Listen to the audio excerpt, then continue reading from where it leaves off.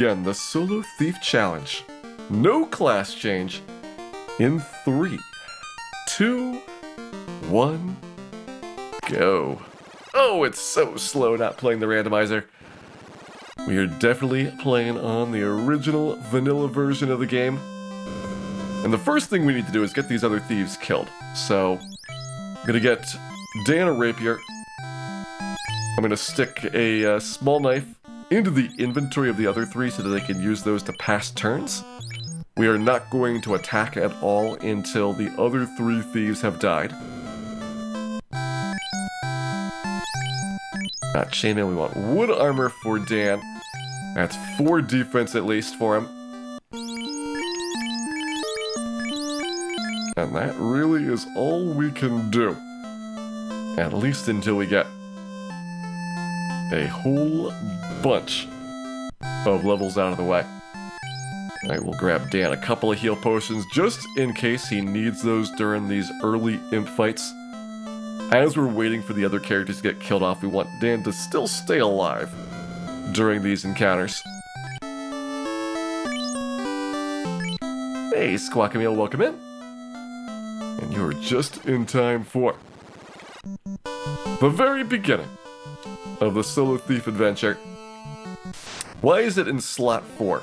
So there is a 50% chance of targeting slot 1, a 25% chance of targeting slot 2, a 12.5% chance of targeting slot 3, and a 12.5% chance of targeting slot 4.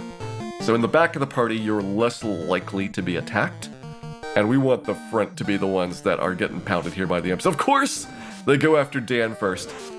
That is only fair for how Final Fantasy is gonna roll.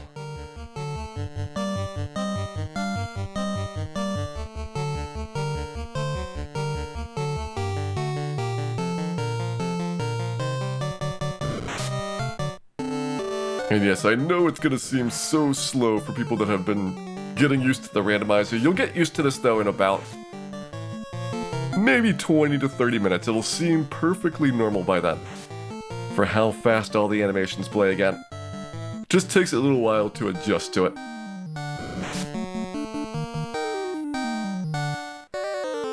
Hey, Avon Chaos, welcome in. This is officially our Season 14 intermission, which is going to be our Solo Thief no class change playthrough. We will do probably 2 nights of Extreme Edition Randomizer. And if we've got any time left over, I'm thinking about having some Zelda 2 randomizers in as well.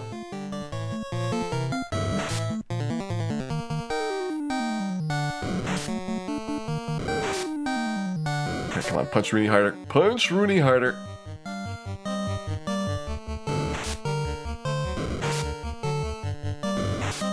Good thing Dan's drinking a heal potion. Quit hitting him, though. There we go. Dan stands alone. It is time for the imps to begin. Oh man, I hope Dan wins this fight. This is looking already pretty difficult. I mean, it's Dan we're talking about, so I'm not completely shocked he's getting super unlucky here. But he's getting super unlucky here. He's been hit with criticals twice, 3 times, and he couldn't hit the imp back. There's 1.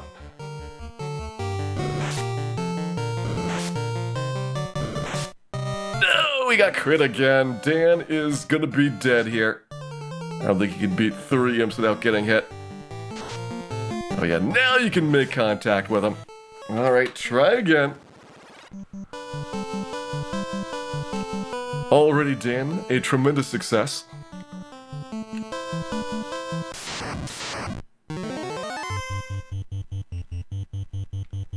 I might actually be able to do it with like 3 or 4 imps. It'll just take a longer time to get the front of the party knocked out.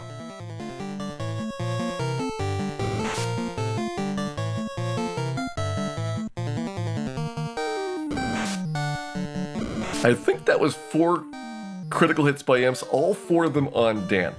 Imps should have a 1% chance of getting criticals. Most monsters in the game have a 1% chance, with a few exceptions that have higher amounts. Like you'll see Phantom critting all the time, and you'll see Tigers critting a bunch. But most monsters have a very low crit rate.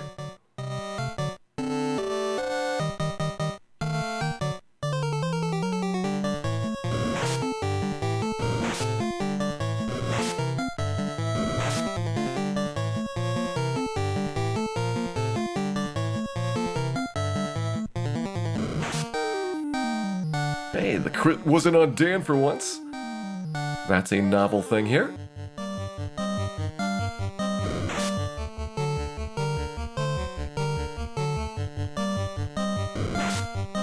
Alright, we got Arc down. What I might do is split the killing of the other characters into 2 pieces, so that it's a little bit easier to have Dan make it through there without taking as much damage. Okay, Lurvanos is down.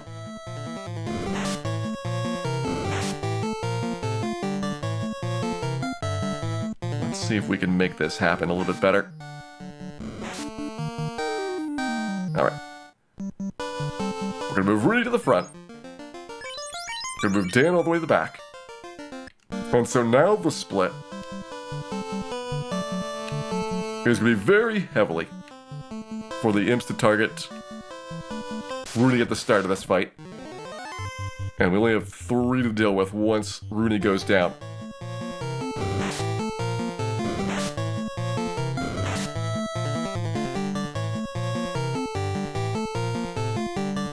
Not allowed to attack anybody until Dan is alone.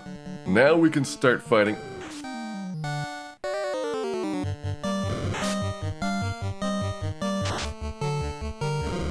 Let our adventure begin again.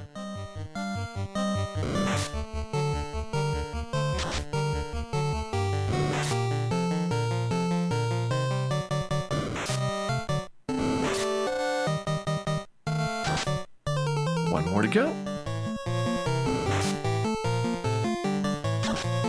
Alright, Dan's got the first battle down.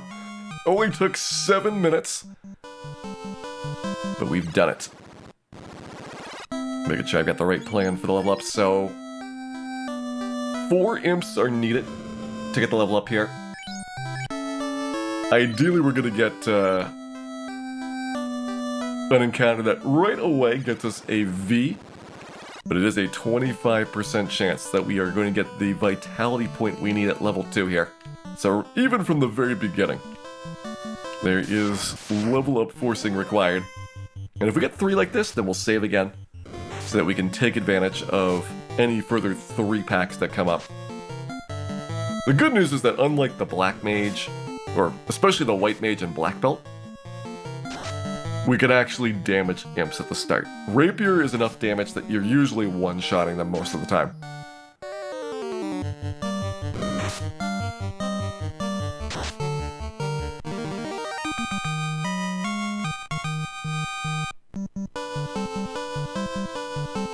So again, you actually don't want to save too often because you're using up more money than you're gaining from the encounter. So eventually you actually run out of cash. That was something that was a really big problem with the solo mages, because they couldn't kill enough imps to break even on the amount of money that it costs to stay at the end. It was a really scary start for those.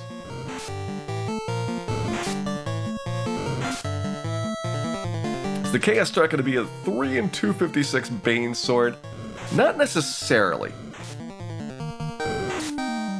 So the thing about the Thief is that we're going to have 15 less strength than a fighter will, assuming that we manipulate every single strength point through level 50 to happen. And we're going to have like probably 200 less HP than the fighter would. And at least 1 fewer attacks per round. But you're not that far off that it would be impossible for the Thief to win using the Masmune. Alright, first try to level up here we have S, A, I, and L. Sailed right past. our vitality point there. Try again. We definitely want to see a V here. Each vitality point you get, take the number of levels you have left in the game.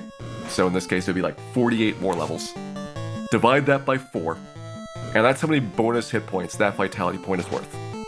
So this vitality point for level 2 gets us 12 extra HP by the time the game's over. And it's going to be like 12, 11, 11, 11, 11, 10, 10, 10, so on. So these early ones are worth a lot of HP.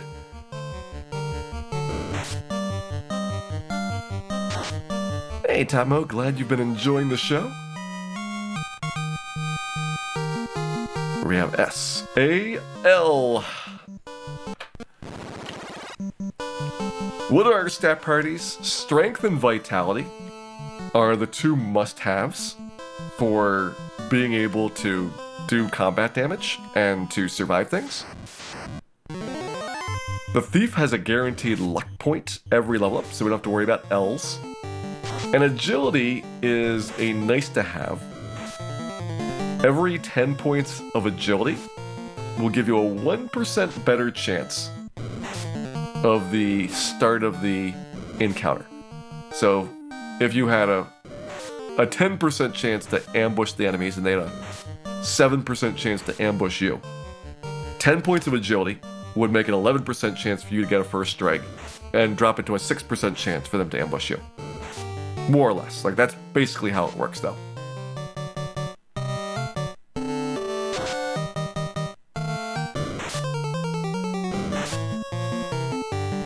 Luck has a similar effect to agility in terms of the first strike chances, and intelligence does absolutely nothing at all. There is zero code in the game that uses the intelligence stat in any way.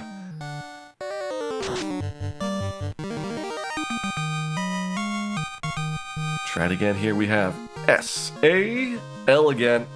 I'm also looking at the HP max. So that time it was 56, the previous time was 57. Because this is a strong level up, in addition to the stat points, which are going to be slightly random, we're also going to have 20 bonus points of HP, and we're going to have between 1 and 5 additional points on top of that. Those are called strong level ups for HP games. And you'll have predetermined levels where you get strong level ups. We would like to have, more of those 5 bonus points, but it's not worth sacrificing the vitality point to get a stronger bonus until you get to the very end of the game.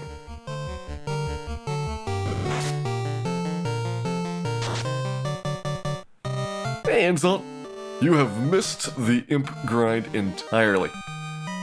We have already got our other 3 characters killed off, and now we're trying to get level 2, strength, agility, and luck again. 53 would be the worst score. So if we've seen 53 and 57, we know that's the range. It's always a 5-point spread. So 55 is going to be an average result, 57 is the best result, and 53 is the worst.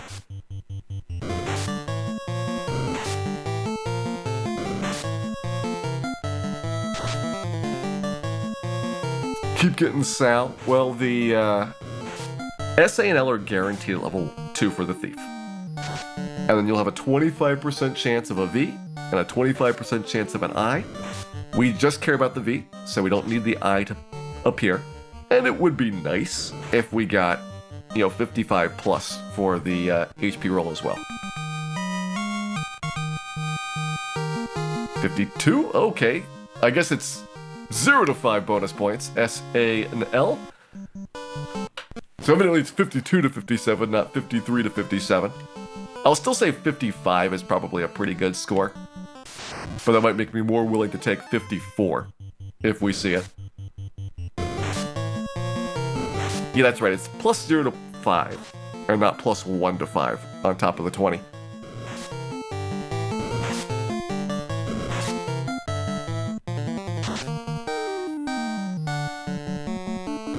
Our specific stat bonuses required for every level. Every level is going to require strength, and probably at least the 45, 46 levels at the start are going to require vitality. We don't really need the last few vitality points. Alright, try it again. 52 and another Sal. So how do these rolls work? I've been saying, 25% chance in this 5-point HP spread. It's going to be based on whatever state the combat RNG is at the end of the encounter. So, if you notice the same result for the very last attack, that's going to limit the possible values that it could have in there. But since it advances every 2 frames, usually you're going to see different results each time that we do it until we get roughly that 1 in 4 chance of the vitality point dropping. Alright, 56, S-A-V-L, 1 HP off, perfect. That is very good for me. I will take that. Hey, Shay, well, yeah, go ahead and post the FAQ link. It's on GameFAQs for anybody that wants to see what this system is like for how Final Fantasy combat works on these. Now that we've done 1 level up, we're gonna see if we can get more than 1 battle in between saves. Because you need 5 imps just to break even on the in, and there's gonna be times where you need to in more frequently. So I probably want to stretch this out to ideally get like 7 or 8 imps on a save. And with the additional hit points at level 2, and we'll get a lot more HP as we go through the first couple levels with the Thief, it'll get much, much easier to do several battles in a row.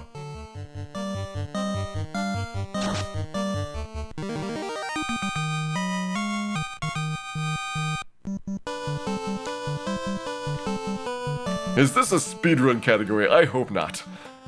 I have seen one other person do the Solo Thief no class change on stream before. And it took him about, 3 weeks. We're gonna probably be faster than that.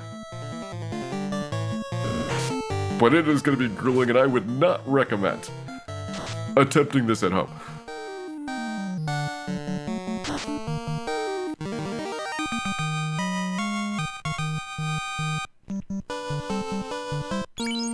Okay, 88, plenty of room for more level ups. We got 15 more imps to get level 3. Definitely on pace for a world record, I would say. Red72380, welcome into you. Hope your day's going well, and I hope your night is gonna be full of imps. Also, probably some ogres. As soon as we can fight bigger things than these imps, I will be very ready to move on. It is tough, though, to get even these easy monsters in encounters.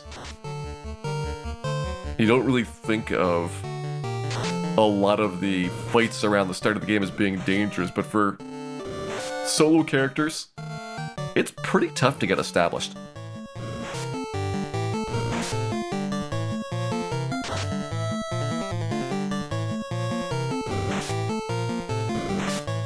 What do I do next level? Next level, I'm going to be going for the agility point and hopefully not losing more than about 1 on the HP range. I would like to get as much agility as possible with the Thief. If I have to force both a strength and a vitality point, I'm probably not going to want to force 3 stat gains. The perfect Savile is sometimes a dream that's out of reach of us. But I do want to get as much agility as I can. And the reason being is it does have small benefits throughout the run in terms of, if you have even a 1% better chance in Temple of Fiends of getting a first strike, that's very worthwhile. Because that place is going to be horrible, and a 1% chance, if we have to do it a couple times, is at least 1 or 2 encounters where we get a free result.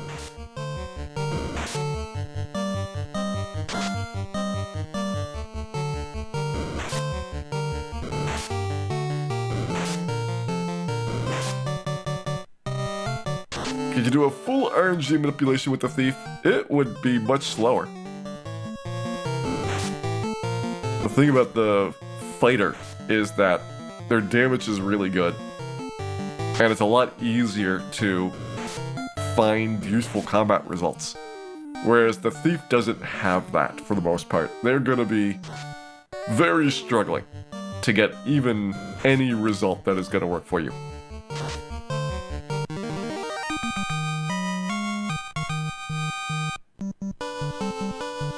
Oh, nice, playing some Load Runner. I've seen Nuss Cardinale get back into Load Runner recently. It is clearly the hot game of April 2021.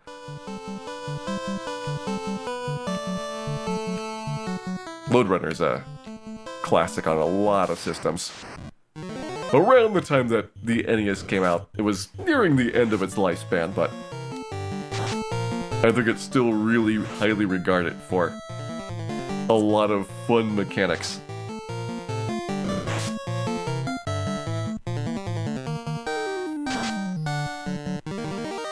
Pirates without chainmail, yeah. You're gonna have to level up a whole bunch to be able to beat the pirates. I'm gonna have to level up a whole bunch to beat the pirates as well, but especially when you can't heal during battle. That's probably gonna make it even worse. Alright, Empty Eye, have a good night there.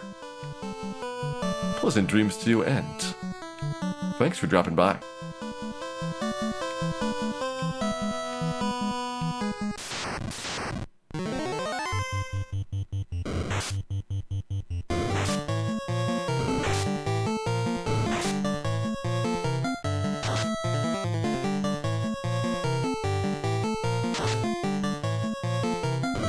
We will very slowly work on Dan's accuracy problem.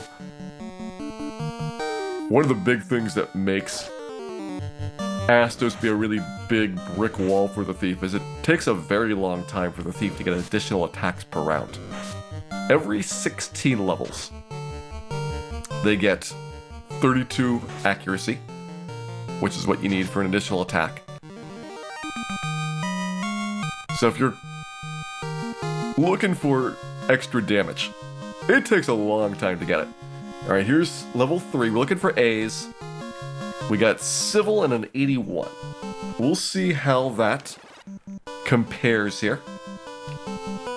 We had a 56 coming into this. That means we got 25 points. So probably in the middle of about what a really good level up would be for HP. And we'll try and get the A as well.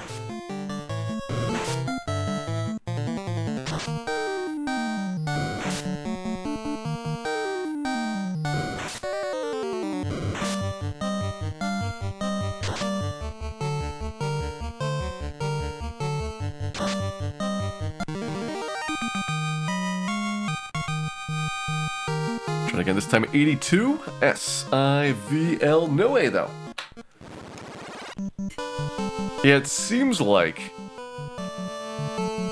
83 would be the maximum possible until we hit, what, level 4 or 5? We shouldn't have a bonus from our vitality change, because it takes you 3 levels from the start to go from 5 vitality to 8 vitality.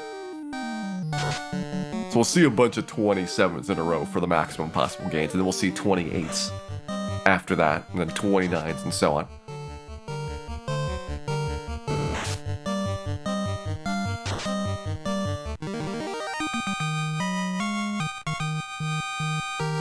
It's an 82. S-I-V-L.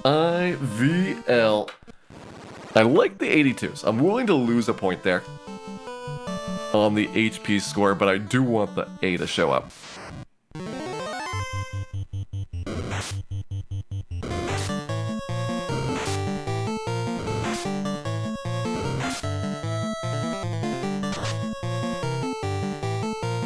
And yeah, next level we should find out if it is the level that you get the vitality point to be a multiple of 4, or the level after it's a multiple of 4.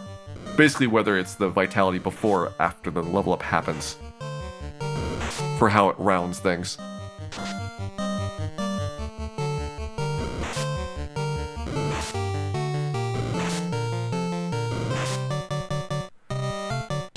And life cycles of games, there's definitely, on a system basis, life cycles that you see. Like, you'll notice that right now, when a relatively new generation of consoles has come out, the previous one still does pretty well. The one before it is starting to get very cheap, and the one before that is starting to actually get more expensive, as people have the nostalgia for it.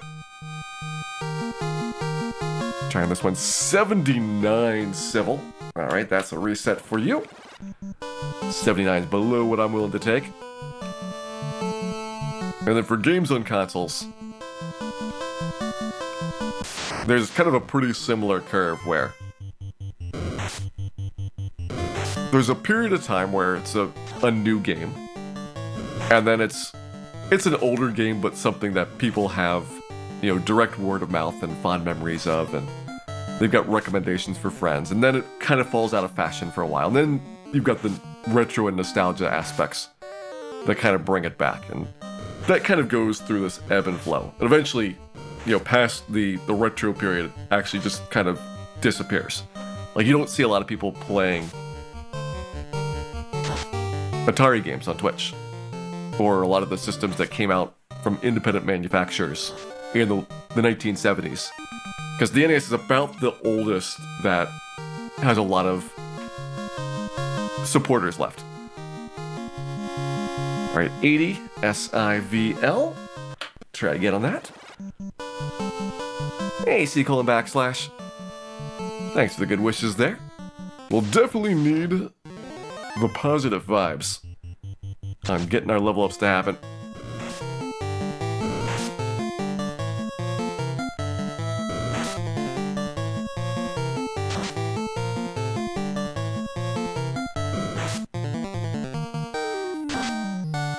Got a 25% chance on the A. We're looking at roughly 4 tries at it. And if we want to get the top half of the HP range, then maybe 8 tries or so is what we should expect. 82 SIVL. So good HP, but no A.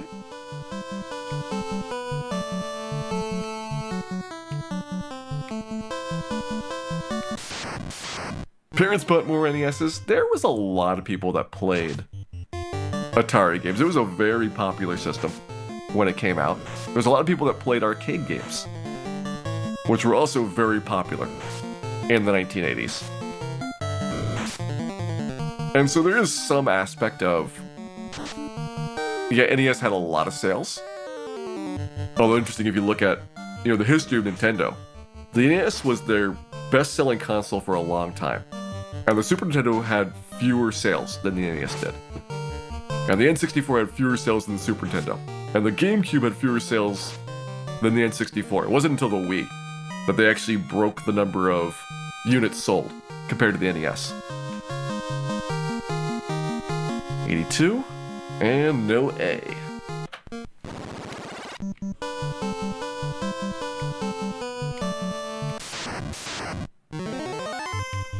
Can't believe Dan isn't getting perfect level ups. I'm just surprised Dan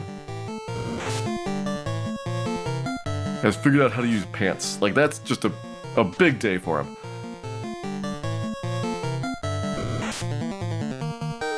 Hey, Michael, welcome in. Solo Thief's gonna be our big Season 14 intermission project. S. And another I again. Keep trying, Dan.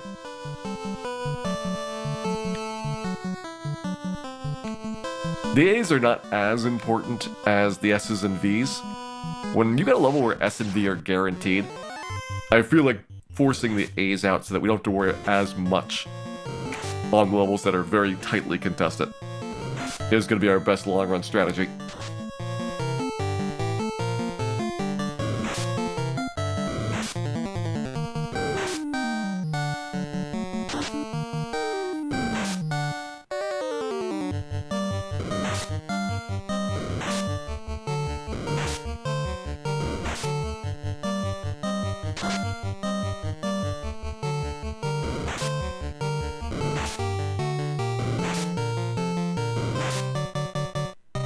favorite handheld was the Vita. I do have...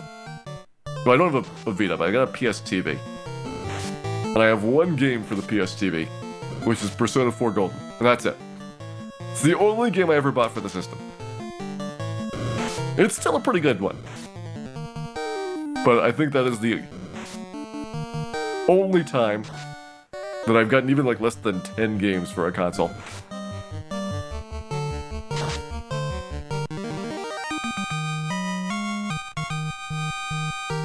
Alright, 79, but no way, so no worries there.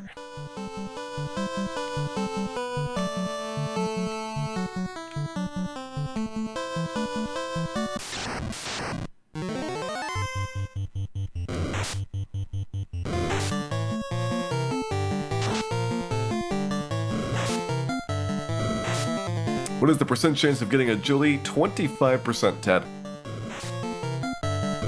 On level ups, stat points are either guaranteed, so 100% based on your character class and level, or it's 25%. And that could be a little bit misleading, since there's only 256 values for the random number generator to be in. And not all of those are possible, because you also have to kill an enemy for the combat to end on that particular event. So once you get to be like multiple possibilities, like you can't have a 0.1% chance of something. It would either be 0 or a 1 in 256. But when you're talking about 64 out of 256, it's probably pretty close to 25. Alright, 80 and no A.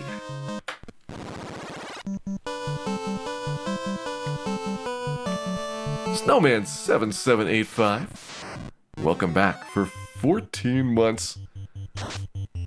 Thank you very much for resubscribing, and I hope you enjoy our solo thief adventure here.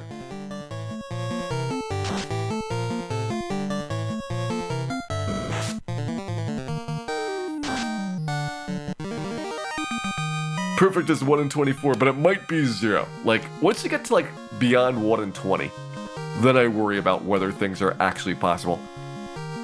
82, no A.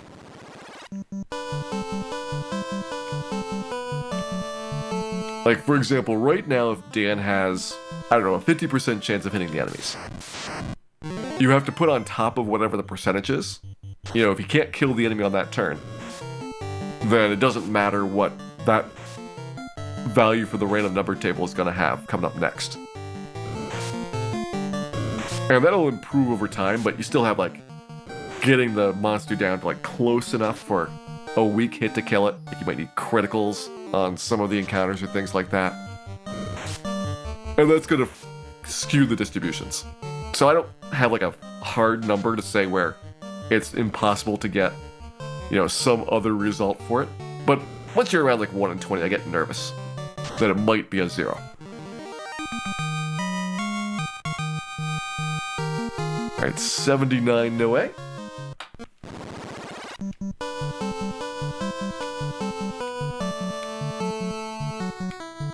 Are we gonna get out of the imp grind tonight? Yes. Tonight, we will be definitely doing Garland and Bicky.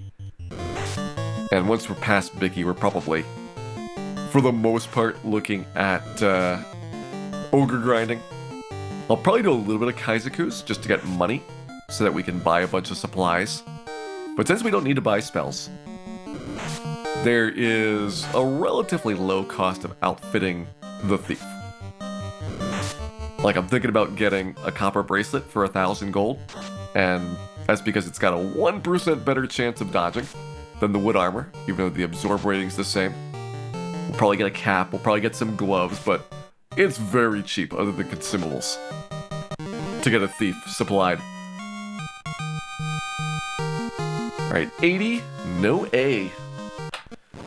The A-list streak continues. And to Ollie Amalar, thank you very much for resubscribing. Back for 39 months. Solo Thief is not a week. It is probably 2 weeks. Or at least a week and a half. Like, we did roughly a solid week for the solo white mage and solo black mage, and I'm expecting this to be slightly longer. 82? No A. Believe in the Dans, everybody. You just gotta believe in the Dan, and maybe one day, your dreams will come true.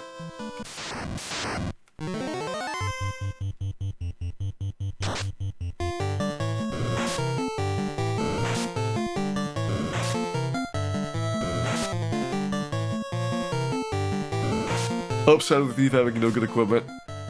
Yeah, I mean, you don't have to buy much. You're gonna get a scimitar, a saber for your weapons, you're gonna get a whole bunch of heal potions and pure potions and some tents, I guess? And by the time that you can get to where, you know, the silver bracelet is for sale, you'll have gotten so much cash and can easily pick up so many other treasures that, you know, 5,000 gold is not a big deal. 82. No A!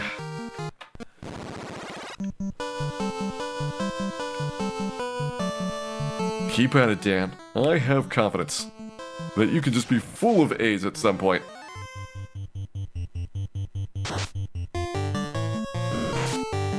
Solo Fighter is the easiest. I think Fighter was the easiest because consistently from beginning to end, it's a really strong character class. Black Belt's easier in the end of the game, but they're really slow getting started, so it takes them a while. Alright, 82 and no A. Like, I remember with solo Black Belt, we probably spent more than half of the game pre-Astos. Even though it was only like, maybe like 2 hours slower than Solo Fighter. Whereas Solo Fighter was a lot more evenly paced. And it's just that the Black Belt before level 10 is pretty weak. And then after like level 30 is incredible. So they've got a weird curve for power.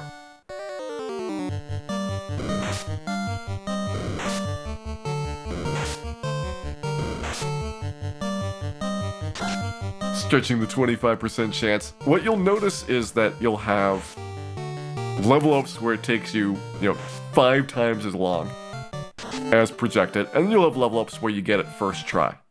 And you'll get 2 stats at the same time. It'll be like, alright, we just saved a whole bunch of attempts getting a perfect Savile on something. So over the course of, 50 level ups, it tends to balance out.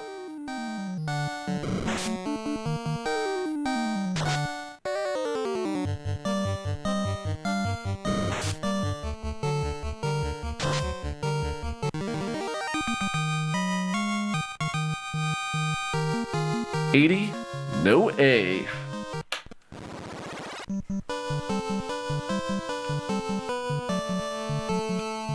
don't know if we've seen other 80s. I also don't think we've seen 78, which in theory should be the worst possible level up. So clearly there's a bunch of parts of the RNG table that we have not gotten even close to. Each of those HP values is a 1 in 6 chance, so it's less likely to see a specific one than it is to see your agility point happen. But still, it's interesting to see that we've had a lot of 80s and 82s predominantly as our HP totals.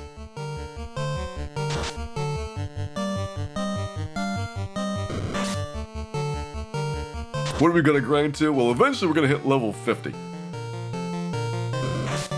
But I think we'll be able to do Garland and Bicky sometime before that happens. 82? No A.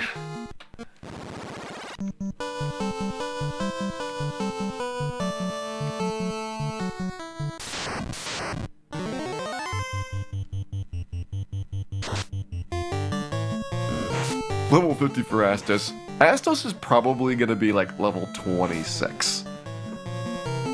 And even that is a lot.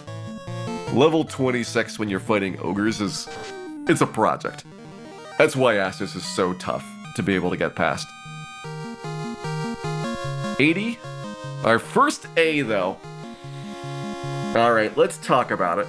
So this is a below average HP gain. We think the range is 78 to 83. So we're losing 3 points of HP for that level up. I'm gonna say no. We're gonna try for a little bit better. But basically what I'm gonna look at is if we get another 80A, and that's our next A that happens, then I'll probably take it. If we get less than an 80, I'll reset again.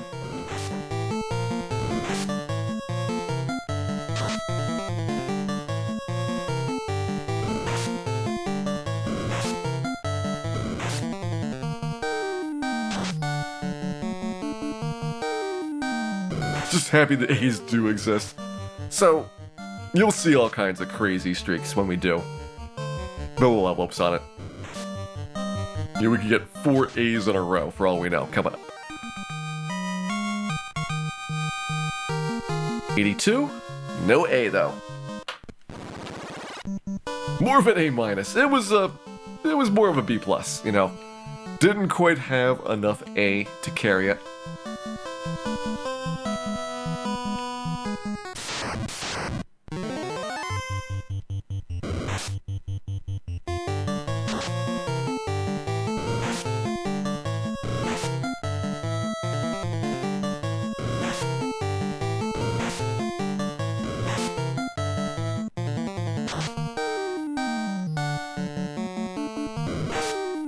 What I'll be really happy with is in a couple levels when Dan actually, hits most of the time.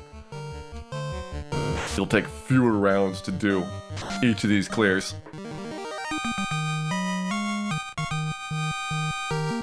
82? No A though. Hey, Cuervo Perdido, welcome in. You've tuned in for something even more spectacularly grand. Because this is our Solo Thief no class change playthrough.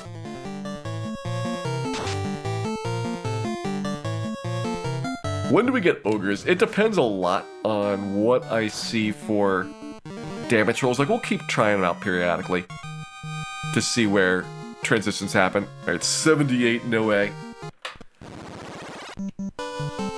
78 should be the worst roll.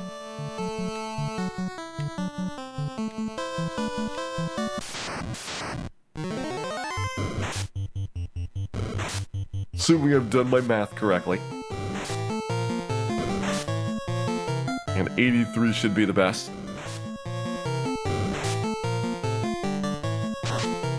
What stats am I resetting for? So, my priorities are that every single level we're going to get strength. For basically every level up to about 46 or so, we're going to get vitality. And if we have both strength and vitality guaranteed, like we do here at level 3, then I will try to get agility. And if we have a very easy time getting that, then I'll try to also optimize what the HP growth looks like. So that's kind of the priority order on how things go. 79, no A. Yeah, the stats are strength, agility, intelligence, vitality, luck. Although we call the system Savil, which is actually S-A-V-I-L, because it pronounces better. And you'll hear a whole bunch of words, like sail and sal, and veil and avil, depending on what we get for level ups.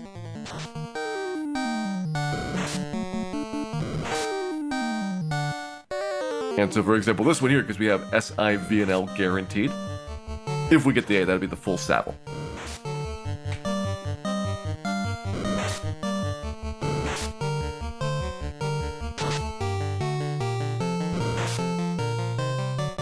Gonna take a month. I think it's gonna be 6 days. That's my guess.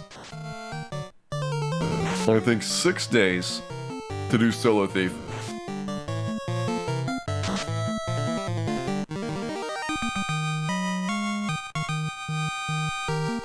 $83? No A though. Oh, that was a good one.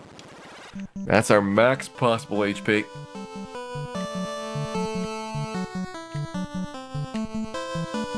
Ooh, we could actually do predictions for level ups. That's a good idea. I might start those after we get this one here of how many attempts it takes to get the gains.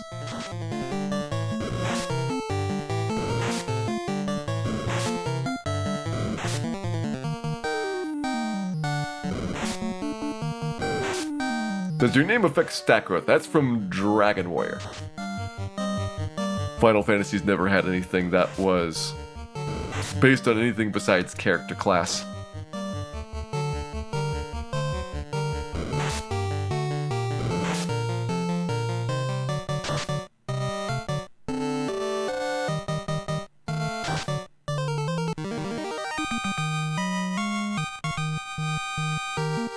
$82? No A. 6-point range. Yeah, that's correct, Fractal. I thought it was a 5-point range, but actually it's +0 to +5 for the bonus. So it's really a 6-point range for what your HP can be at. And this is only for the strong level ups. For regular level ups, you just get your vitality divided by 4. So on the regular level ups, there's no randomness at all for what HP you're gonna have.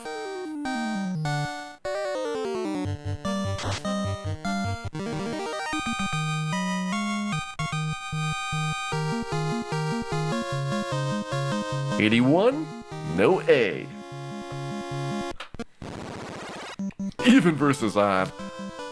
What I would probably do is kind of mix up what the values are. So like sometimes it'll be number of attempts. Sometimes it might be the number of minutes that it takes to get the level up to happen. We'll have a lot of different ways to look at it.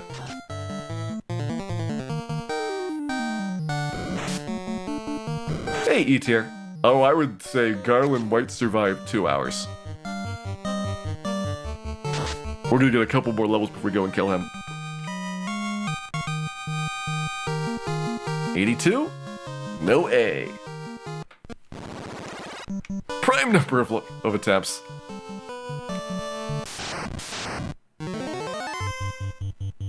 Max HP? No.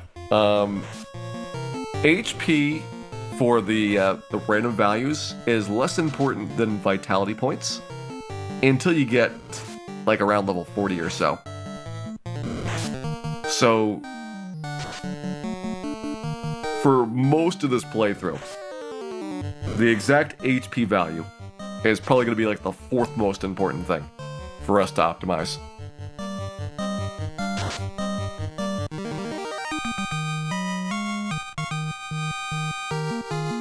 $80. No A. Is the music a note or two higher? You might have a need to refresh Twitch, Yellow Jacket Guy. If you ever hear weird pitches in music for channels, then almost always the Twitch player is having problems. And this is a full Savile situation. Yeah, Civil's guaranteed. So if you want the A, you're gonna get a full Savile on the level up. And I know for like Red Mage, we didn't really prioritize the agility and luck points that much. The Thief needs the extra bonus though. With no magic, with no gear, you're gonna have to be so much better at dodging the boss hits for like Kraken 2 and Carry 2. Team at 2, at least you have the Masvian, so that should get a lot better at that point.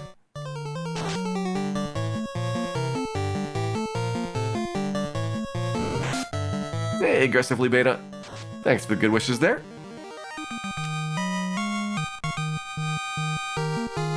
$81? No A. And Funk Nasty 171, welcome into you. Thank you very much for the host there.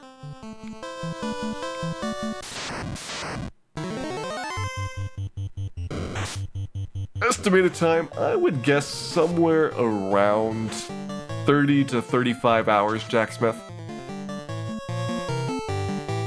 Like, we'll probably spend 6 days doing this.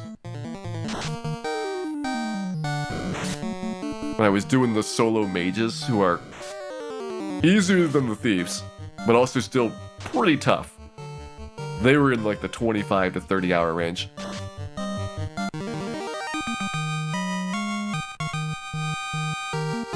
$83 and an A, the perfect max HP Savile. Now that's how you level up in style. I'm taking that save, and let's do our prediction for our next level up.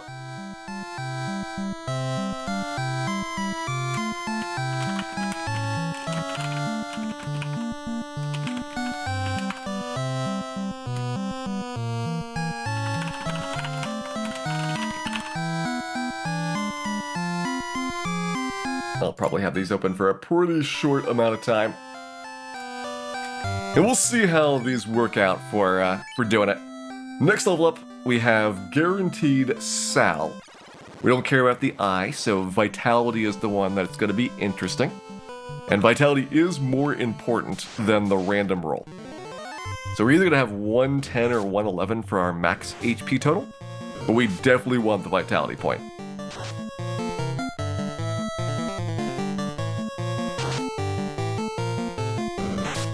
Yep, 2 levels, we've only missed 1 hit point, and we've got perfect stats for everything else. This will not stay quite nearly as good for the rest of the run. There will definitely be a lot of times where we have to give up quite a few points just to get reasonable odds of completing the levels.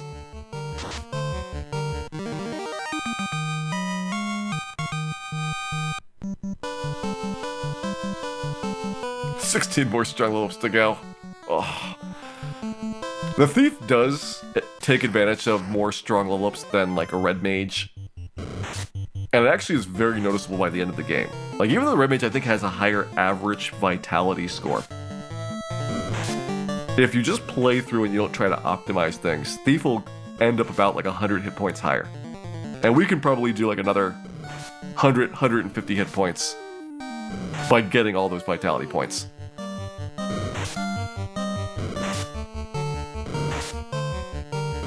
Probably at least 100. I'm not sure if you get to 150 bonus. But it's a decent amount.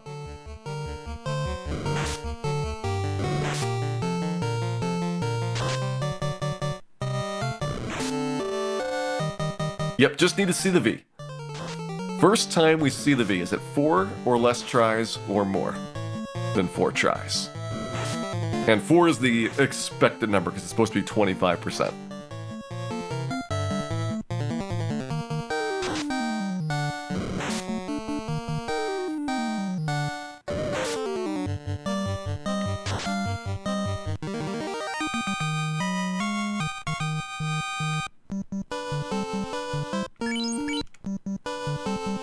Alright, 289, so we got some time. That's about 50 imps we need to kill for the next level up. But once we start, pretty much all levels will be very similar to how the actual final grind happens. You try to get as close as possible without going over to your XP target.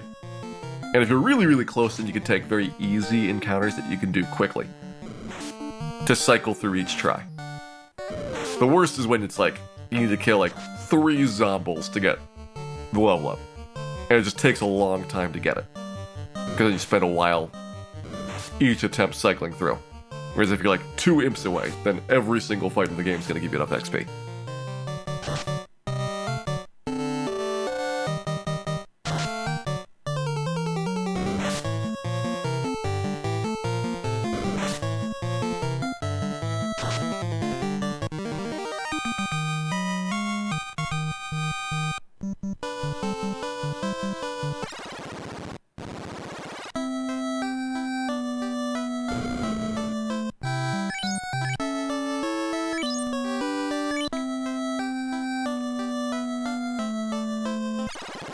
Like that 55 minutes in, we still have not gotten back up to our starting amount of gold.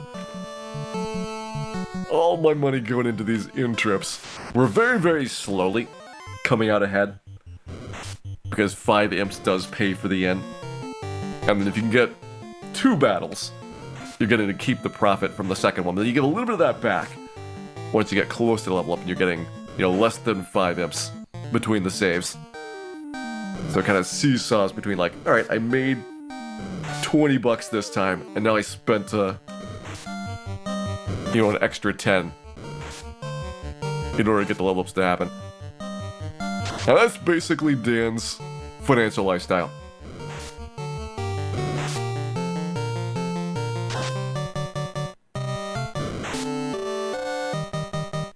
Save at this level up?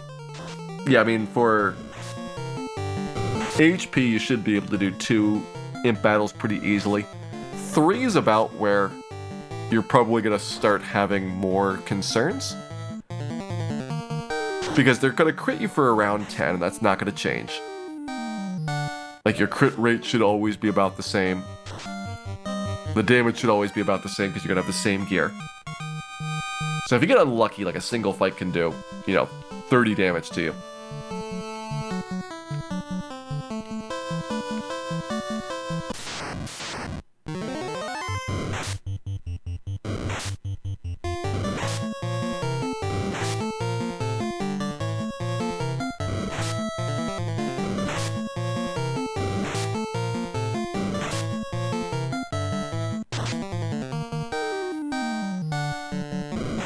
And yeah, we were talking about how cheap thieves are to outfit. We're gonna need to buy a copper bracelet for 1,000. Saber and scimitar, like the 2 of those together is 700, I think. Cap, gloves. That's it until you reach Melmond. Then you have to spend 5,000 for a silver bracelet, but like, it's so ridiculously affordable. Especially compared to like the mages, who have to drop couple thousand gold on spells to really get productive. They have a lot tougher time at getting started.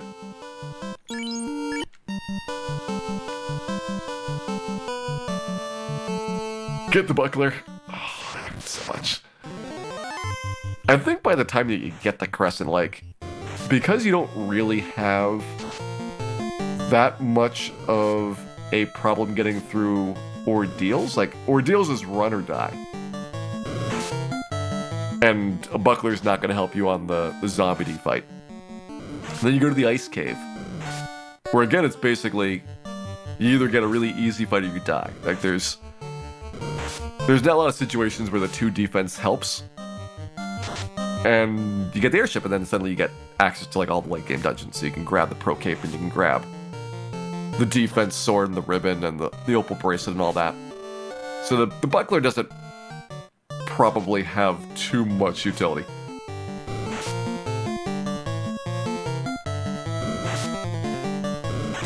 Playing 1 character the whole game, that is the idea, Twan. Solo thief, we're not allowed to class change, so we don't get to upgrade to the ninja. With class change, you know, the first probably 20 hours would be the same. And then instead of like another 10 hours afterwards, you'd have maybe like half that for the time it would take, because you could get the fast spell, you could get better armor, access to the flame shield, the ice mail. So a couple points better defense here and there, you get just a little bit of nice improvements.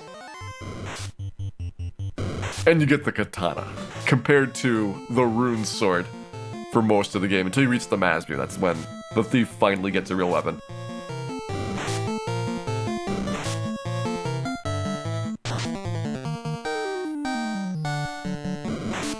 Truly the Final Fantasy. I mean, it is the final of the 6 solo character class challenges. After this, we'll be able to claim that every single character class solo without class change has been done on stream.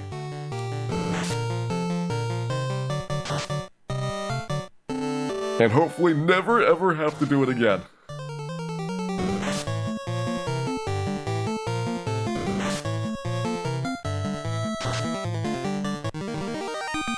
Hey, Toasted Zergling.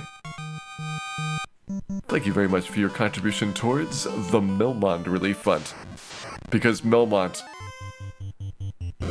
even more than thieves, needs relief.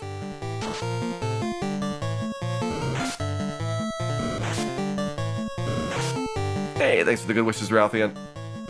Dan is doing his best, and while we are very familiar with the fact that Dan's best is nowhere near good enough, he is still gonna try.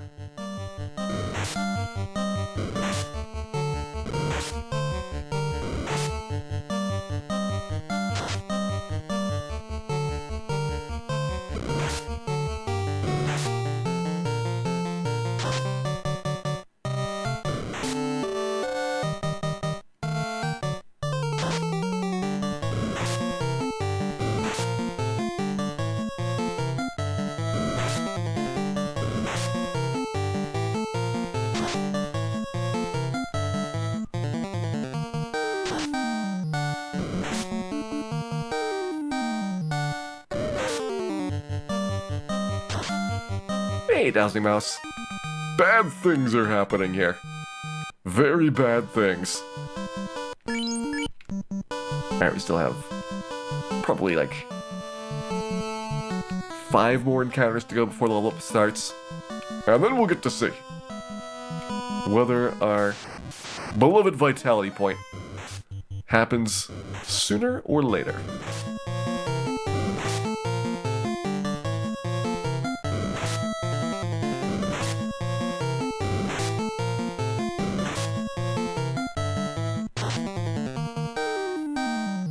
Is Solo Thief the worst solo? By far, Zatini. It is by far the worst. Fighter and Black Belt are both pretty quick. It would be a long session, but you can do them in like a single sitting. Red Mage, that's where it starts getting pretty uncomfortable. Like I would say Red Mage tough to do. You know, in less than 10 hours solo. White and Black Mage, very big jump up. Like those are both like 20 hours plus. And the Thief is gonna be like 30 hours plus for it.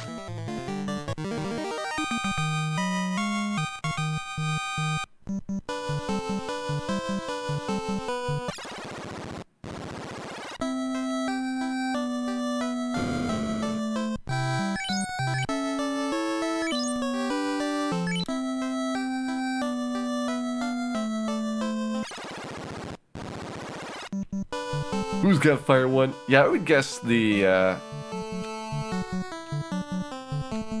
Mancats or Argoyles, if you get far enough down their spell list. They probably go like Fire 2, something else, Fire 1. Not that you're gonna survive long enough to get through that, because a whole bunch of Fire 2s is gonna wipe your party. But I remember that in the remakes, they start off with Fire 1, and I think that there is a couple monsters, including, for example, the Eye, where they basically put their spell list in reverse. So that may be the effect there. Like, Chaos has the same spell and skill list he has in the NES version. But, like, the Eye goes backwards. I'm pretty sure the Mancats and Argoyles go backwards and they start with Fire 1 instead of Fire 2. And... oh, there's at least one other monster I saw going backwards on it. Oh, Mage. So they start with Fire 3 instead of Rub.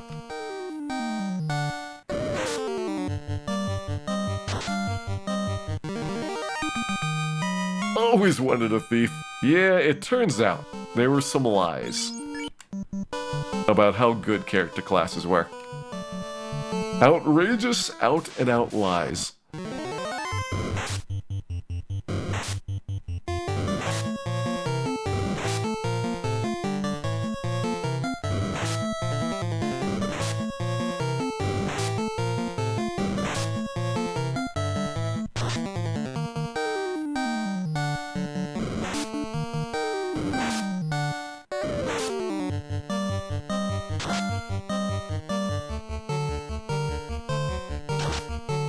Hate the Ice Cave for the Mages. I mean, they're pretty bad in the non-remakes as well.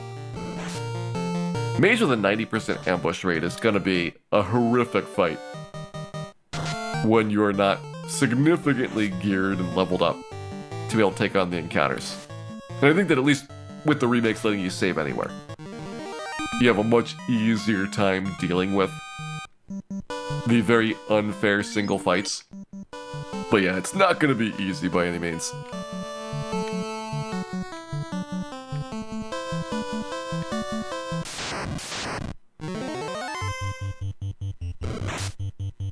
You got lectured about how the Vorpal is actually not a bad sword. Gator36, I hope you informed that person that their ideas were wrong.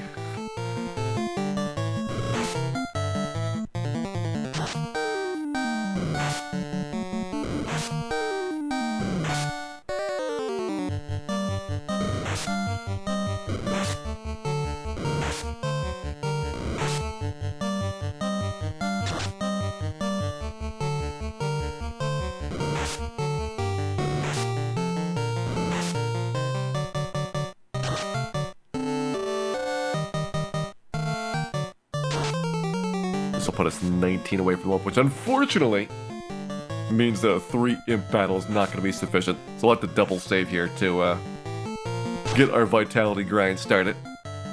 If we see a 3 imp fight, we'll take it and then be 1 XP away.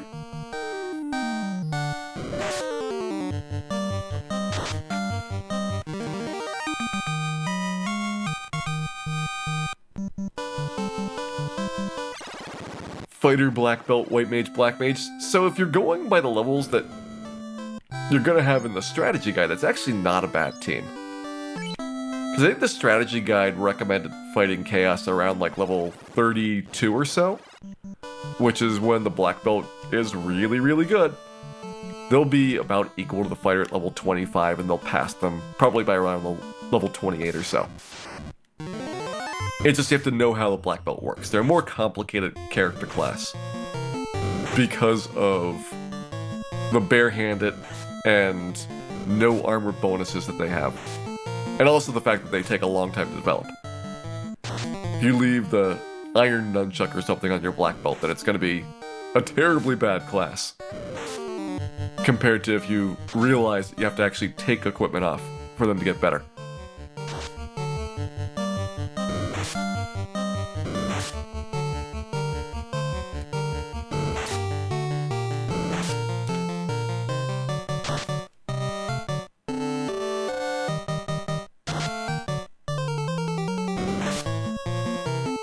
Here we go. First try at the level up.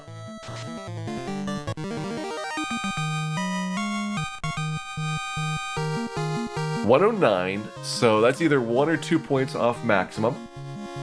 We get S, A, and L. Sal is the minimum.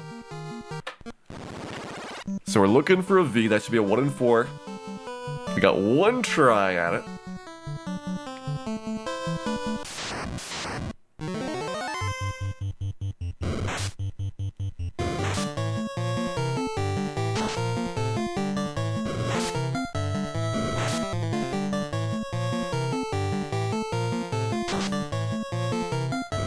You have to take armor off. The weapons and armor are separate. So if you have no weapons on, then the black belt gets a bunch of bonuses to their fists. They get twice as many attacks per round as you would normally have for that accuracy score. And they get actually a critical hit with their fists, which nobody else can. And they also get a +1 per level bonus to the damage for their base damage rolls. Armor, if you have no armor on, you get +1 absorb bonus to your levels. Alright, 106, S-A-L again. So we've seen 106 and 109 so far. The max is either 110 or 111.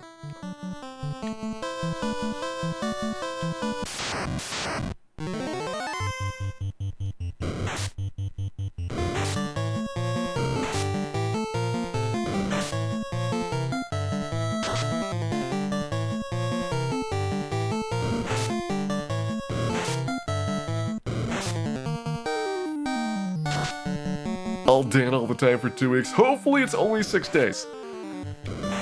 That is what I am hoping. But it takes the full 2 weeks then, and that'll be pretty much all of our season intermission. And that's okay. 105 SAL.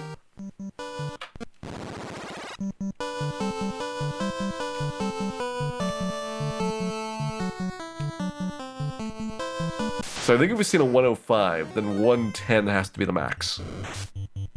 And 105 should be the worst possible score. And that means that the vitality point applies after you get the HP gain. That's what I think, at least.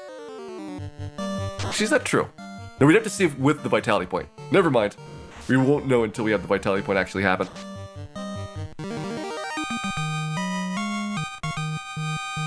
Next try at it, 105 SAL. And I believe that means it is going to take us more than 4 tries to see our vitality point for the first time.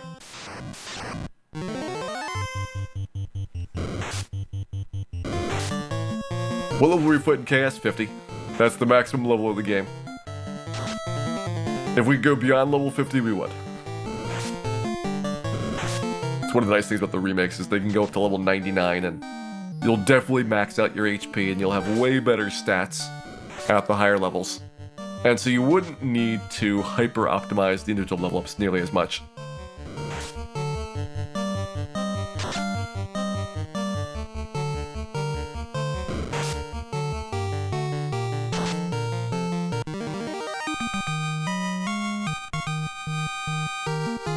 .107 SAIL, still no V's. So good news is, the answer to our prediction should be pretty obvious. More than 4 tries to see our first V happen.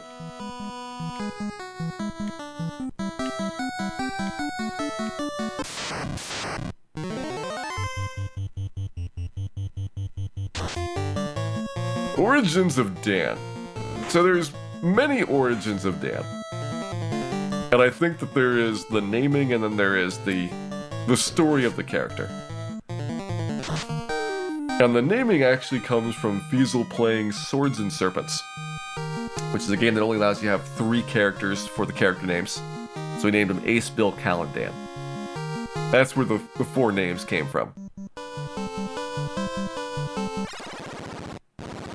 But the legend of Dan, that is something that has been cultivated over the years.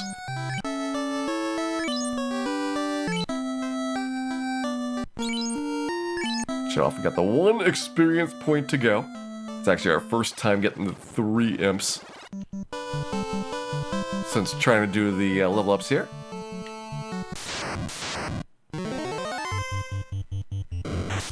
And a big part of the history of Dan is that when you're doing the speed runs for the game, I worked on coming up with a marathon safe route for this game in 2014. And up until about mid-2015, which is when it was in the first RPG limit break. So at the end of the game, you only got 3 ribbons. So somebody is going to get sacrificed. And what I would do for the route is Dan is the person that didn't get the ribbon. And you'd also typically put him in the front so that he can kind of soak up some hits. And try and keep the rest of the characters alive, so that your odds of success on Chaos went up a bit. And as a result, Dan often ended up the knight being extremely, if not thoroughly, dead.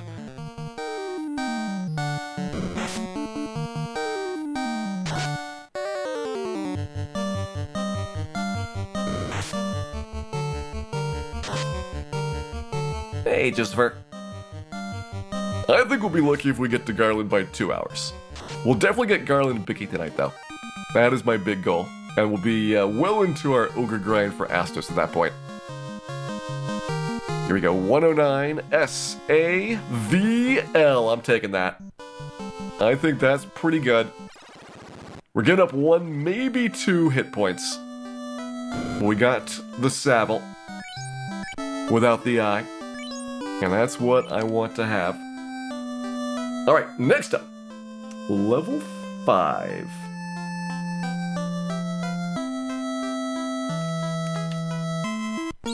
First up, need about 100 imps to get ourselves into range. And then we need to grind it.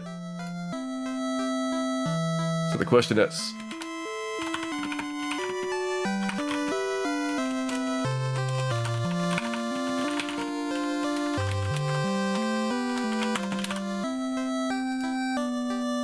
will we finish level 5 in 15 minutes? Finish is we actually accept the level up. You have S, I, and L guaranteed. So we're going to force the vitality point. We're going to probably sacrifice the A, and we'll definitely sacrifice the HP range as part of this. But we at least want V and either the A or the HP range to be good.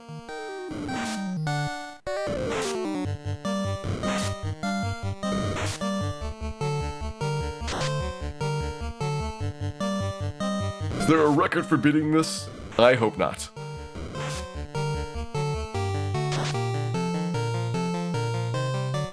I certainly hope not. This should only be attempted by Final Fantasy professionals and with thorough medical attention. V guaranteed? Nope. V is not guaranteed at level 5.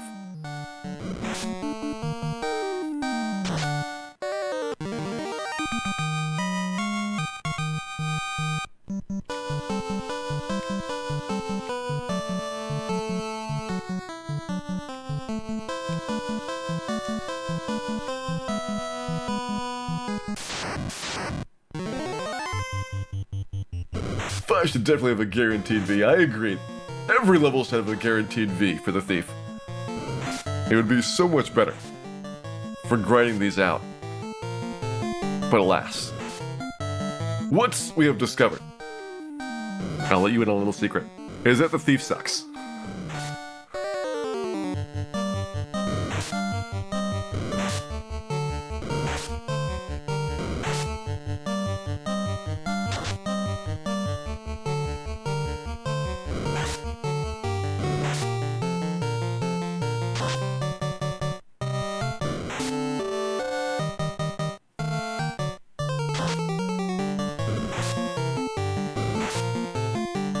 Also, one other thing is that once we get out of these early level ups, we have lots and lots of strong level ups.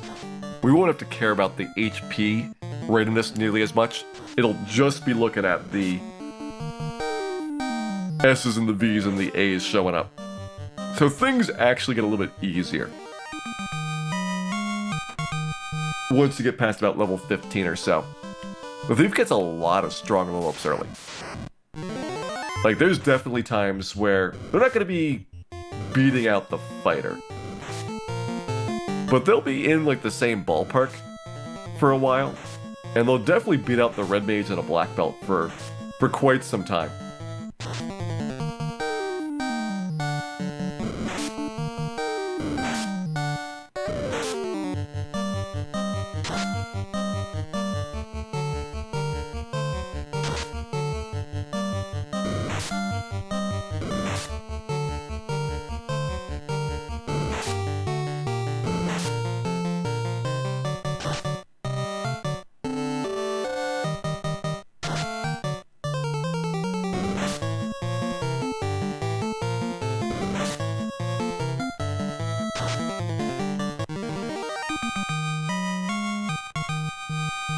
Hey, Michaeli P. Thank you very much for the good wishes there. We will definitely need them, because the solo thief is no joke.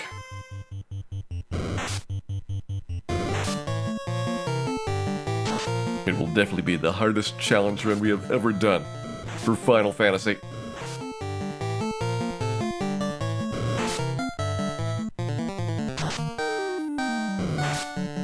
My guess for the game time is 35 hours, Josepher.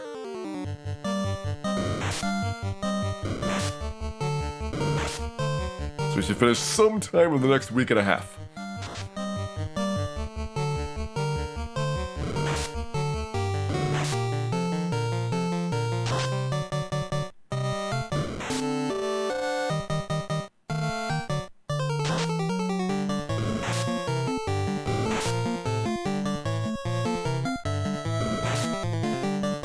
Is the dagger better than the rapier? I would say pretty debatable here. We will go back and forth between the saber and scimitar later on. Scimitar having a little bit better accuracy, saber having a little bit better base damage. But you usually benefit from the higher base damage so that you get guaranteed kills. If you're in that borderline region, where you sometimes hit but fail to kill, that's probably worse than a miss.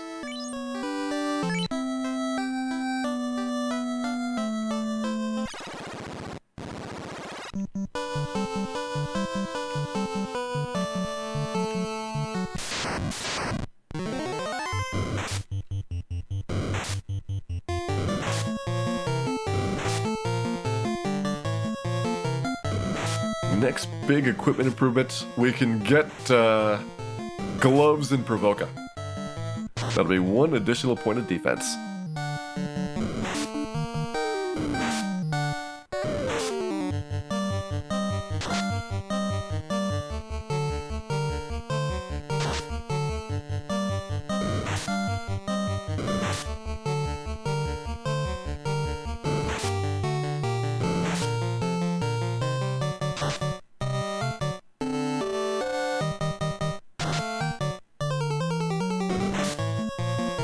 You can get a cap in Temple of Fiends, so we'll have both of those for the time that we get to Bicky. 6 points of Absorb, though, means that you still get hit for about 10 damage on every pirate hit. So unless you dodge a bunch, you're going to take something like 90 damage a round. It's really brutal getting Bicky out. And that's why I'm not really in a hurry to try and rush Garland, is I think that you probably would still be fighting imps for the most part, because ogres would still be too difficult. And you'd be walled at the pirates for a bit.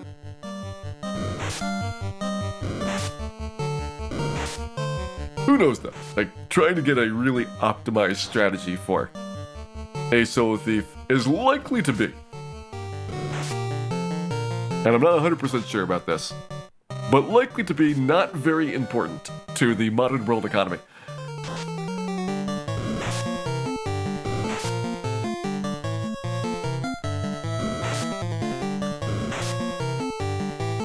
Do you need to force level ups to beat the game? You can beat it without the best stats, but you'll have a much lower percent chance of surviving through Temple of Fiends. And so you're trading time now so that you don't have to spend as much time later.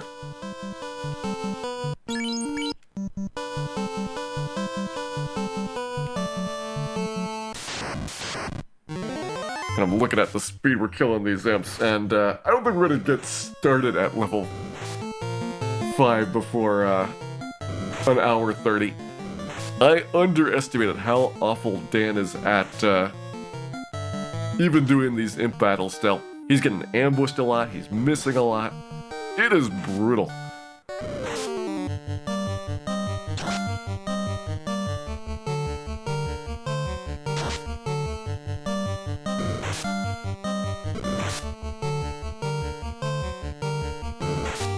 Yeah, no class change. If you could class change, it would make the last third of the game quite a lot easier. And it would also mean that your stats wouldn't be as important. You'd still want to have maximum strength, but I think you could do it without really worrying about your agility score at all, and maybe skipping some of the vitality points. That would give you a much easier time at making it to 50.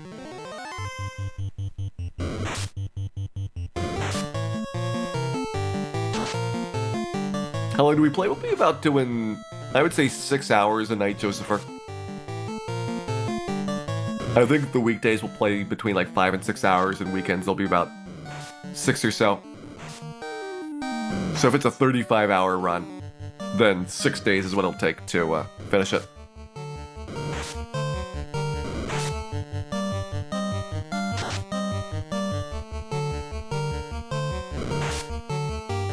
Hey, Snoice Bandit. Thanks for the good wishes there. They will definitely be required.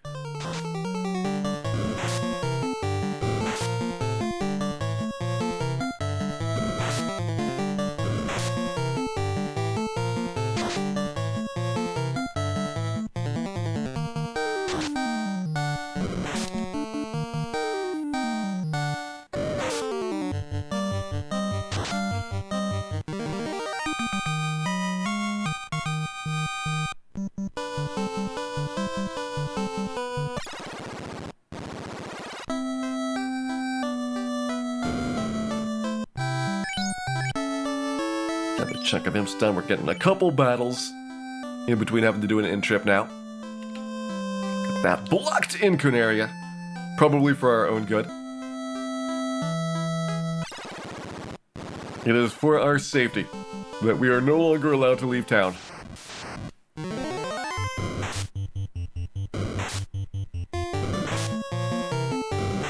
We doing Warbex in the solo runs? I have done it for the other 5 character classes. It's tough though. It's real tough. And basically, Warbeck's gotta be Bane Sword, so once you do that once, it's not as interesting. Bane Sword's 3 and 256 of instantly killing him. You'll probably get, maybe 5 or 6 attempts at it per trip up there. So you're looking at a lot of trips to the top of Sky Castle to get a successful Bane Sword kill.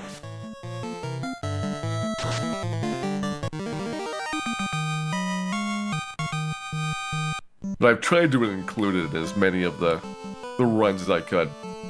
Like the last time we did solo Red Mage, I deliberately got level 50 on Warbeck because you didn't have to worry about optimizing the stats on that one. Just to kind of show off that the Red Mage could do it pretty easily. It was like 3 tries for Red Mage to kill Warbeck. You can fast yourself. You got a little bit of healing with Cure 3. And you just sit there and whack away with the Sun Sword for a lot of rounds.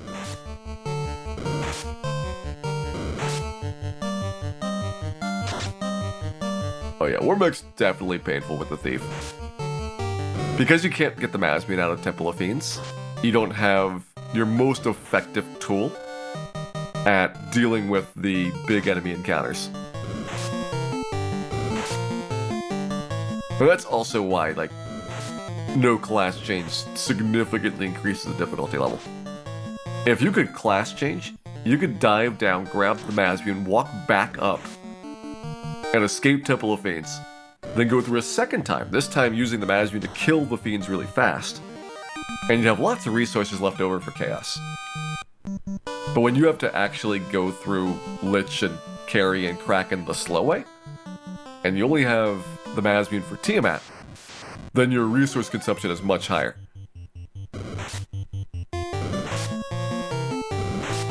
Hey, Torxed, welcome in.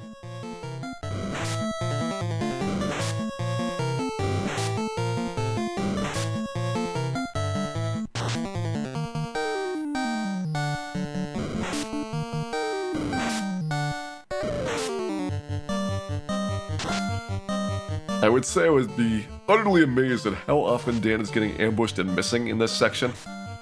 But this is Dan we're talking about. I probably should have expected it. We're gonna be way over 90 minutes in for our level 5.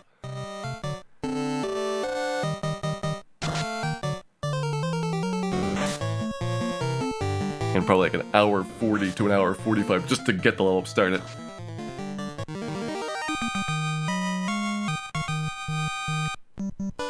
How much more do we have?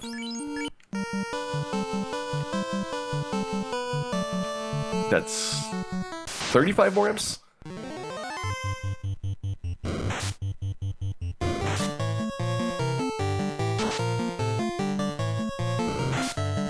Dan is definitely a accomplished failure. He's got that down. Also, I'm sorry if you voted yes for an hour 30. I was really expecting Dan to do a little bit better than this. But we have not gotten level 5 finished.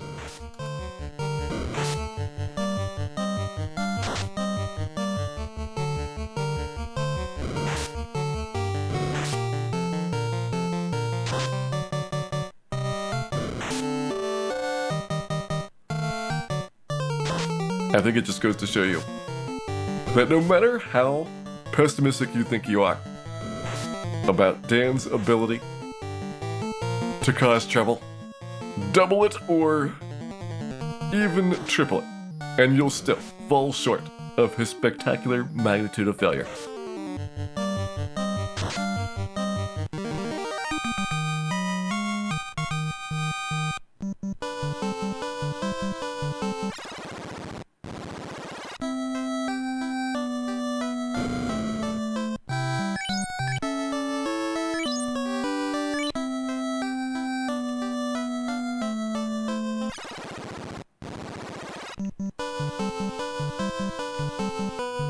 Yeah, the randomizer, because of the really big bump to experience,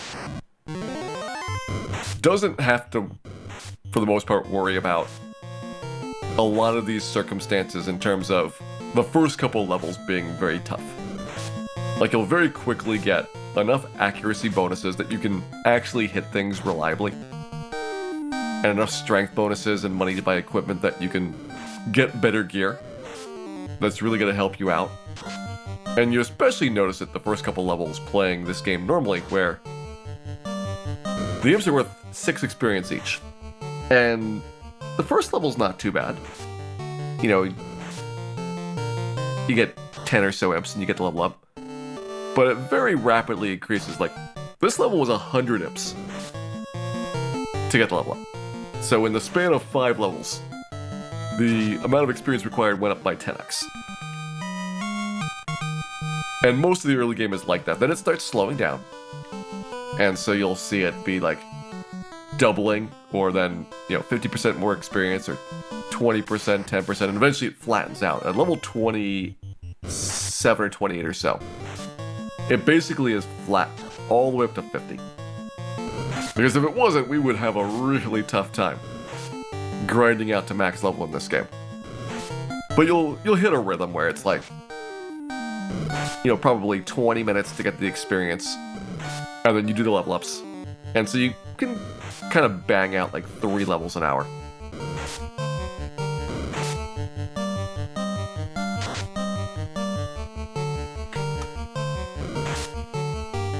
Hey, thanks, Streamless. I hope your support will bring comfort and joy to Dan's cold heart.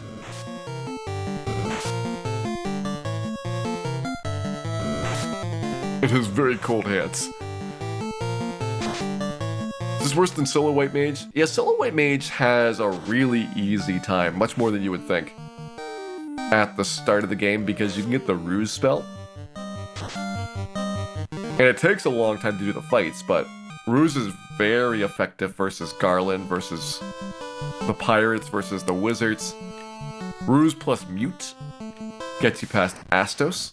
You might spend 25 minutes hitting with a hammer, but that's going to be a lot faster than it'll take us to kill Astos with a thief. And once you're past Astos and you have, Harm 3 at that point, suddenly the Zombles and Lich and the Zombie Ds and a lot of the Ice Cave gets pretty straightforward. The thing that takes a long time with Solo White Mage is the stat manipulations. If you could just take the level ups and you didn't have to worry about the stat gains, you're probably looking at like a 15-hour run. With the stat gains, like 25 hours though.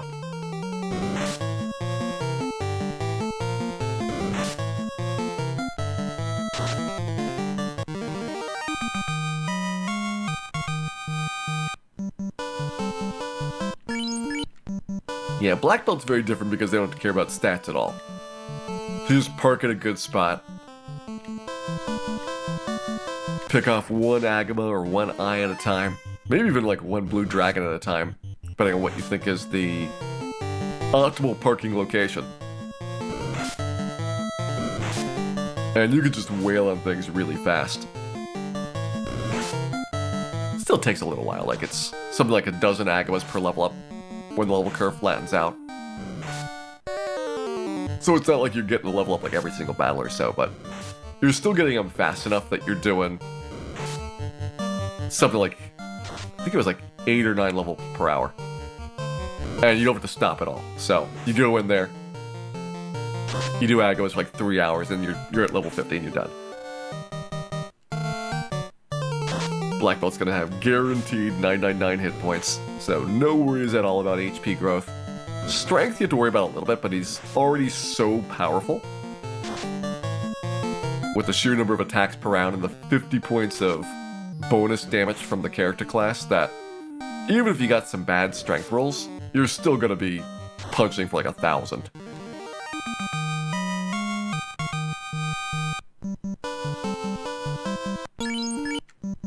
Alright, 26 more imps to go. Plus, of course, one additional experience, because why would they make it a convenient number for these level ups?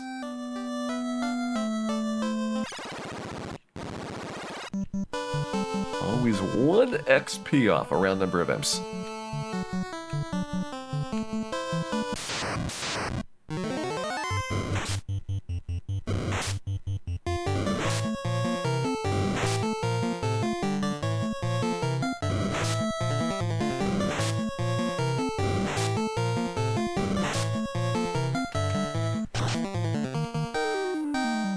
Designed for fighting imps, preposterous. Like, this is pretty much the strategy for what the official recommendations are.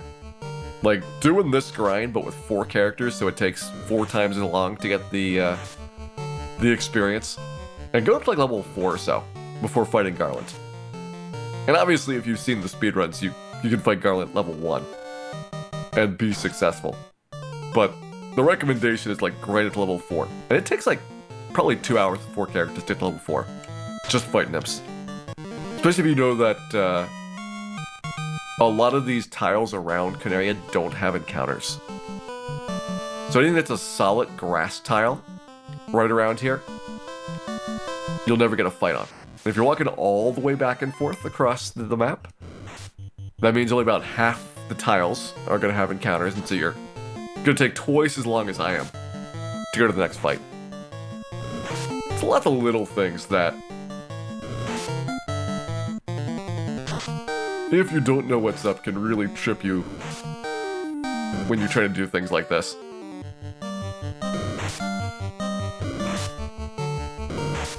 Ruin Seeker 22, have a good night. Thanks for dropping by, and pleasant dreams to you.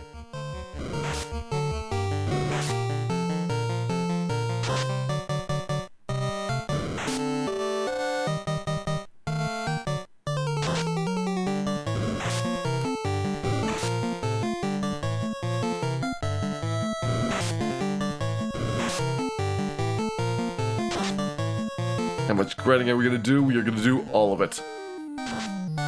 We will do all of the grindings.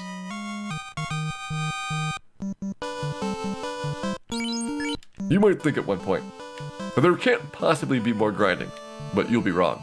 There will be more.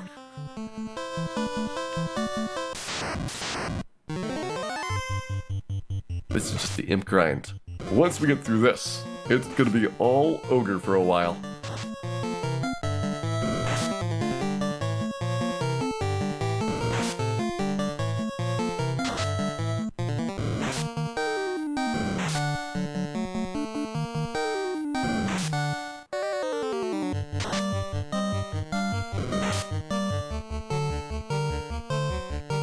Thief still misses half the time. The good news is that even though the thief is really bad at stats, your accuracy score kind of is a bit broken. Like, you'll reach the point where you're hitting pretty close to 100% of the time.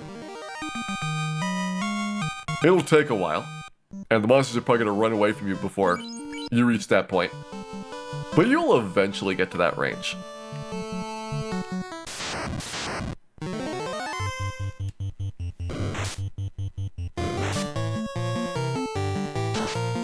What level is Dan? Dan has made it to level 4. We are soon going to be level 5, Genwet. Soon.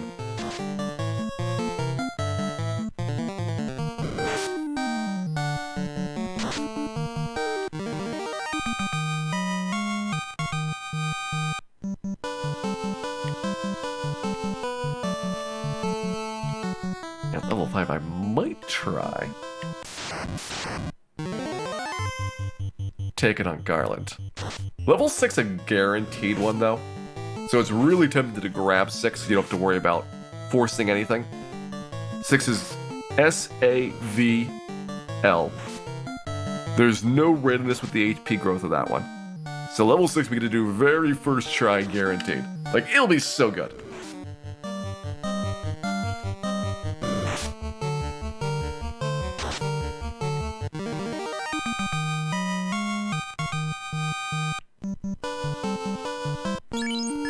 So we can take one more battle here guaranteed. We need 7 imps to get us the level up.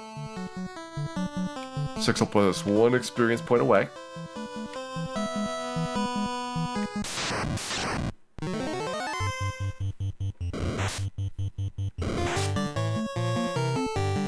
Hey, Moye, welcome in.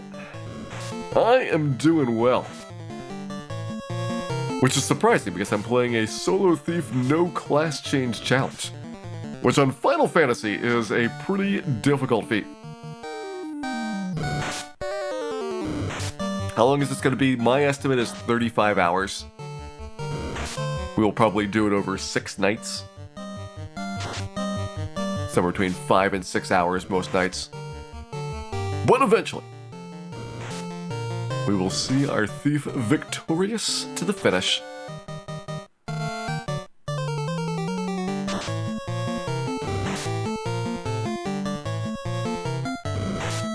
We've done every other character class solo no class change, so this is the very last one to get done, and it is by far the hardest.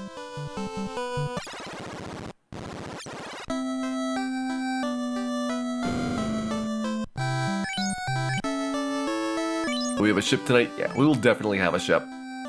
We're gonna be into our Astos grind by the end of the night. We're actually not that far away from Garland right now. I think Garland will die by 2:15. And the way I'm setting up is that hopefully Bicky doesn't take a super long time afterwards. We'll see that, like, I might find out the pirates are worse than I thought. Depends a lot on how many dodges we can get in the pirate battle. And also, how many times Dan misses. If he misses at the start of the fight for the pirates, it's basically over right away. So you have to have the first, like, 2 or 3 rounds go extremely well to have a chance.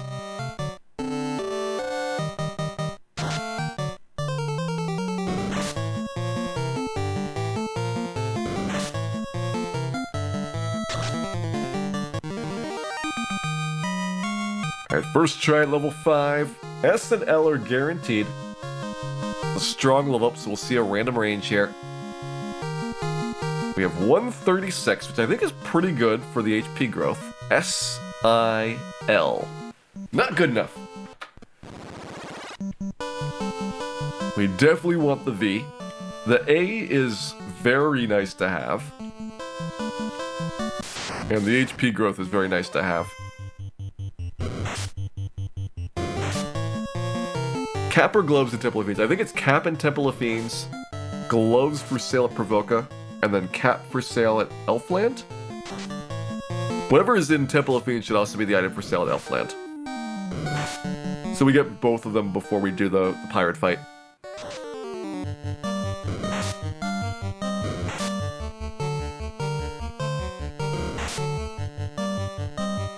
Wishing Dan all the luck.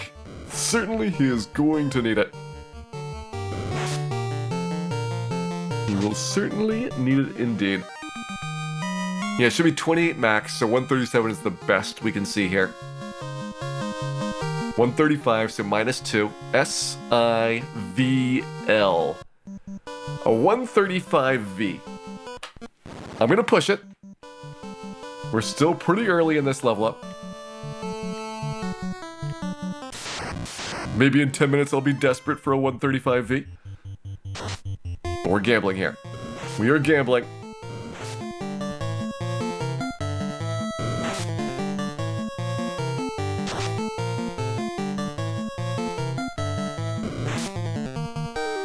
Be so nice if you could save more than once, so that you could, record, here's my best level up so far.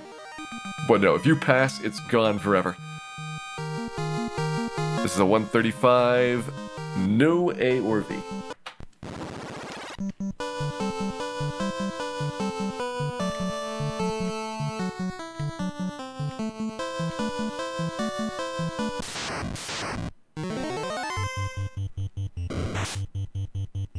Best equipment for the thief? Well, prior to Astos, it is going to be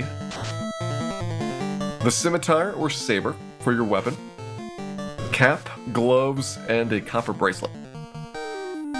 After Astos, it is going to be, till the very end of the game, the rune sword for your weapon, opal bracelet, ribbon, pro cape, and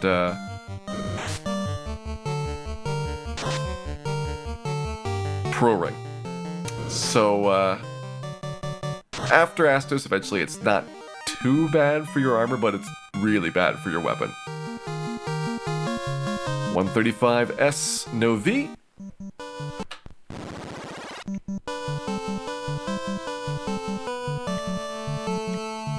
Hey, Captain Vittles, welcome in.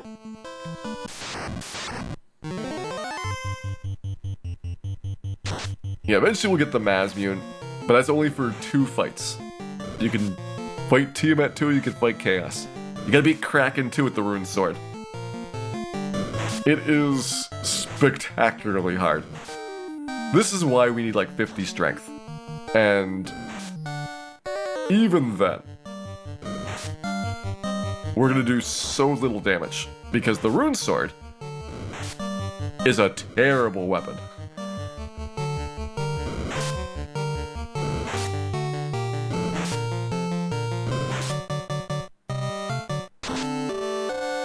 What are we farming? Strength is our number 1 priority, vitality number 2, agility number 3, and the HP growth number 4, Bad Road. At least for a while. Once we get up into like the high 30s, low 40s, the priorities might change a little bit.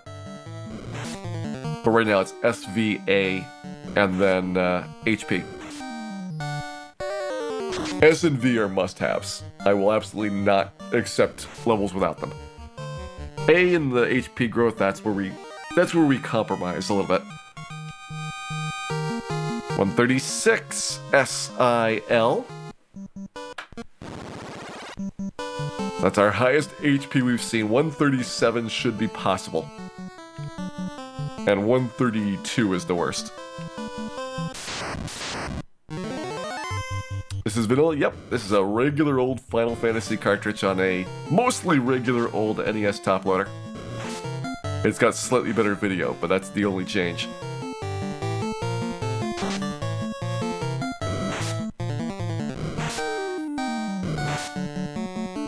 Crazy Red Mage can use the Sun Sword and Silver Sword, but the Thief can't. Yeah, the Thief really gets hosed badly on weapons. I mean, everybody except for the Fighter doesn't get that much, but the Thief really gets hosed. They should have had, like, some much better short sword options later on in the game. Alright, 135, SIVL. Second time we've seen that. So we've had 2 135Vs.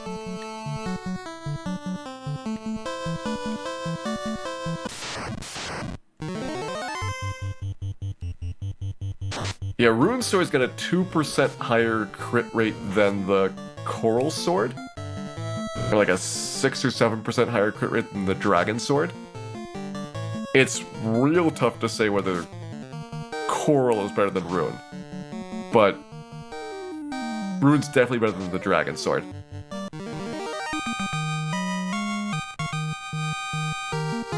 $135. Nothing.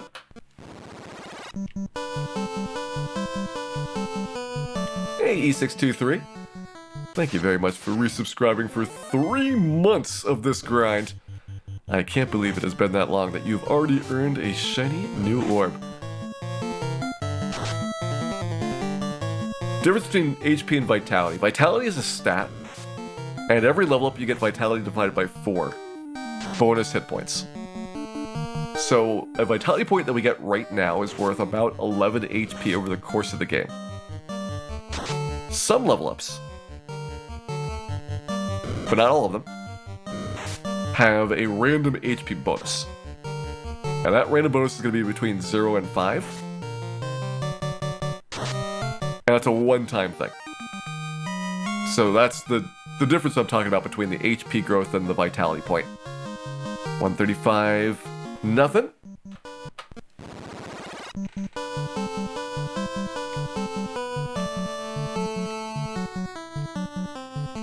Stat increases are not completely random. Based on your character class and level, some things are going to be 100%. So level 5 Thief always gets S, I, and L. If it's not guaranteed, you have a 25% chance. So a 1 in 4 chance of getting a V, 1 in 4 chance of getting an A, 1 in 6 chance of getting the optimal HP value. So if you want everything in theory, it's 1 in 96, but the game can't actually have a 1 in 96 value. And so it might be a 0% chance, it might be a 1% chance, but it's out of 256 for the denominator. So some number of values will get you the right outcome.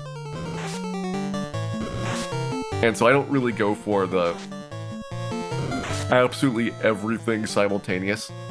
Like my cutoff is, I'm looking at, probably at worst like a 1 in 10, maybe a 1 in 16 for what I'm trying to force. And beyond that, it's just so outrageous to get that it's not worth going for him.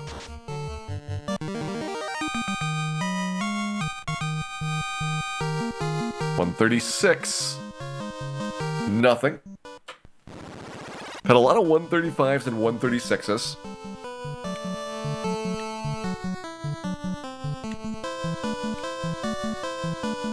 I'll see if we can get some delay into the kills so that we might get slightly different values. Every 2 frames that you wait in combat, you'll have the rate of regenerate advance by 1 value. So if I'm getting the same outcomes frequently, I'll sometimes try to put random delays in at the very end of the fight, so that hopefully I get something I haven't seen before.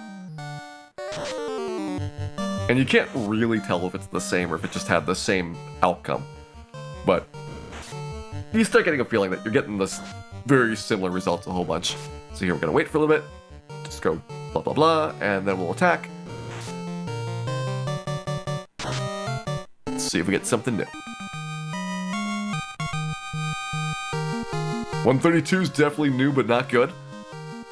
And no stat gains. So that's our worst level up so far. 132 no gains should be the worst possible one. Now we just need to see the best possible one. And then things will be good. Still am grinding one more level after this. I think we get level 6, kill Garland. And maybe see if we can do other monsters at that point. Once we kill Garland, we get, well, once we go to Temple of Fiends, we'll get +1 defense. Kill Garland, get another +1 defense, and a weapon upgrade, which will be pretty big. Kill Bicky, and we can improve our evasion rate by 1%. Get a slightly different weapon. It's always a little improvement as you're going through this. 135. And the V. We got the full Savile 135, I would take it. If we get the Civil 135 one more time, I might take that as well. Like, that's come up a bunch. And it's certainly not optimal. But it's about a 1 in 8. So that's like an okay quality level.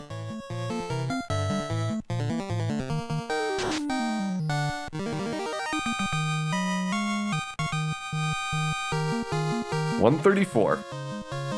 No stats. Anything worse than 135V, we're gonna say no to.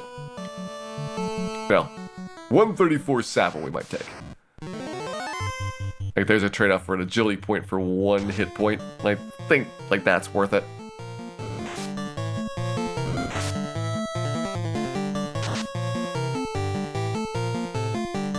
Put some delay in. Let's see what we get.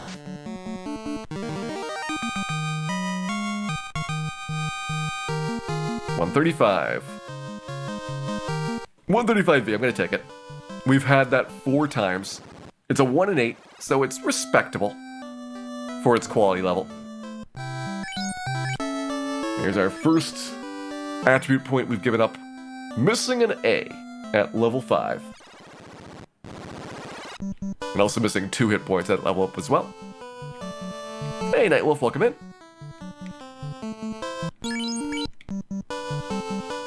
161 imps. Up from 100, and then we get to do the Garland. So, level 6, guaranteed. There is no randomness about level 6 that we care about. You have a guaranteed SAVL. No range on the HP growth. So whether we get the intelligence point, I don't care. Like, intelligence does absolutely nothing in this game. So missing it has 0 impact. As a result, that means we just have to grind out 157 more imps. Maybe 158. And we'll be ready to take on our first boss. What do we get for level 5? SIVL 135. That is minus 2 HP and no agility.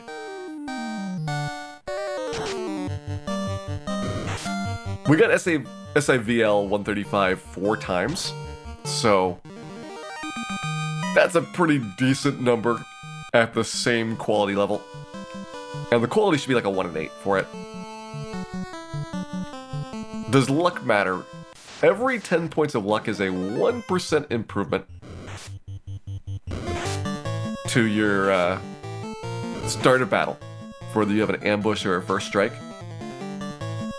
So luck point for the thief's guaranteed, we don't have to care about it. All the way to level 50 every single time. There will be a luck point.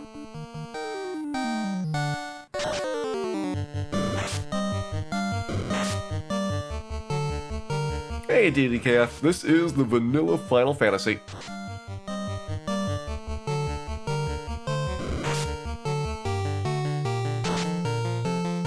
Eric 2, welcome in. Last level before Garland. Or at least before we start trying Garland. If we go to him and get walloped, then I might try to grind the level out, but I really want to be beating Garland at level 6. Because I think at that point you have even bigger piles of imps to get the next level up. So it'd be really nice to be able to start doing slightly higher quality monsters for the XP growth.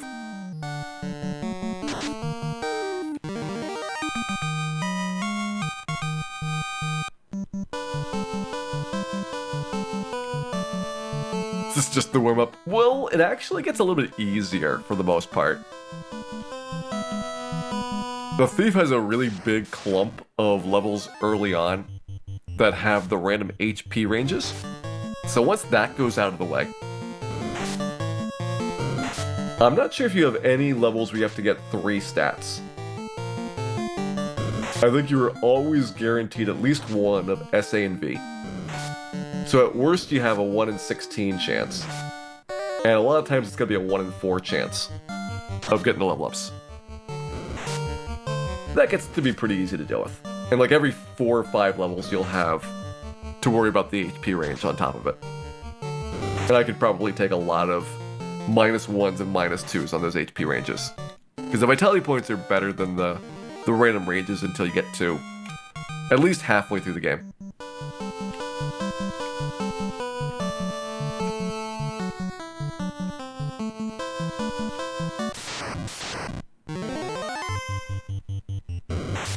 Are wolves too hard? wouldn't say that they're too hard, it's just that the imps are very consistent. So you're getting 18 to 30 experience per fight. Every battle in this zone is going to be these imps, so, you know, average fight's 24 XP. And just kind of chew through them. Whereas, if you randomly have wolves or grimps or these imp battles or mad ponies, you're going to have a lot more variability back and forth on the XP growth. And so I think this wins out until you are able to get the weapon upgrade, and then you can start, you know, killing imps and grimps and maybe doing Mad Pony in 2 rounds.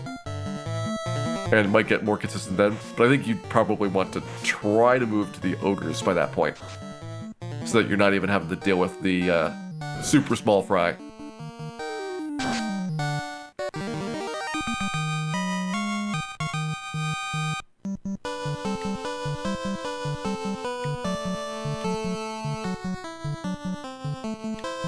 How long are we grinding imps? This hopefully is the last level before Garland. And again, we'll see how bad Garland is once we pick this up. You know, it might be that at level 6 he's a straightforward fight, and it will take a lot of damage each round.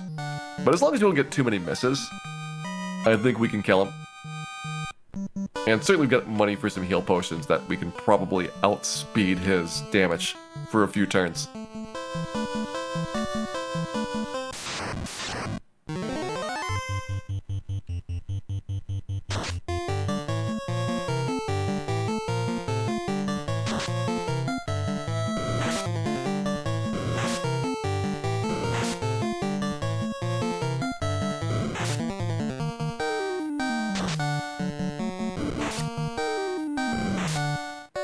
Hey, Jareth, welcome in, and Durendex, welcome in as well.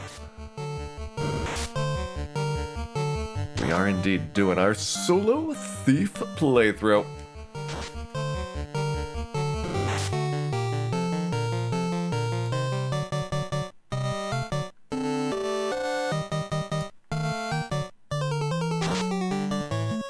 How many imps to max level? It's like 165,000. Should be very doable.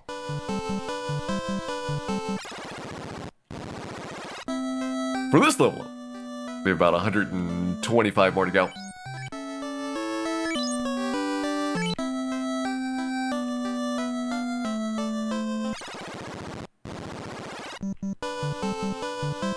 Just 1,000 more times and you would be at max level.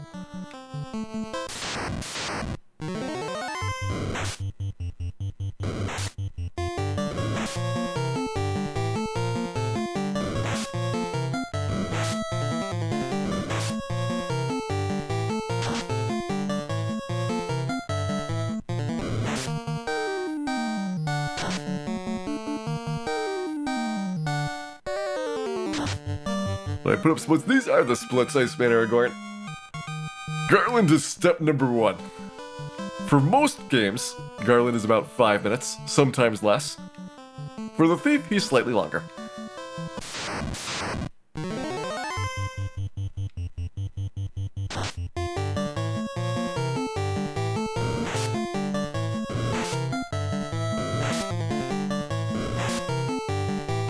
Any good fights in Temple of Fiends? Temple of Fiends, you have to walk a ways back. And so if you could do one battle, the travel time would kind of wipe out your savings, given how slow it is to go from place to place.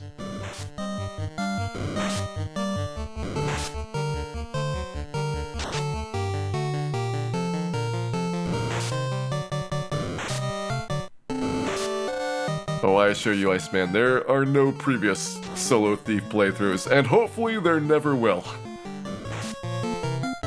This is the only time you will see the Solo Thief. So buckle up and get on board.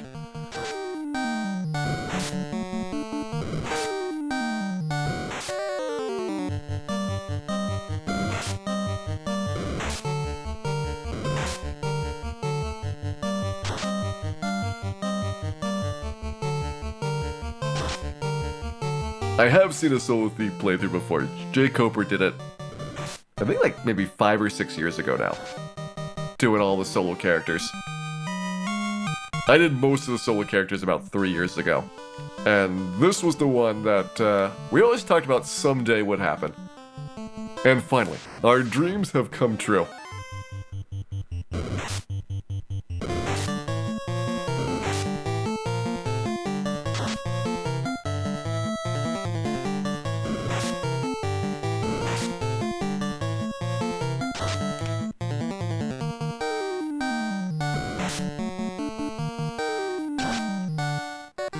So congratulations, this is for you all, asking for the Solo Thief, and now you're getting it.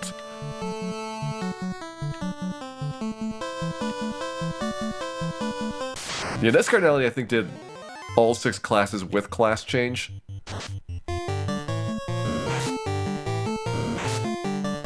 Well, probably didn't class change the black belt because that doesn't really help. But I think the other 5 character classes were with class change.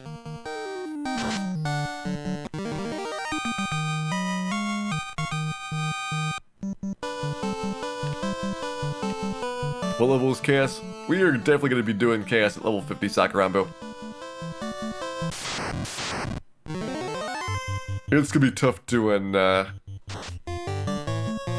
anything in Temple of Fiends, even at level 50.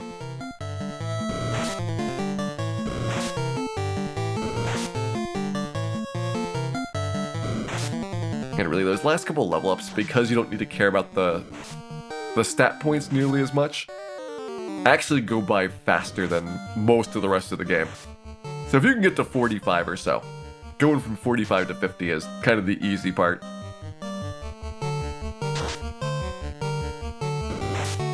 Solo Berserker.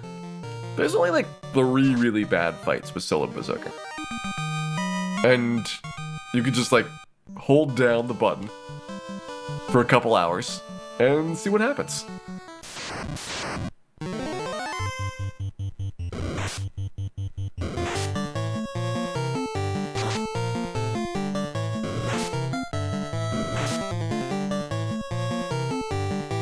Hey, Zogmak, welcome in. Our Solo Thieves almost ready to defeat Garland. Dan has been working diligently to make it all the way soon to level 6. And this is especially important. He might even get a cap in the process. It is going to be quite the upgrade for Dan today.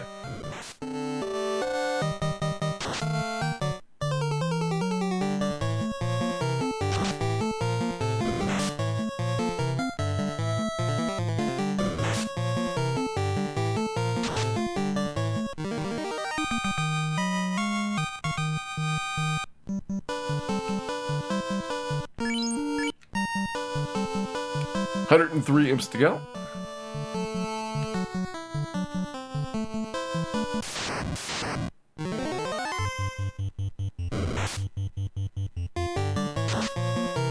The extremely observant might be noticing that Dan is missing very slightly less often than he was before. Now it's only like a solid 50%. Actually has been improving pretty noticeably. He's gotten,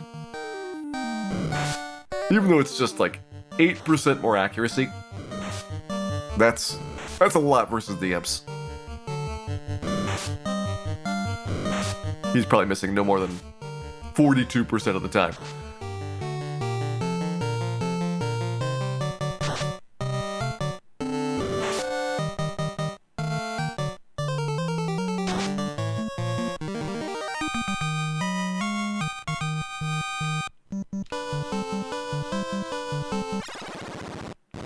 Less than 100 imps to go.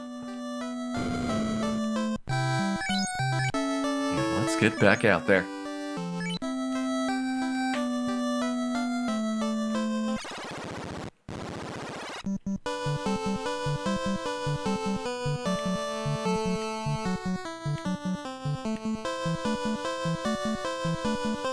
Five levels to our second attack. Well, we'll have the scimitar hopefully by then. Scimitar's got the same accuracy score as the knife, but it's got the much better damage output of the rapier. Best of both worlds. And the scimitar and saber are gonna be our two friends for quite a long time. Until we can beat Astos, which is possibly gonna be like level 26. Those two weapons are what we have to trade back and forth between, depending on whether we need a little bit more accuracy or a little bit more base damage attacking things.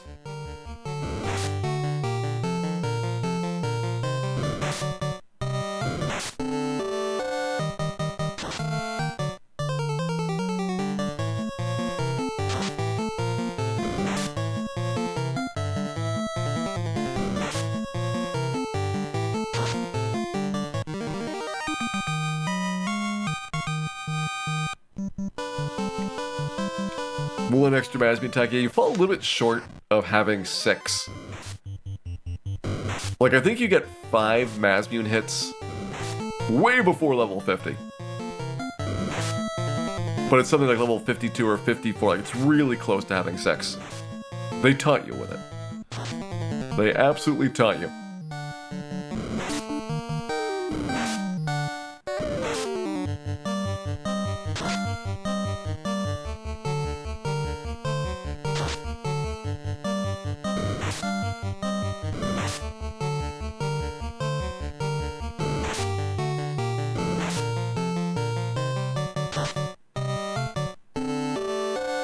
Really, if the thief had just 1% better accuracy, that would get him 2 more attacks per round at the end of the game.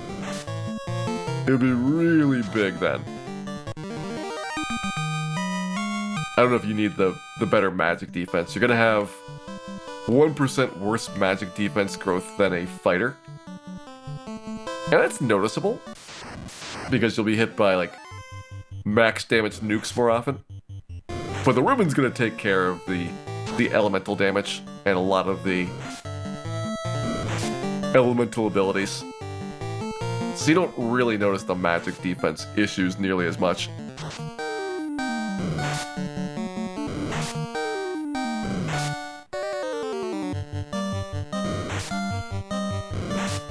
Mei-chan, thank you very much for resubscribing. Back for 19 months. Hope you're having a wonderful day today, as we have kicked off our solo thief adventure. Our goal, to get level 6 and to defeat Garland. Hopefully by 2.5 hours on the clock.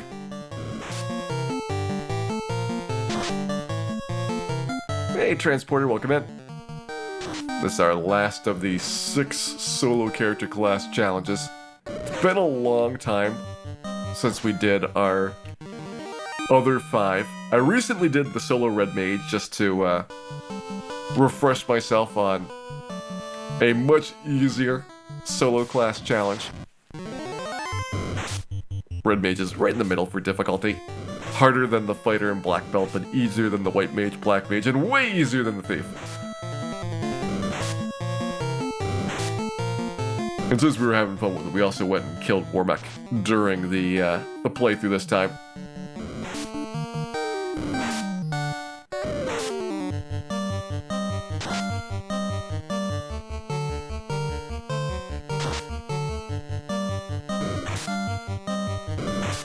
What if you start with 10 or 15 hit? So you start with, what, 5? And then it's +2 per level. Yeah, you definitely kind of notice it, but I think even like +5, other than the breakpoints, would be pretty small. You're getting about a 2-level advantage. 4 or 5 levels, that's where I can see, being a little bit more significant. It would definitely help you hit things early on and reach the breakpoints soon enough to push them over like one more time.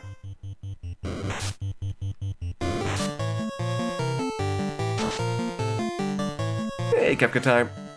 Thank you very much for the good wishes there. I hope you're having a wonderful, wonderful evening here. As we hopefully close in on level 6 for Dan. I'm so glad this one doesn't have any manipulation required. We're just gonna first try SAVL. Maximum HP growth for the level.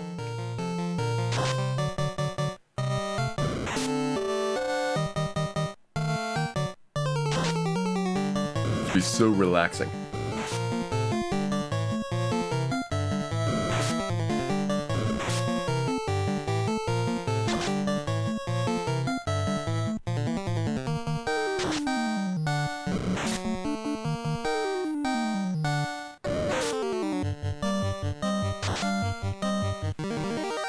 Is Zeus Culling the most important item? I wouldn't say there's a most important item. There's a lot of things that are going to be beneficial. We're doing ordeals early, even though we don't need class change because there's a Zeus Skull and a gold bracelet there. But there's lots of things in this game that are going to help out.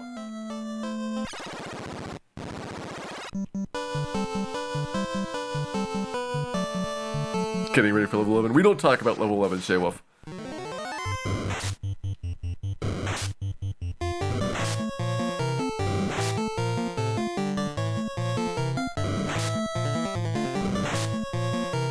Hey, Five Bears. We will have the Mazbeam probably in about 35 hours.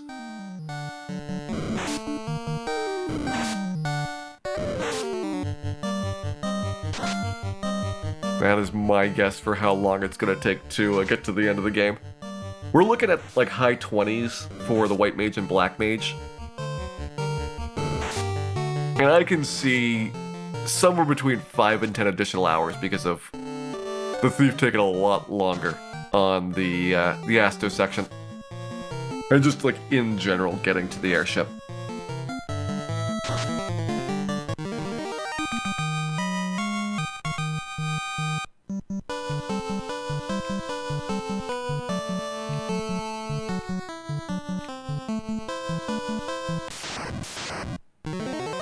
I feel 90% of the challenge of the game is either pre-airship or Temple of Fiends Revisited. Once you're doing the 4 Fiends, it's a lot easier past Lich. Because you can pick up so much gear prior to doing any of Carry, Crack, and Tiamat that it gives you a very, very inflated support for that. And you can also wait until you have your levels done. Because once you have freedom to travel, you can basically decide, like, do you want to go all the way to 50 and then do the Fiends, or are you going to intersperse them with the actual leveling that takes place?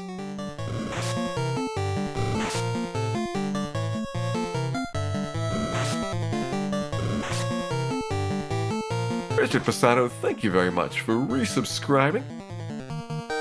Back for 14 months of good Thief times. Thank you very much for that, and I hope you enjoy our solo character challenge here.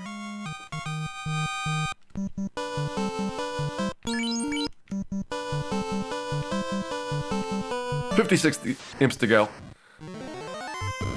Just 56 more.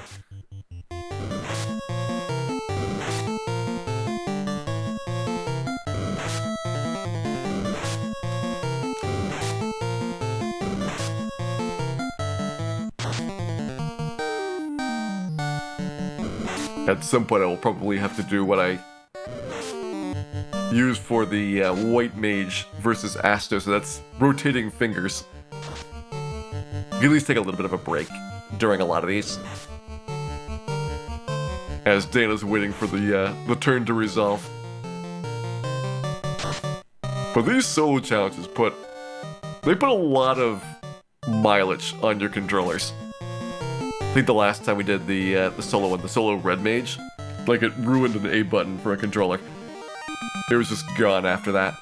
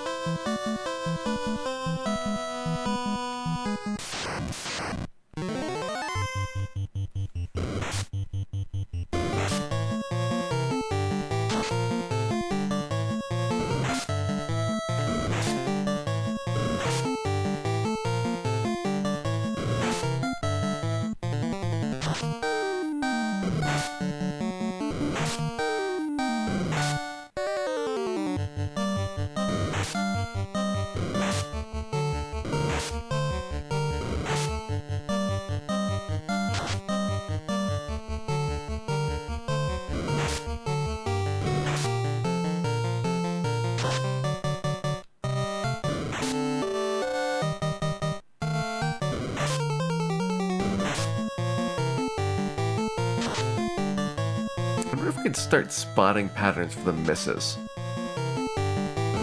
Like whether we can see if, you know, after a certain particular damage amount, especially the critical hits, you can spot pretty easily.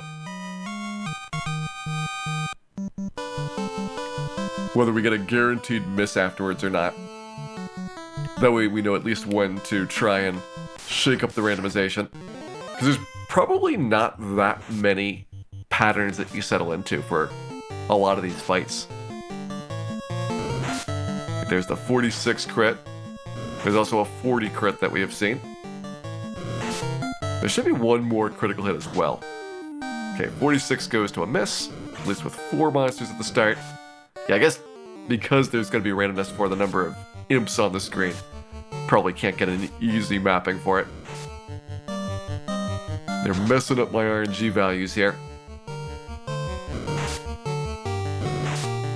But it's basically a lot of the things you observe for some of these patterns that also turn into things like the manipulated run for completing this game, or some of the strategies for slightly improving your odds of success on some of the bosses.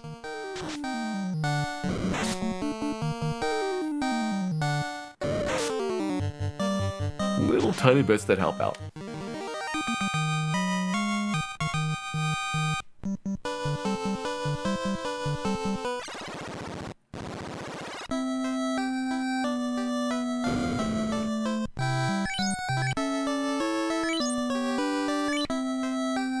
Slowly starting to accumulate some money. We have enough cash now to actually buy like pretty much all the gear the thief's gonna need for the entire game.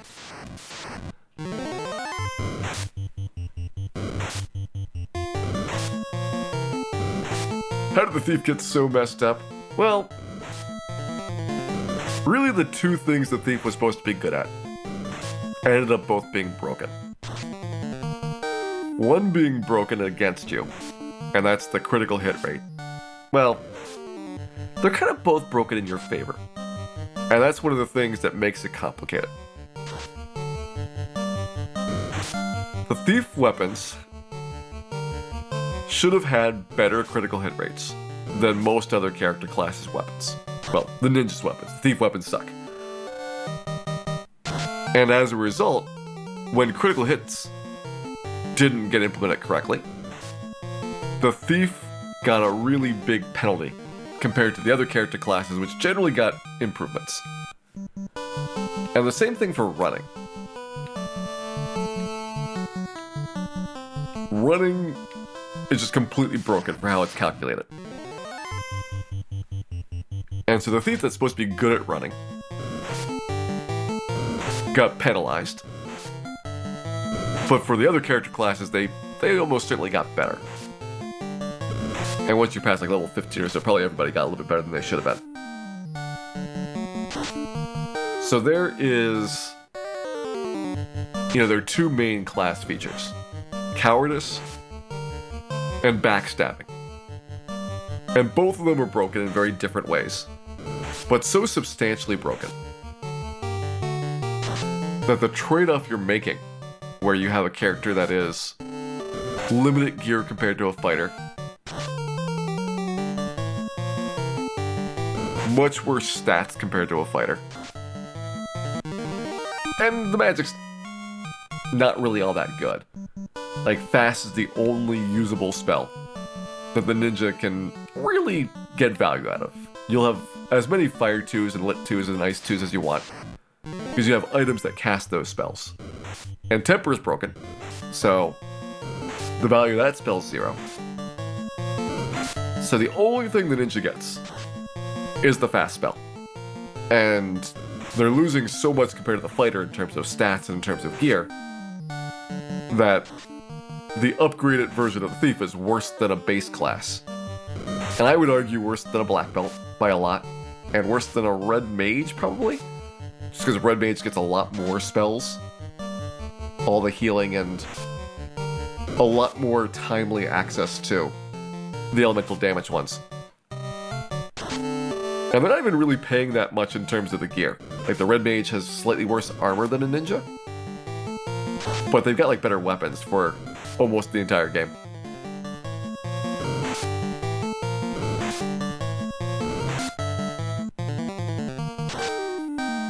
Hey, Sinahel. Thank you very much for the good wishes there. It will take us a while, but I am confident that in the end, Dan will be victorious. The end may be about a week and a half from now, but it will eventually happen.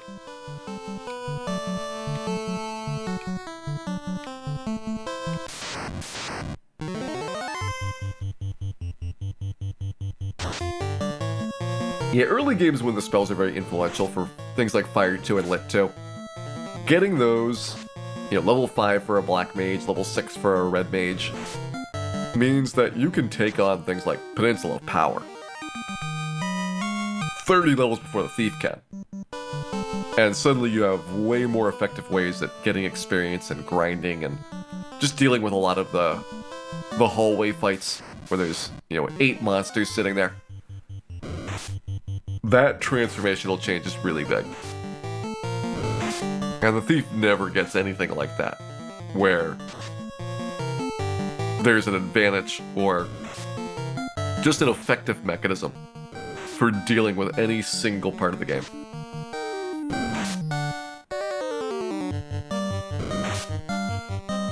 Could Dan beat Garland now? I think that this range right here, level 5, 6, is about where we want to be for Garland.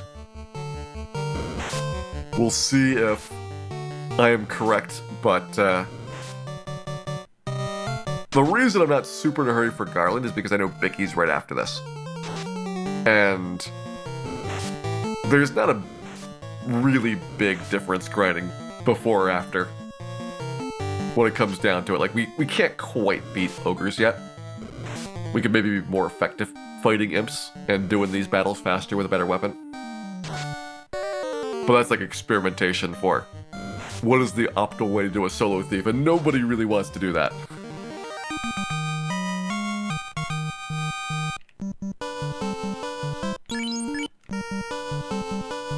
Alright, less than 30 imps to go. You only need 29 2/3 of an imp for the level up here.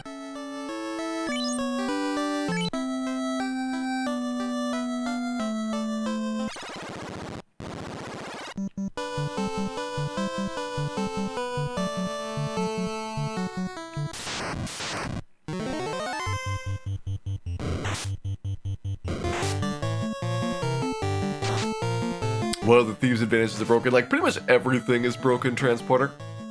It just so happens that these are broken more severely than a lot of other things. Like, the fighter elemental weapons are broken. But the elemental weapons, you're only losing like a 10-15% bonus. Whereas the Thief critical hits are losing like such a huge margin over that. Because the critical hits, like, you probably do twice as much damage as you should in some things. And it swamps what a lot of other things you miss out on. I would say the only other character class that even remotely had something as severe as the Thief ones would be the Temper and Saber spells not working on the Black Mage. But the Black Mage has got a lot of other things that function really well, like Nuke and Fire 3 and Ice 3 and Lit 3. Like, the damage dealing spells work, even if the weapon buff ones are largely inoperative. Do character classes determine preemptive strike chances? Your agility and luck score are what go into those. The Thief is going to have the highest luck in the game, and we're going to try and get as many agility points as we can. It's not a top priority for me, for agility. Strength is my top priority. Vitality is number 2, and we're going to basically force strength and vitality for basically every level. After that's agility and some of the random HP gains. And I can go back and forth to whether agility's better or the random HP gains are better. Like, it's very situational on things. But we'll still have very good agility plus luck combined on the Thief compared to most other classes.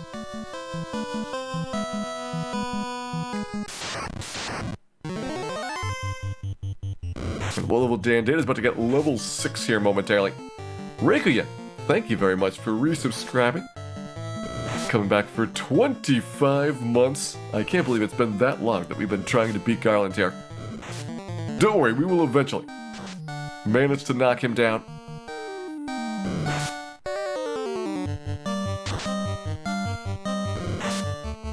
And when we do, we'll get to go to an entirely different town.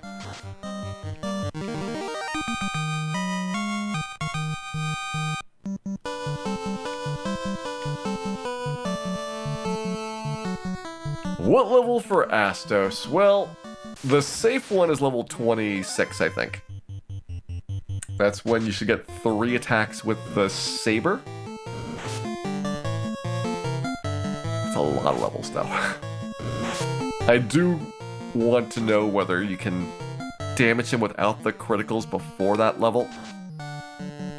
Like whether the, I think it's like level 24, 3 attacks with the scimitar. Or whether 2 attacks with the saber is sufficient if you get all the strength points. There's gonna be some experimentation with Astos, but he's gonna be the biggest roadblock in the game. I think that we're gonna spend more time on Astos than any other single component. Even though I think like Temple of Fiends is harder. Because every time you fail there, it's a big setup to try again. Whereas Astos, you know, you're walking for 10 seconds to do the fight over. Scimitar is 26, okay. I was hoping Saber was 26, but Scimitar 2 levels earlier. It's gonna be at 26 instead. In any case, at those type of levels, you're talking about a lot of ogres.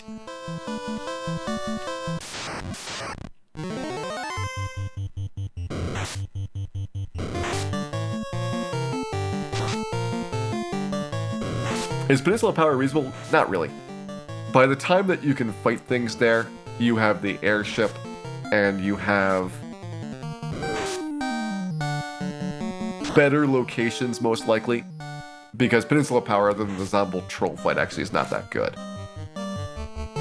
The giants are kind of slow for this character, and you don't want to fight Furwolves, and you probably don't want to fight Tyros.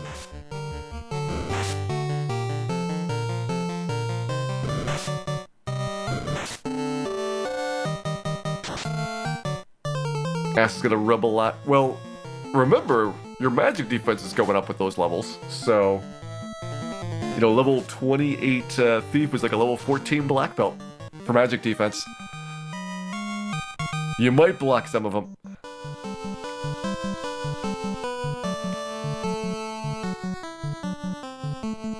And so, thank you very much for that, but it is never expected that people subscribe or donate or anything. I do these streams because I enjoy playing the games. And support is for people that want to chip in for some of the things that I buy, but definitely not mandatory. It is perfectly fine to relax and enjoy the show.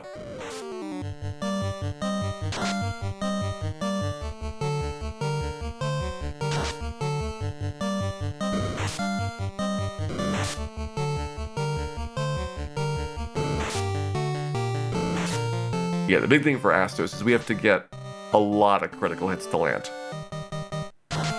And our critical hit chance is not very good.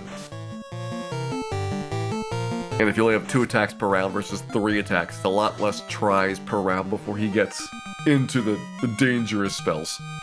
Look at that, level 6! Dan gets S. A. V. L. 138 hit points.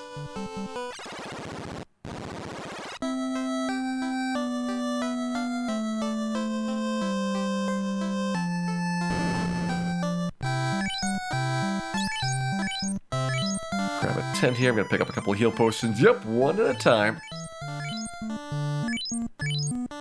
Actually can't afford that many heal potions because each heal potion is 10 imps worth of money. Start getting pure potions here as well. I'm going to try to avoid getting soft potions this time. I think I ended up opening a chest in Cardia with the solo red mage playthrough to get a soft potion. Once you've got a soft, you can't get rid of it. So, it just permanently clogs your inventory as a reminder of your failure to remain soft rate.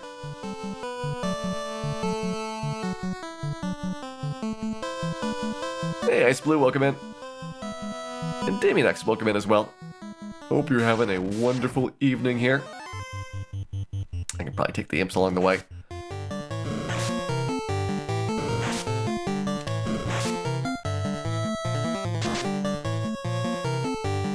I said probably, not definitely.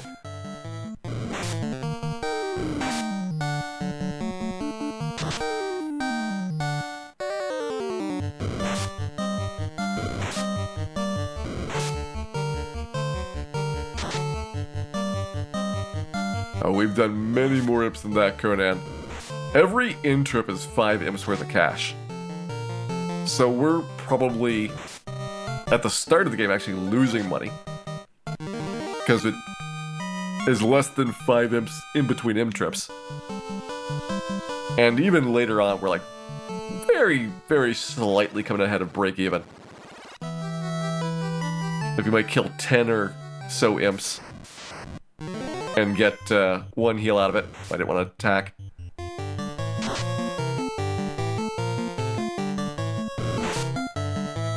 Costing me heal potions there.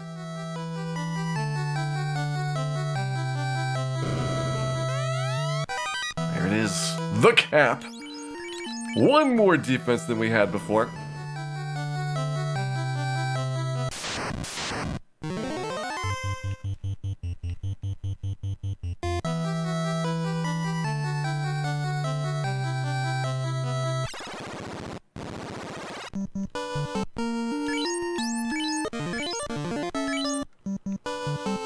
Let the Garland games begin.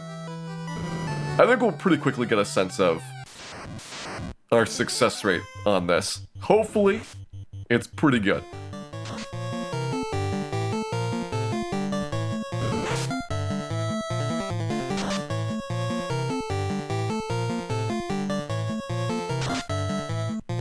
$24 damage? Ooh, Garland's got a lot of damage though. The cap is not helping. 30? We need some dodges on him. 43? Hey, Mitochondria, welcome in. These big hits are not what I want to see. 48?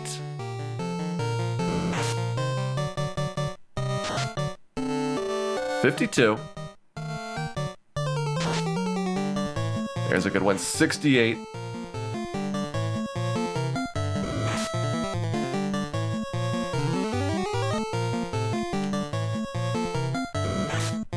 Was really hoping the heals would significantly outpace his damage, and it's not true.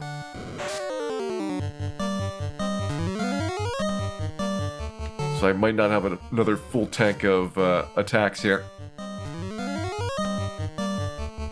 Nice, that was a perfect heal roll. Come on, Dan, dodge him!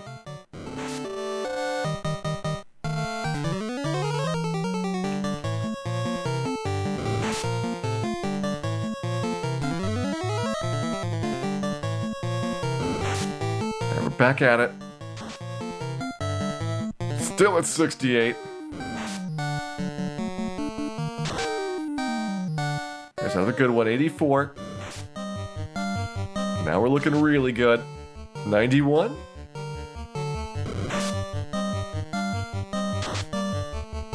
$100. And Garland has been defeated. In 2 hours, 40 minutes and 31 seconds. Princess acquired.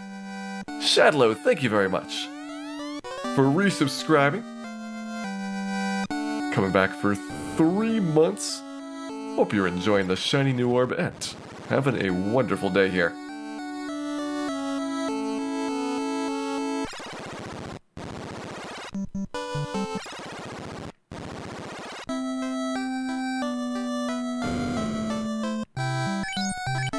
Next up, we're going to try and get to Provoca. We can get some equipment upgrades there, so it definitely is well worth it attempting to make this trip.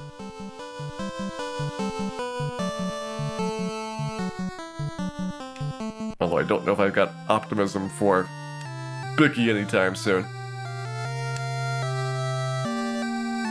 But I'm glad. Our first boss is out of the way.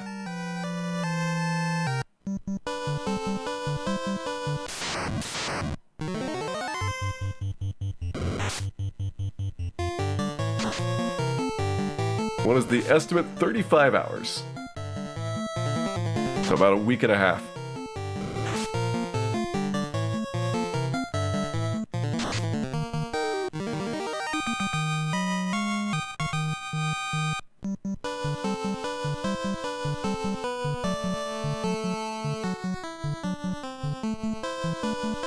We were taking like 25, 28 hours for the mage playthroughs, and this is a lot tougher.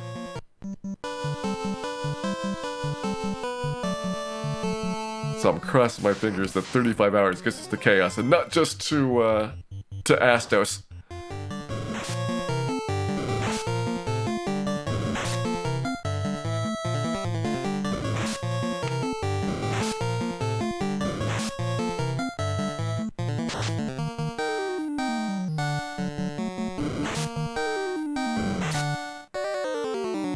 Single sitting.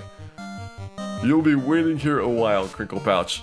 I will take 16-hour breaks in between the sessions.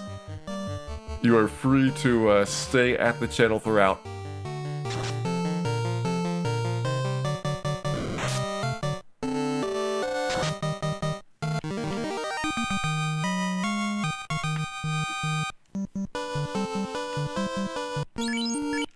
Okay, 1200 experience for level 7.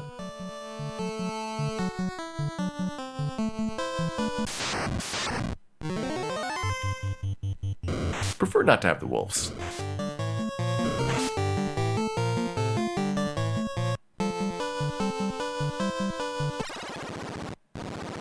You do 4 thieves with no deaths? Probably not. Unless you went so slow. It would be kind of agonizing to get through each stretch of the game. The trade-off of, going less aggressively is just that you're gonna have to spend a lot more time preparing for things. There's our scimitar upgrade. Get rid of rapier, all these tiny knives. And we can also pick up the gloves.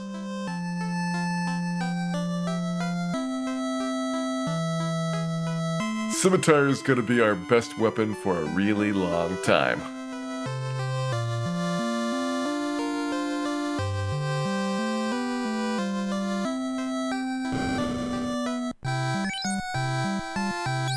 There we go, glove acquired. Now we got 6 defense.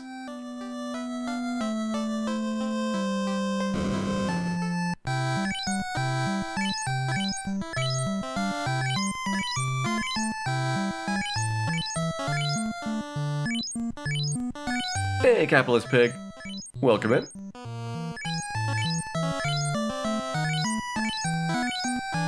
Rune Sword's probably what I'm going to be using. It's got slightly higher critical hit rate, even though Coral Sword's got 1 point better damage. And they're both significantly better than the Dragon Sword, which is the last of your 3 thief options.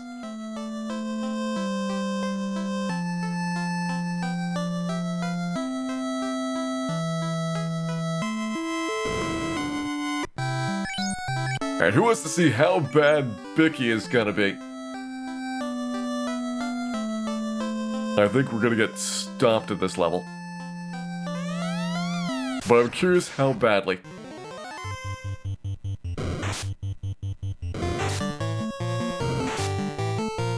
Well, if we can dodge like that, we'll actually be in good shape. That's kind of what I was hoping we would not see a lot of. Criticals really hurt us a bunch. The misses really hurt us a bunch. This is a good first round, though.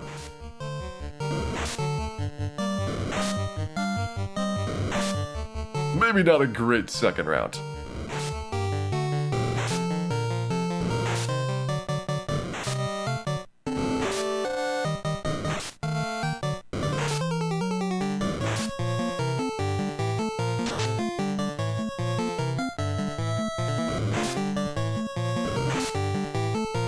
Hey, Uno Squid, thank you very much for those bits that are going to be going to the Melmond Relief Fund. Because Melmont, compared to this, it's so bad it definitely needs a lot of relief.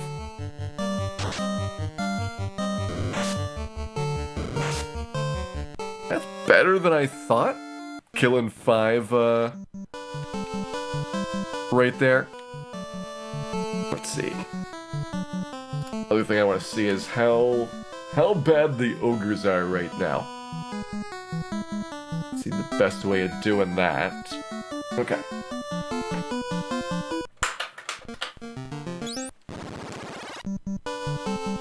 We're just doing some science here to see what the levels are like. That way I can figure out what my best encounters are going to be.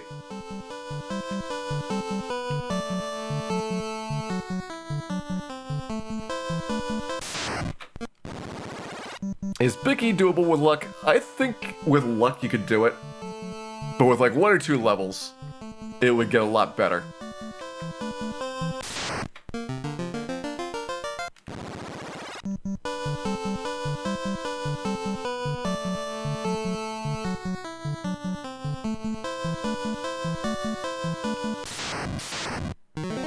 Yeah, double. So, this is unlikely to be successful. And we're doing 13, so that would be 8 hits to kill it.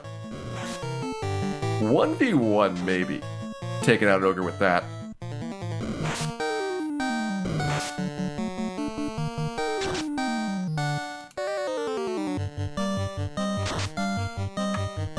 Good news, I've got a couple tries at this to get a success.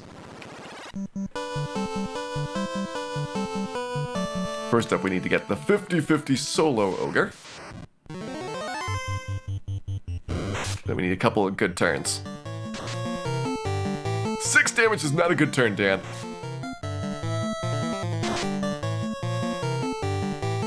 There's 16. 25. So there's only a quarter of the way done. 36. 47. 59, made it past halfway, but don't think he's gonna win. 71.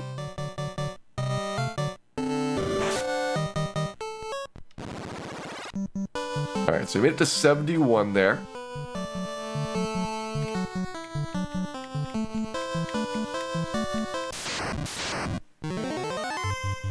Definitely not doing doubles.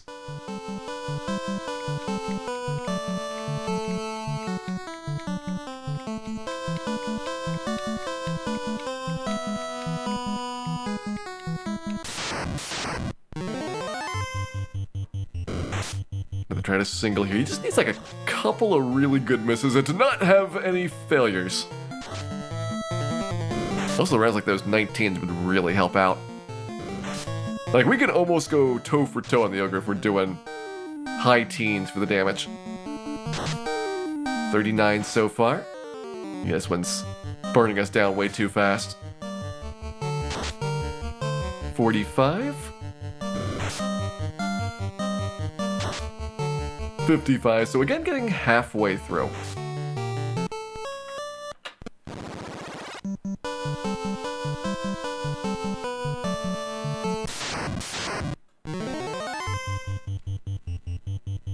I don't know if stuff like this is gonna be survivable. Like the quantities of these monsters is too much. Yeah. Let's not do wolves.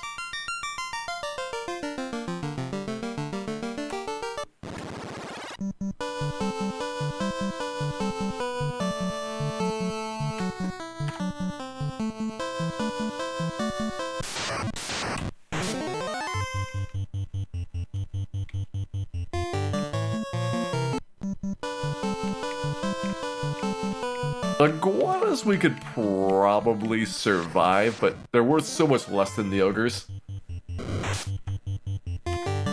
that it is a little bit disappointing.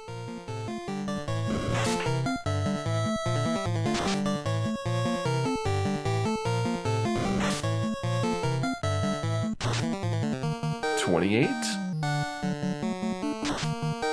$39,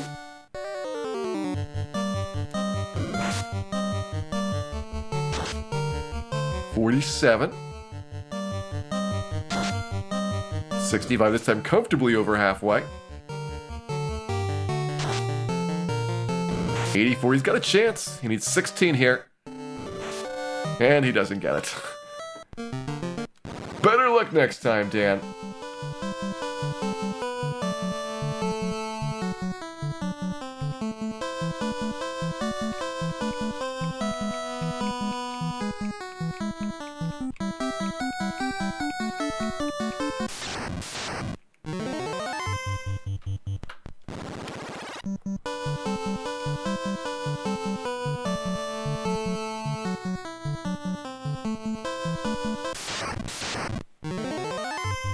Guess I'll try the iguana.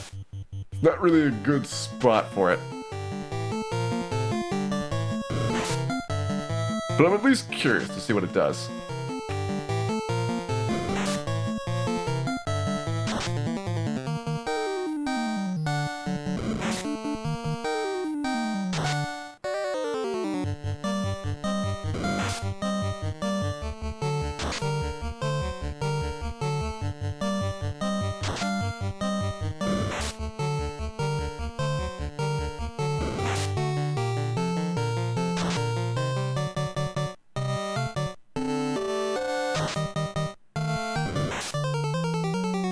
One more?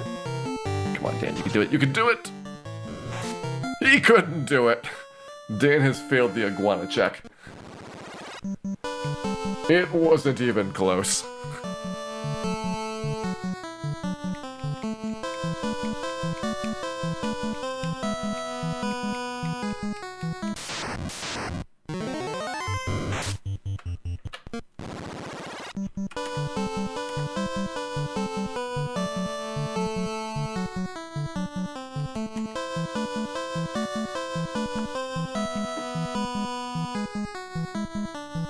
Trying to see where I am in the encounter cycle so I can get more ogre tries here.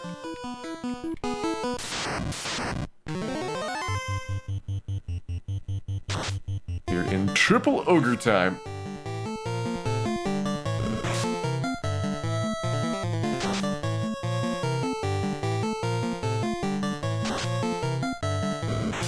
$38, best start so far. 43, maybe not our best start now. 63, okay, getting interesting. Getting scary. 77. 87, one more could do it. Dan has killed an ogre. That right there is nearly 36 imps of experience.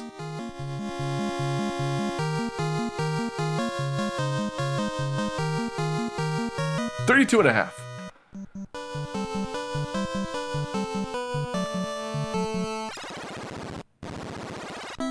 Took 36 imps worth of time. Okay, there may be some trade-offs to this plan. There are very, very slight trade-offs.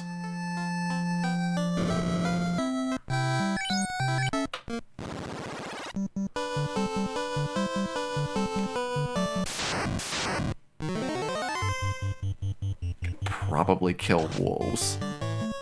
The thing is, you're doing like an end trip between all of these, so like efficiency-wise, especially if you are taking a lot of tries at it, I don't know if you're actually gonna beat out the imps for speed. This is the same thing we had with solo black belt. Of when does it make sense to do the tougher monsters versus just grinding out the super easy stuff for a longer time.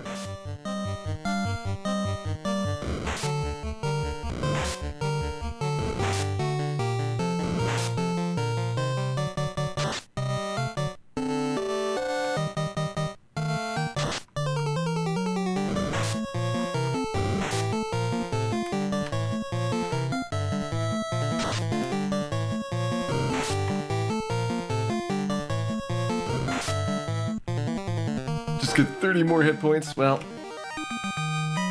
we'll see what we get at level 7. Level 7 does need a little bit of work. Okay, there's another level where A, V, and the random HP is in play.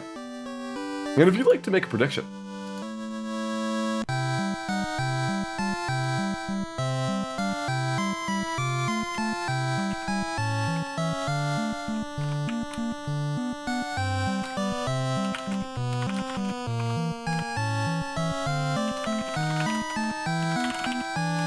let's go ahead. Put one in there for how long level 7 is going to take in tries.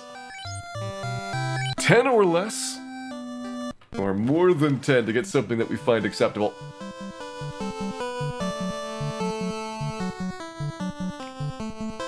First try. Well, what we did with the last time we had something like this. Because level 5 was the same, SIL, strong level up. We ended up taking Vitality and a pretty good HP total, and we gave up the Agility point. And that's about a 1 in 8 try. Now we took more than 8 tries because we took a couple cracks at it before settling on that outcome. But that was what we ended up accepting.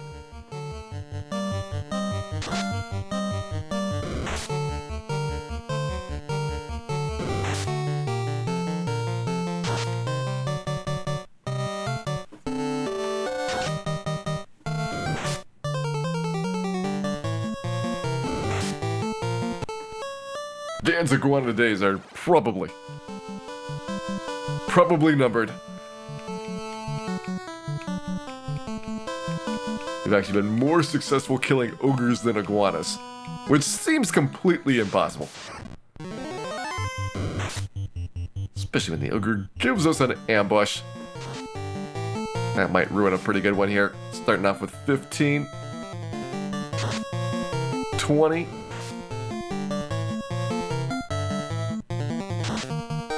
38.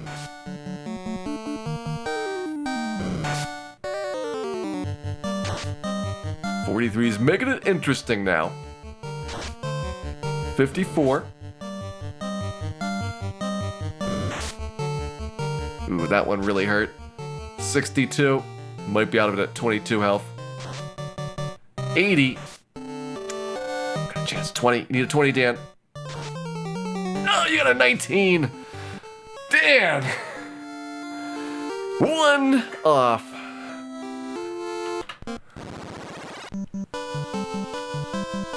How outrageously Dan that was. Outrageously.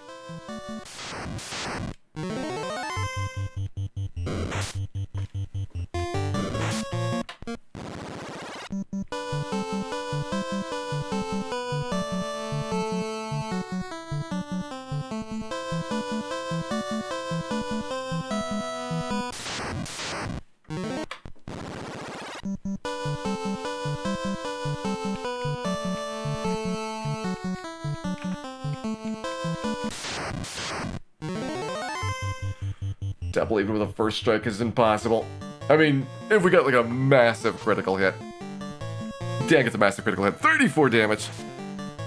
Still gets it possible. Ravendale, thank you very much for resubscribing. Back for 16 months. Hope you're having a wonderful time here and enjoy watching Dan get mushed. He's got 2 criticals, but it's completely over. Those are our first 2 ogre criticals, and he's wasted them.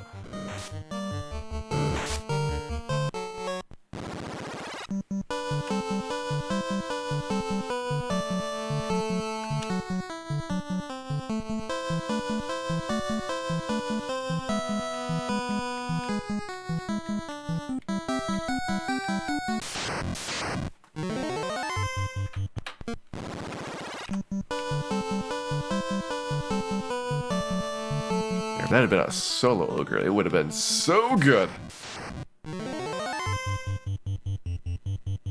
Let's see what we can do here, starting off with a 10. 23.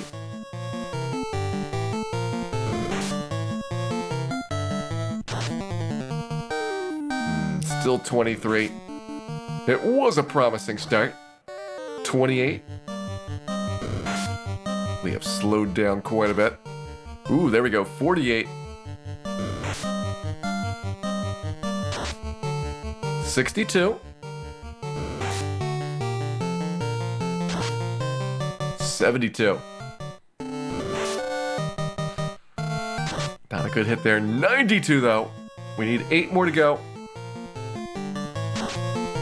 2 ogres down.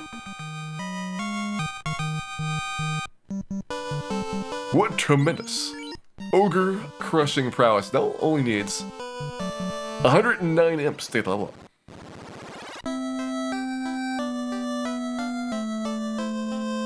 It's really hard to say whether these ogres are faster than doing 32.5 imps. It feels more fun, but also way more dangerous.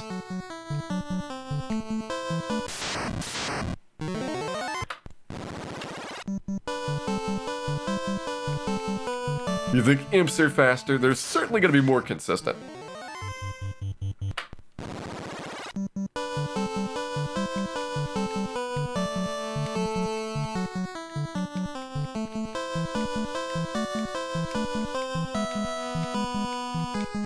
Stuck to imps until level 10. I don't think I'm that far off from these bigger fights, but I can definitely see. I can definitely see the reason why you would want to wait a bit.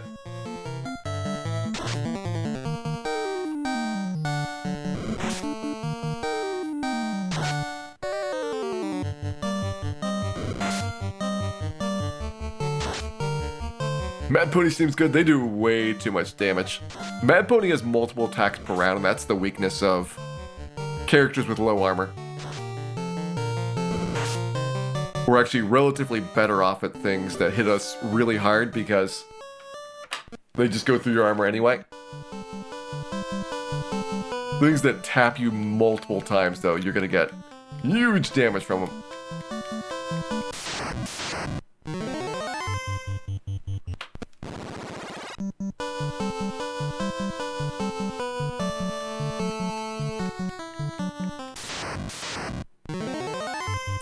Another double ogre first strike. Alright, what do we have coming up?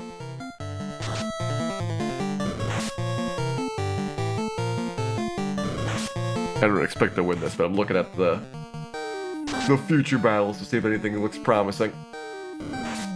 It's a lot of iguanas.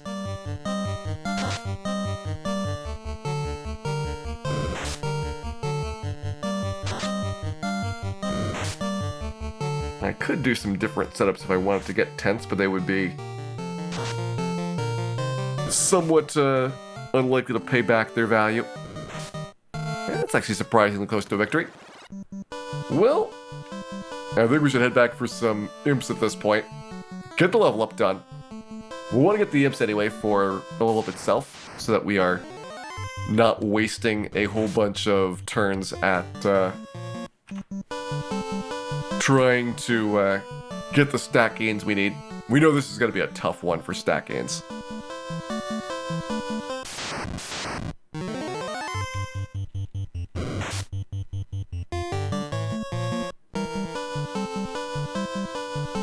On the plus side, at least the thief is starting to get slightly better at being cowardly.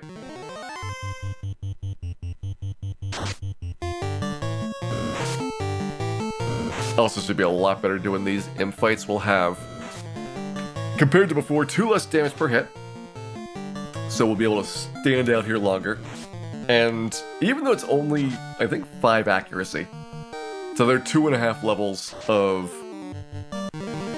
accuracy gain for having that weapon upgrade.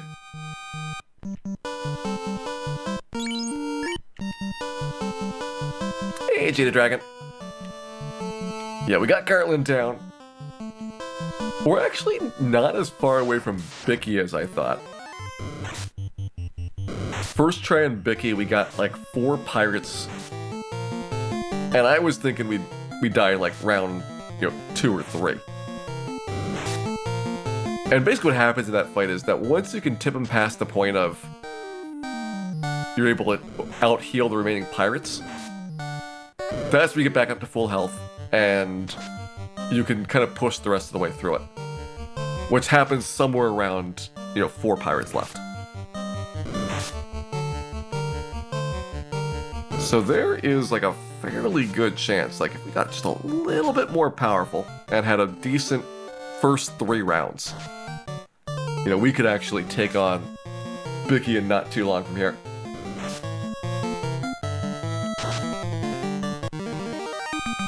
We also have, after a slightly difficult level 7, a relatively easy level 8. Level 8's only a 1 in 4 chance of getting the stats we need. So that one is significantly faster to grill out than level 7's gonna be.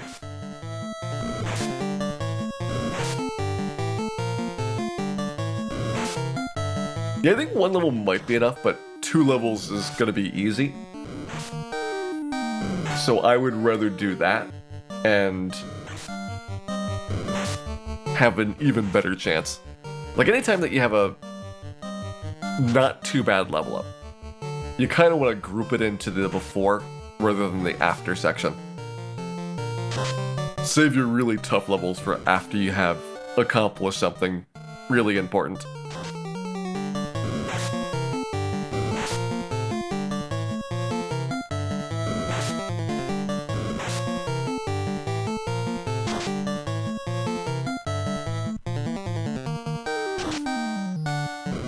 Do I substitute something for the white shirt? No, it's better to have the defense sword, which gives you twice as much evasion as the white shirt does.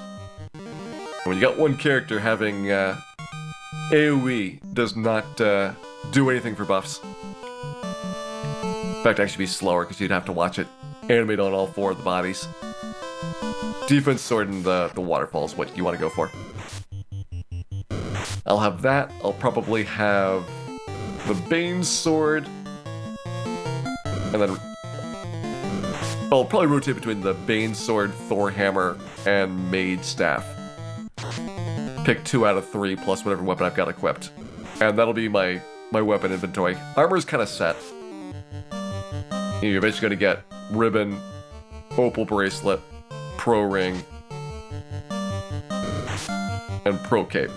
Pro Cape will be really late, but the other ones are pretty quick after class change.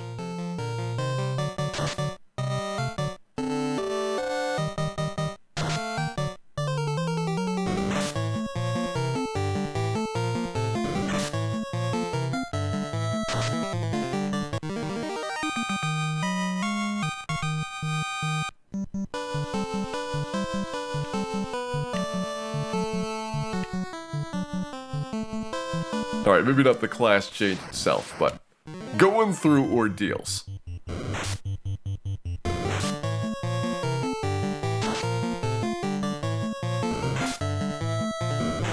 Ordeals is to pick up a gold bracelet, which is plus 9 defense over the silver we'd have going in there. And it gets us a Zeus gauntlet, which is really big. At that point, you're just trying to survive the ice cave. And then you have access to so many things right away.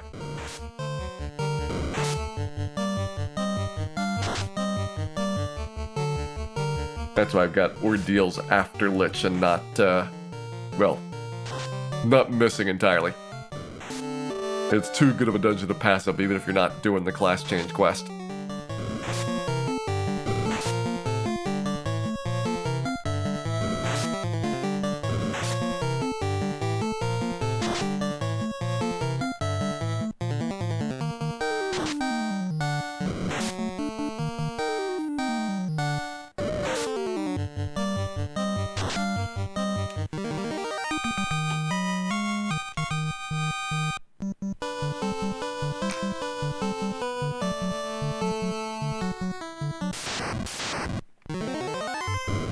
I might have to get a water refill soon.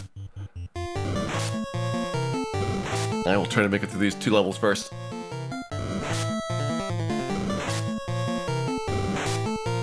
Water levels are not quite critical, but getting down to 25%.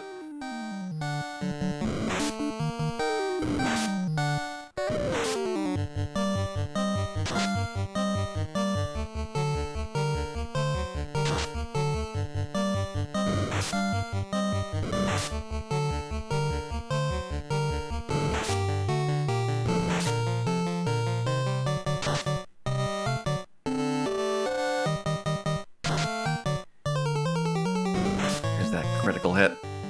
It's a surprising number of hits that actually land that are criticals.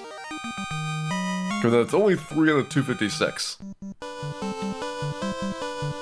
But I think Dan's missing is so severe that it might be resyncing the random numbers to like very specific parts of the RNG cycle where we actually get the hits in.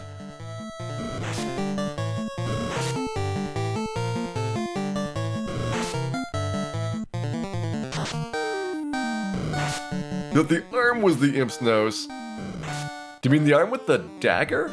Or the arm that's off on the side? What I still have not been able to figure out about imps is like, do they have horns? Or like spiky shoulder pads? Because there's 3 spikes. There's a spike on the right shoulder very clearly. And there's something that kind of looks like a spike on the left shoulder. I'm not certain, because it doesn't have the same highlights. And then there's the horn on his head. But is the one on the other side on his shoulder, or is that another head horn? Like, is this like a unicorn imp? What is going on with these artworks? That is what I want to know.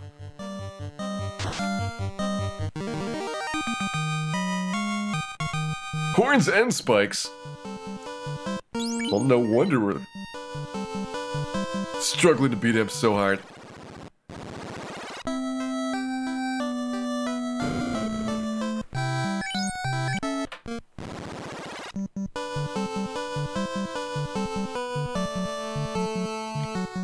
Two horns and a tail.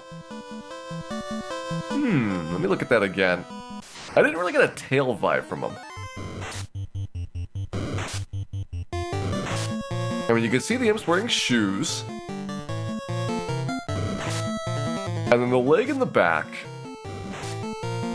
You know, it's got a knee out front. And like maybe the shoe is going back behind the other leg. I don't know. I just don't see a tail from that.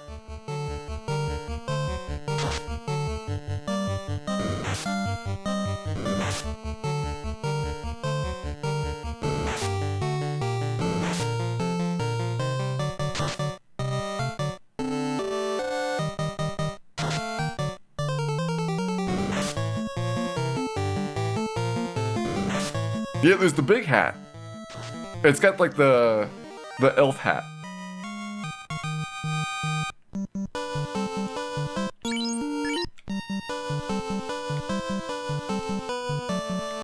And one of the horns is like going through the hat. But I still can't tell if the other one's a horn or a shoulder pad spike. If the thing in the back's a tail, then I could believe it's got 2 horns. But if that's not a tail, it's like 1 horn, definitely.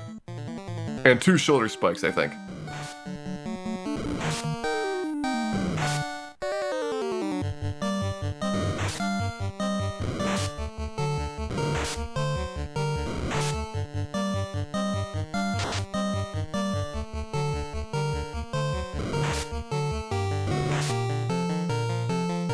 Oh, it's definitely a dagger. You can see the left hand, there's a little bit of their shirt sleeve, or the shoulder thing coming out, and then the arm poking past that, and then the handle of the dagger with a little tiny hand. They're clearly trying to stab you with daggers.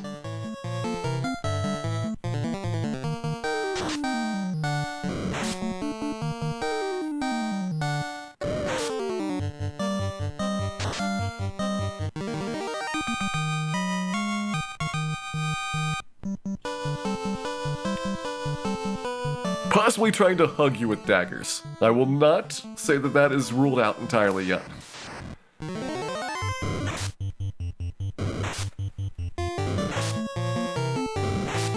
What do Agmas try to stab you with? Usually chocolate cake.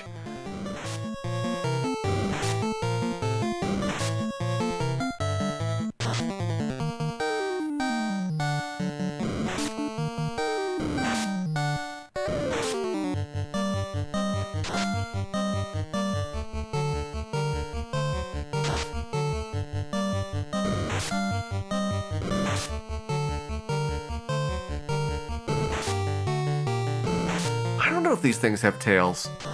It really doesn't look like a tail. Like, there's just something about the position of it. Because the entire rest of the tail would have to be hidden.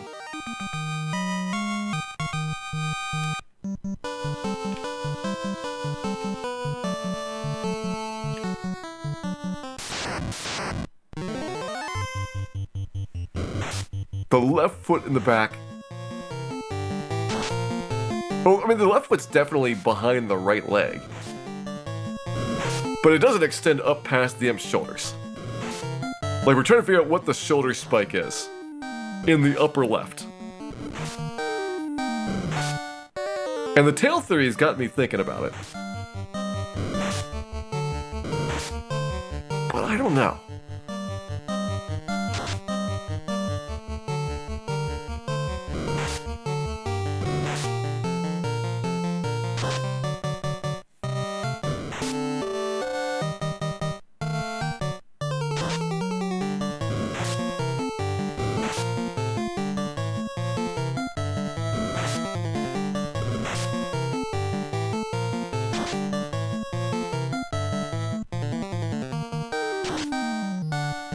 Devil wings.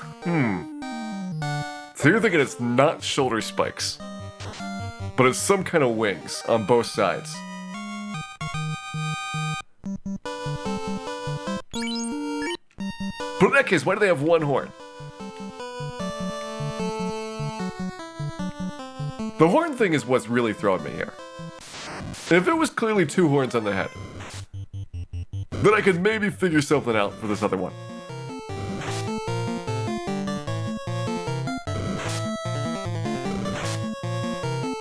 Hey, Kenny Star 76. Welcome in. We are currently trying to figure out whether or not the imps have two horns or one horn and two spikes. Or, and this is controversial, one horn, one spike, and a tail.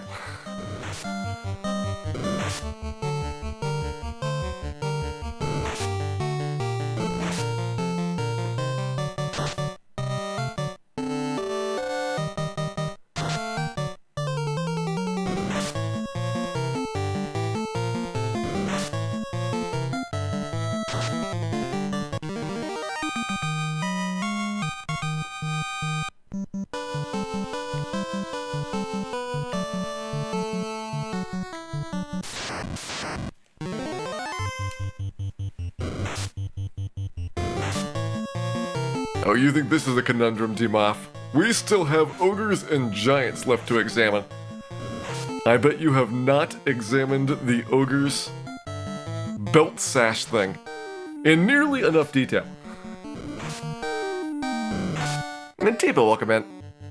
Is Dan the right thief to get the job done? There's no such thing as the right thief. Only more and more wrong ones.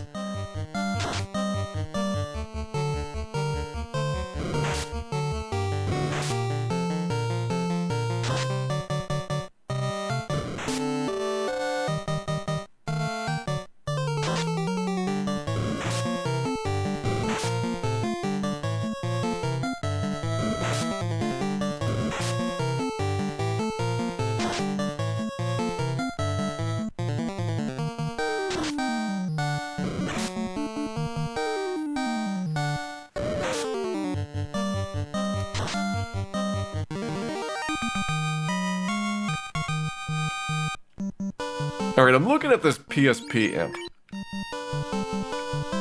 And it definitely has two horns and a spike, but why would you have one spike and not two spikes? Where is the spike parody here?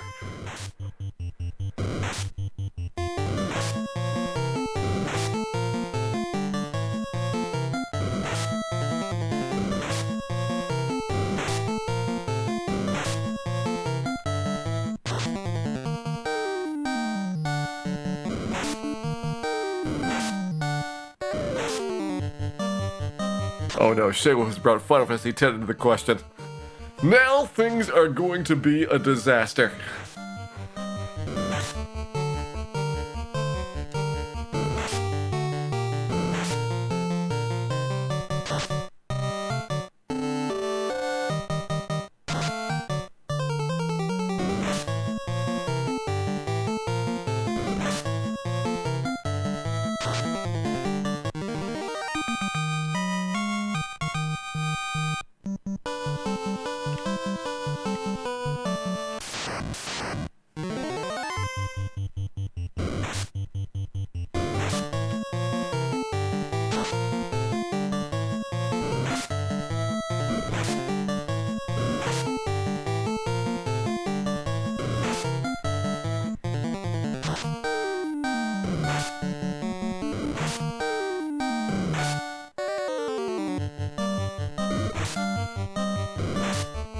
And just think, if Dan wasn't missing 97% of the time, we wouldn't have nearly this opportunity to analyze the imps in such fine detail.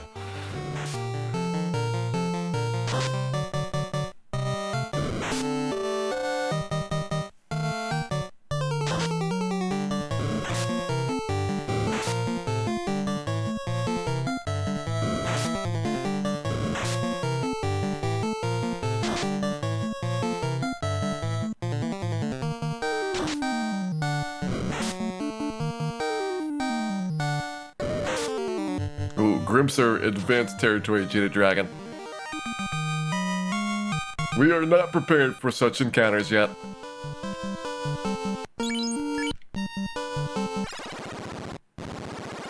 Although 43 imps from now, we will be at level 7.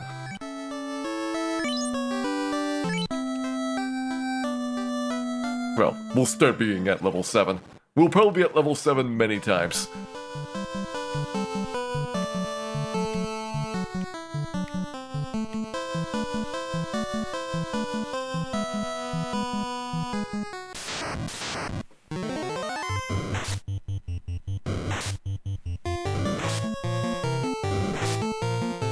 Carrie's pretty straightforward, lackeys. She's got 6 arms with weapons. Some of them with weapons. And I'm pretty sure they're all arms.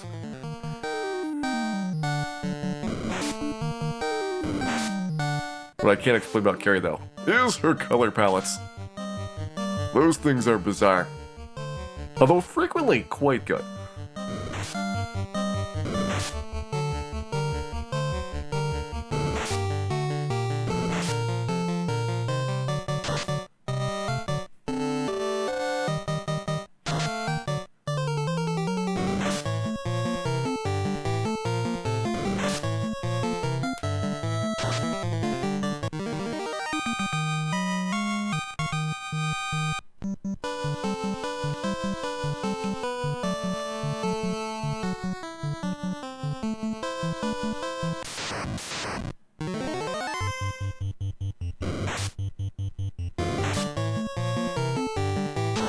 I just think it's spectacular that 3.5 hours in, the thief still has not defeated Bicky.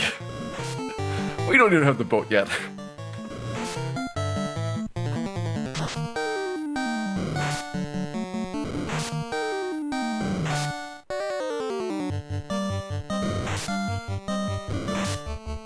I'll just see if the black belt took longer than this.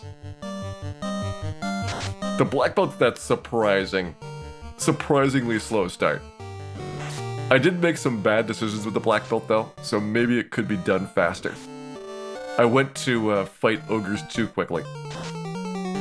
But I probably should have stuck doing these imps. The black belt can actually hit the imps, because they get 2 tries per attack.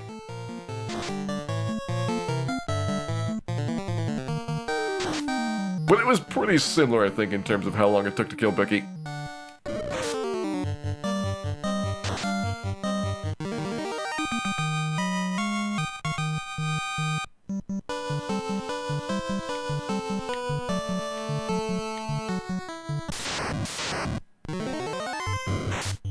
100% chance to crit for black belt? I thought it was 50, Shea Wolf.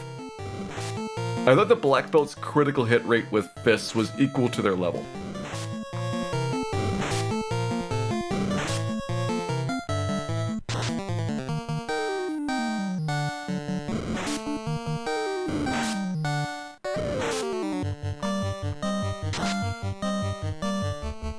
Level times 2, but I thought it was out of 200. Yeah. Solo Flare's got the same idea. It looks weird, because everything is weird in this game. But yeah, things are either out of 200 or 256 for the most part for dividing. So something that looks like you got, 90 or 100 of things actually is less than you think.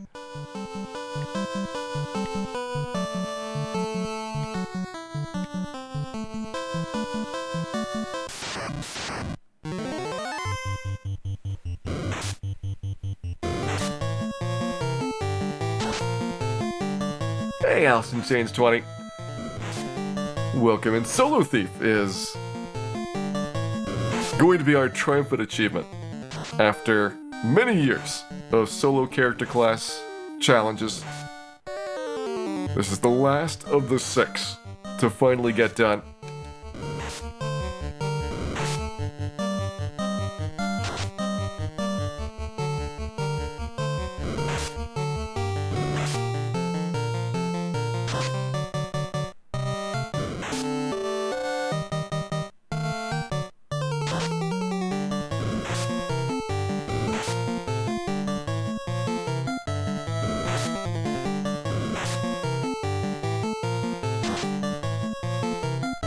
And you know what, Shaywolf?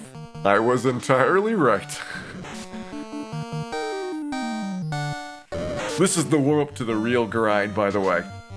We are just getting started with the Thief's grinding adventures. Alright, 25 imps to go.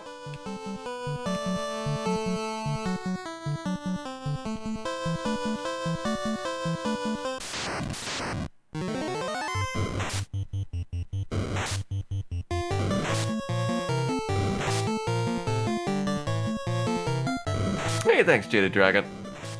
Glad you're enjoying the show.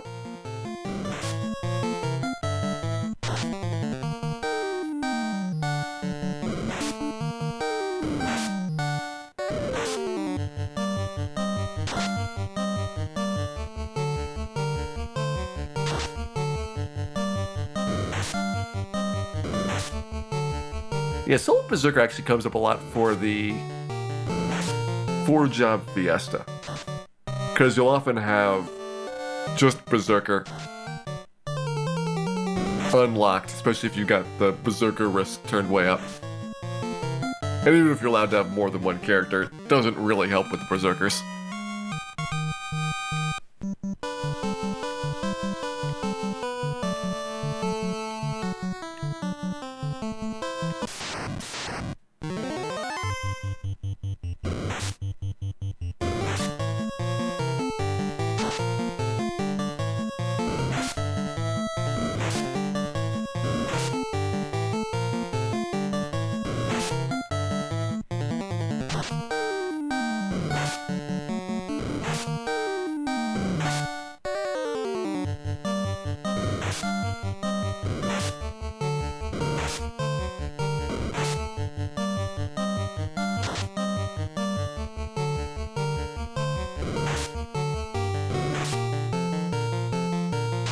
I thought Yagamoth actually finished Solo Berserker. Like, I know the really big roadblock for monsters that need, like, coordination and timing. Obviously, Berserker is gonna make that really bad. But the Berserker is like a surprisingly good character class in a lot of situations. Because they just do a bunch of damage really fast. And there's many things in Final Fantasy V that give you, reflect or magic immunity to most of the enemy's attacks. So you can kind of cruise by waiting for the Berserker to get the job done.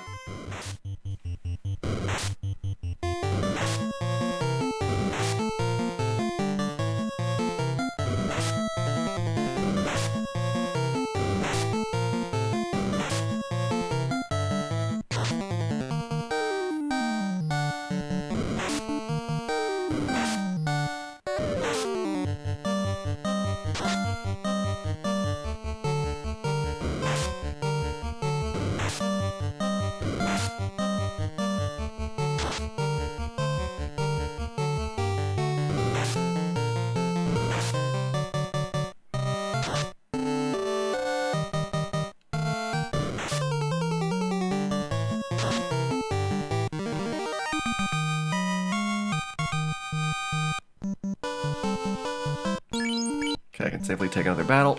In fact, I can safely take 2 more battles. 12 imps left. It'll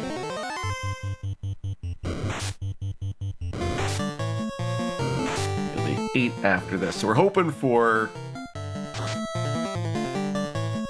either a 3 and 3 or 4 and 3 coming up. Actually, I guess a 5 is fine, because then as long as 3 imps gets its level up, then we're good to go. We'll have, you know, every single try at it without having to go back to the inn more times. Be a successful setup.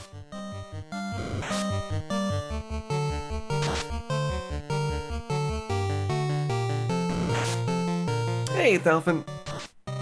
Thank you very much, coming back for 20 months. We will try to have even more thieves in the future for you. And I hope you're having a wonderful time today.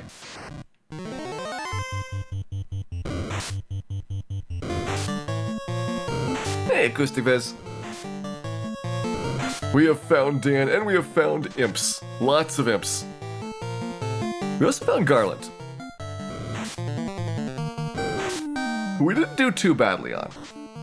I think pretty good estimate of what Garland would entail. So I feel reasonably confident that my estimate coming up for Bicky is going to be pretty close as well.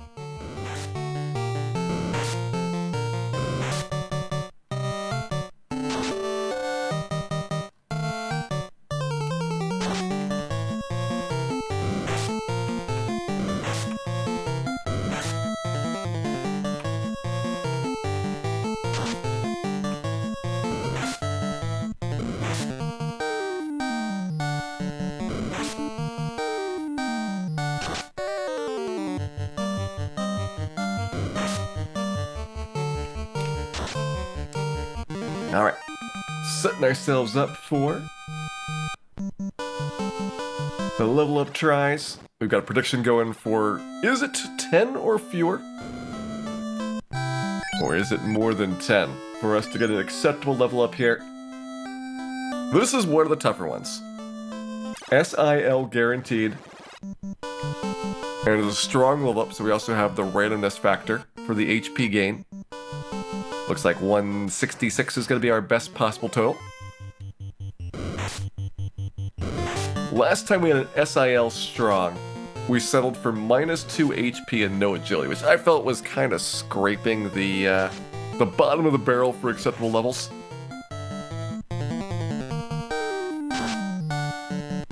Let's see what we get here. 163, so -3. SAIVL. Oh, the full salvo, but -3 hit points.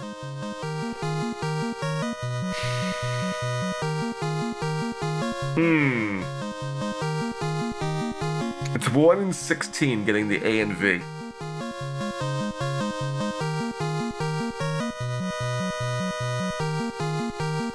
But we're in the bottom. Well, we're basically halfway through the HP gain. Oh, it'd be so nice if we could save. Can't settle for a first try. Oh, I could. I could settle for that, maybe. Oh.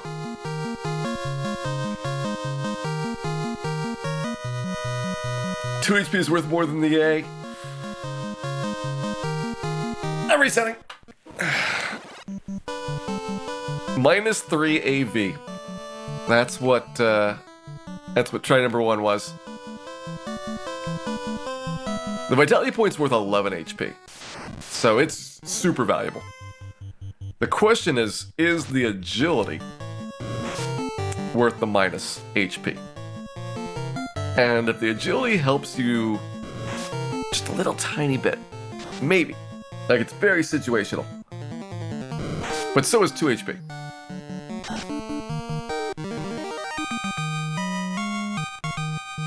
Try number 2, 165, SIL, can't take that.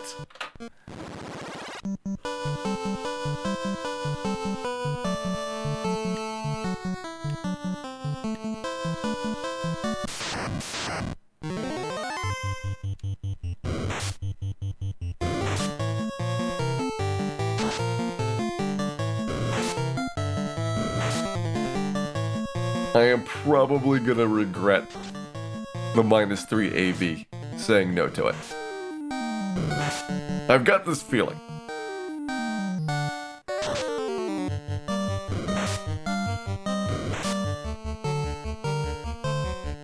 Now we're looking for everything, Mr. Quackums. V is the highest priority. And then A and the hit points are kinda close.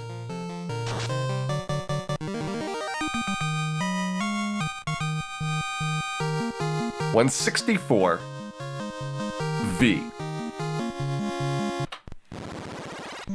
So that's a -2 V. That's what we took for level 5. We took a -2 V. But we've seen a -3 AV here. Yeah, 166 should be the max for this level up.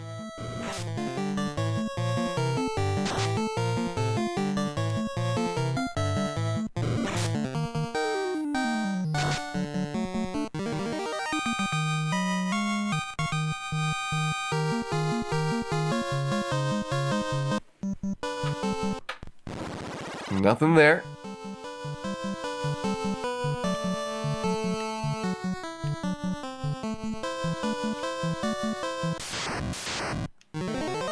Give it up 2 maybes so far. I think 1 hit point for an agility point's not a bad trade.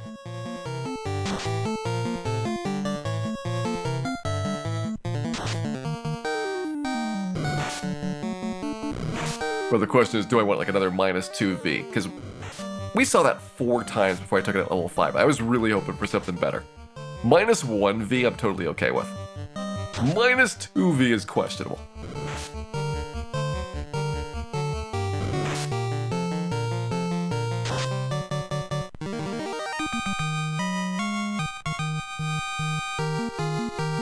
-1?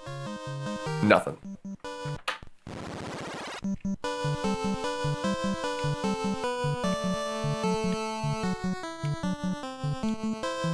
We're through half our tries.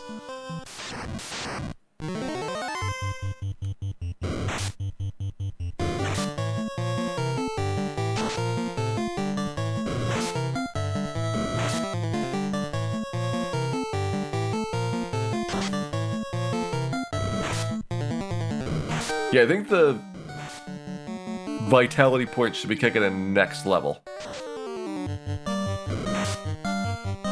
That's why I think 166 is the max and not 167.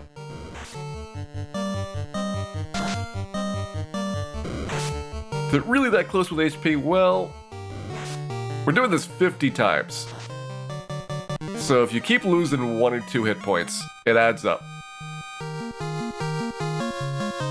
164 V. So another -2 V.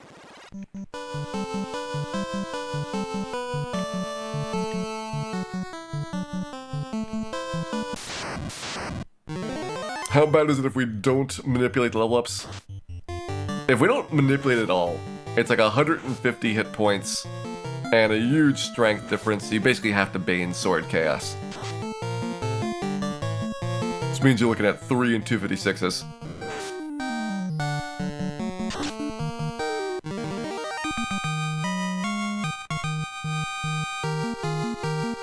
$163 nothing. Alright, so that was a -3. No stats.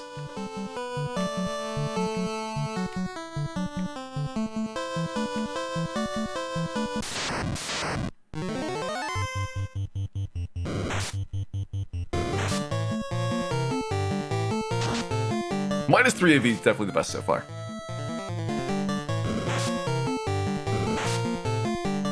I have a lot of misgivings not going after a really good first try one. I mean, this is like so good on top of the stats is like first try level up. You're just done. Alright, here we go. Try it again. 165. Nothing.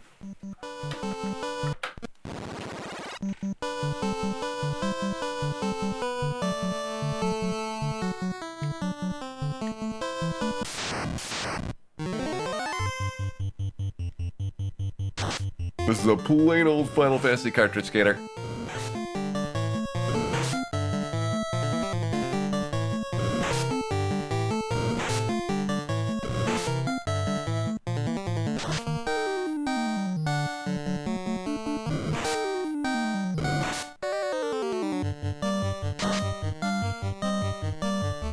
The RNG spin for a bit.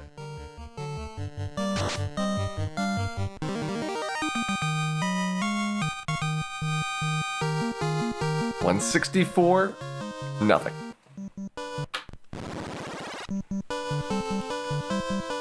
Oh, Dan has many regrets.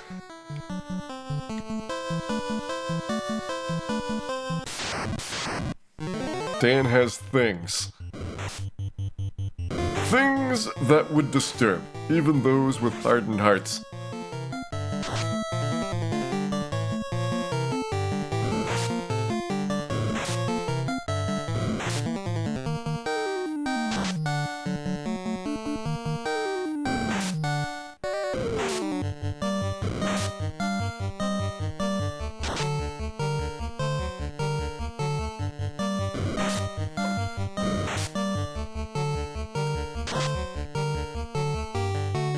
Not a spike. I still think that's a spike. That is definitely a spike. It has some type of spike wrapper on it though, so the spike does not get damaged.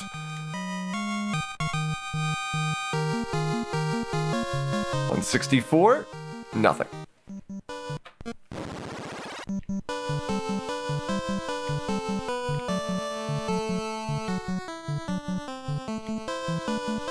Based on your picture, Mooglex, I believe that the imp is wearing some type of spike sock.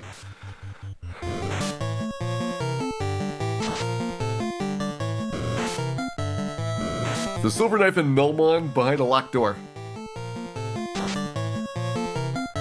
In the basement.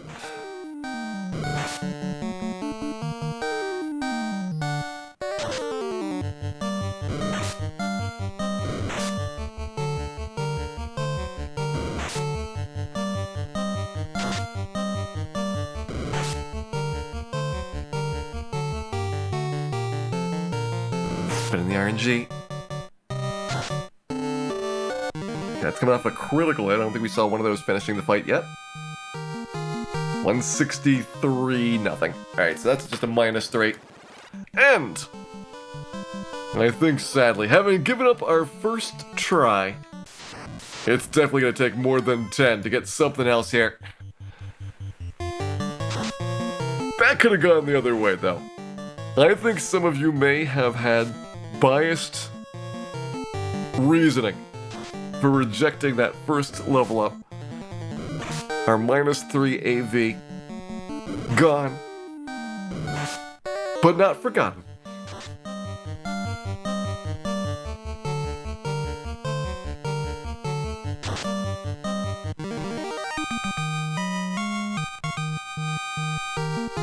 -3.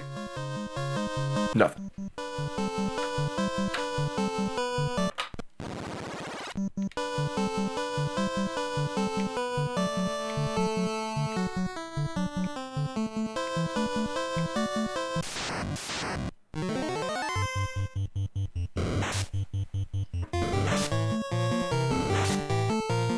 Next level, just a 1 and 4. So we have a much better chance of doing that one quickly. In fact, they're all pretty much good until level 11 happens. Level 11 will be sad.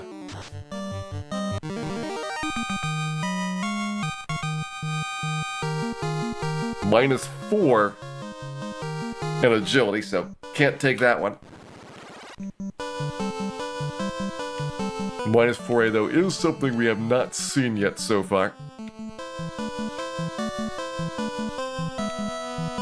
Is HP roughly equal? Yes. How it interacts with the stat gains, that's questionable. It could be a very biased distribution when it combines the attribute points, the HP rolls, and also the fact that you have to kill an imp on that turn.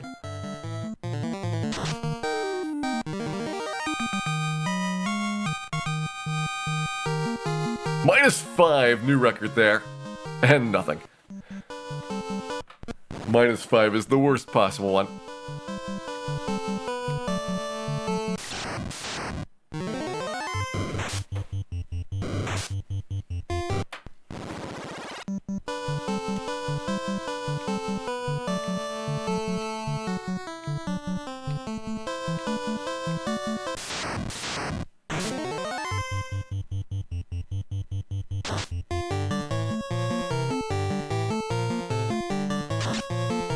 Yeah, I kept thinking that too, Shaywolf. You have to get the worst possible roll with a vitality point.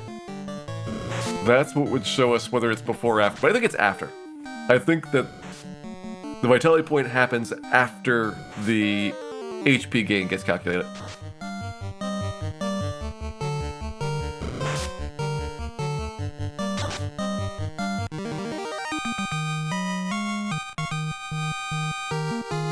-3.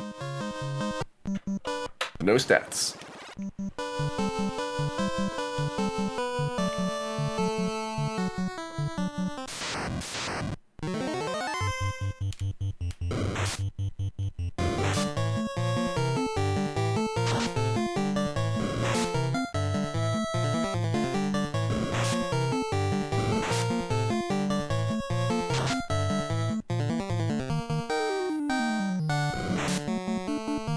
The other thing is this level might put us into pretty good territory for killing ogres.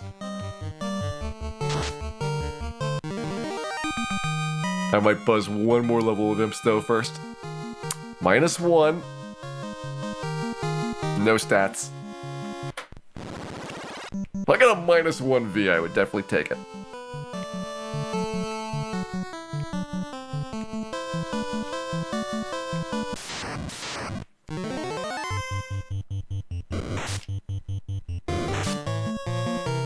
So far, best 2 level ups, -2 V and -3 AV.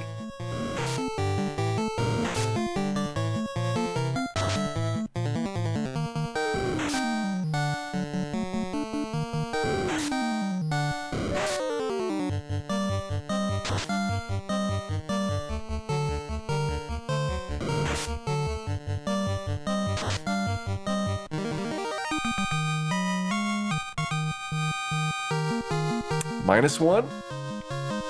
Nothing.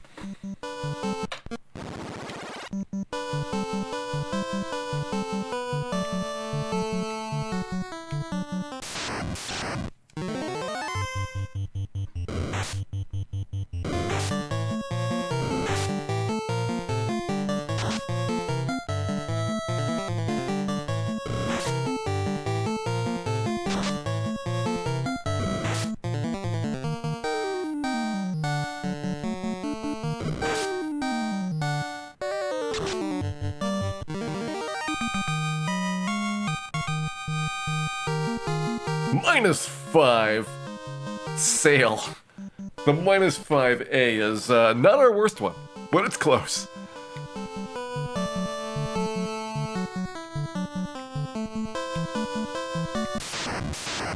Hey, Sandball. Welcome in.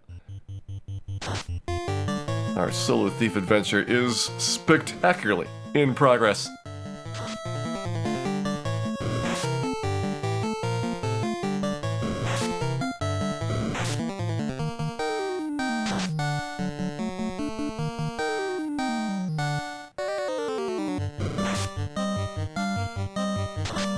Yeah, the minus is the amount of hit points that we're losing versus maximum. So this is -5, which could have 166 hit points. And then no stat gains, other than the base ones. So you just call that a -5, and that's the worst possible level up.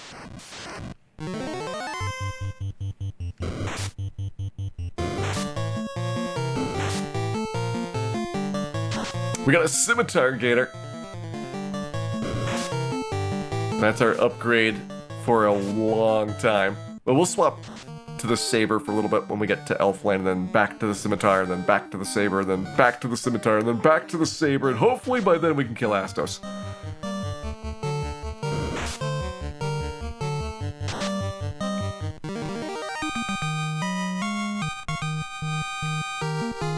-5, nothing.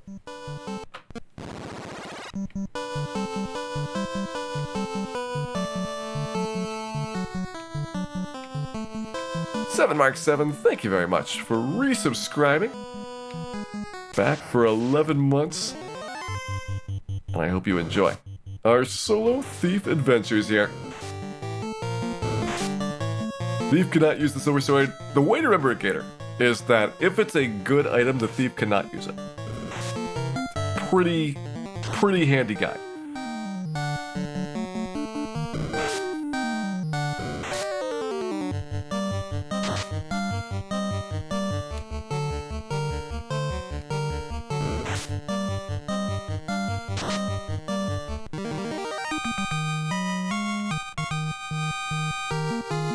-1. No stats.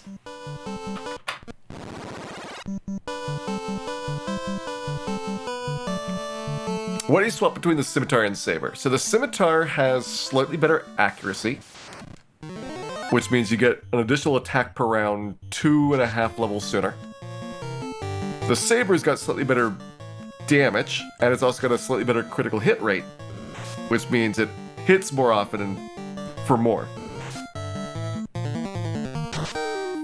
So you'll get the break point, where the scimitar gets an additional attack per round. You put the scimitar on. Then the saber gets its additional attack 2 levels later. You put that on. 10 levels later, you repeat the cycle. And then that's hopefully when Astos dies after 2 of those. Alright, -1. No stats.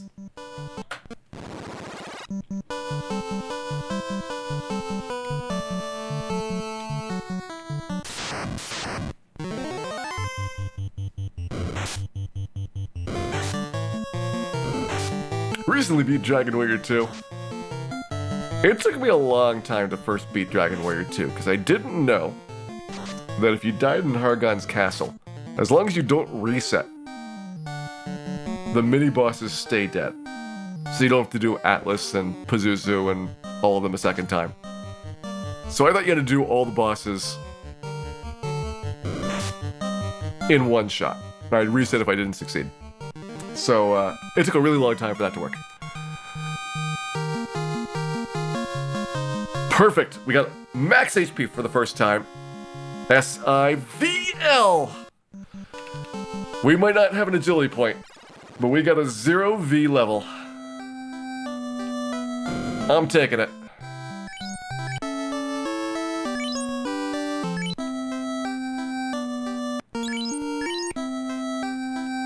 $318 imps to our next level up.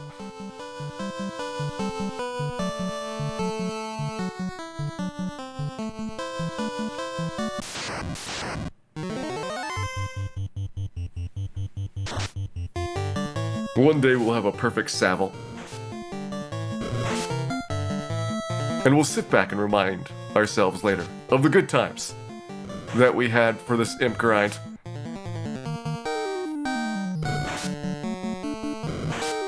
And then go back to discussing whether or not the ogre has a belt buckle or a sash.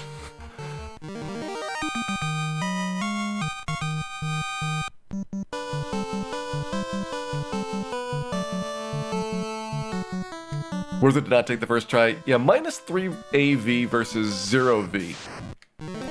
Basically trading the agility point for 3 hit points. I think the 3 hit points definitely comes out ahead.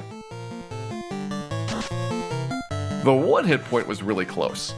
And because we'd previously taken a -2V, it's like, alright, we've already kind of said -2V is acceptable. So, I could have seen a -3 AV being worth doing.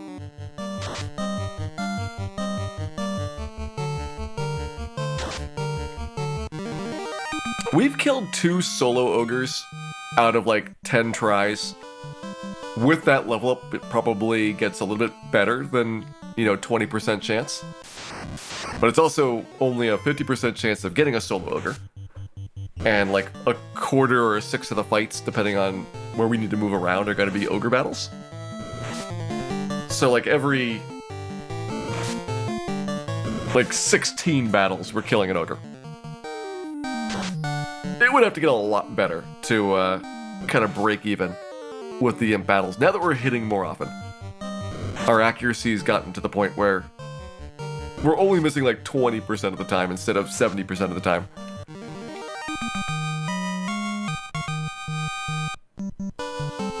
Soon, though. Once we do this level, we're doing Bicky after that. And then things get, even more exciting.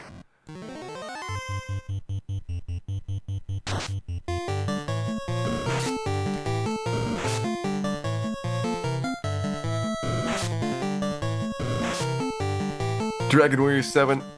I mean, Dragon Warrior 7 is all about not getting distracted by the side quests. Because if you just follow the main storyline, it's actually only like 20 hours. Whereas the side quests are like another 60 hours. That's where you spend all the time in that game.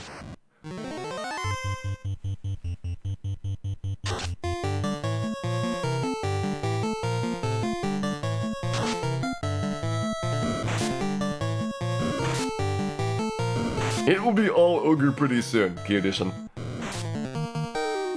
If we can beat Bicky, we'll get the copper bracelet, we'll get the saber. Copper bracelet gives me a 1% better evasion chance. The saber we talked about giving me a little bit better damage output at the cost of some accuracy. At that point I think we go ogres and we don't go back for a long time.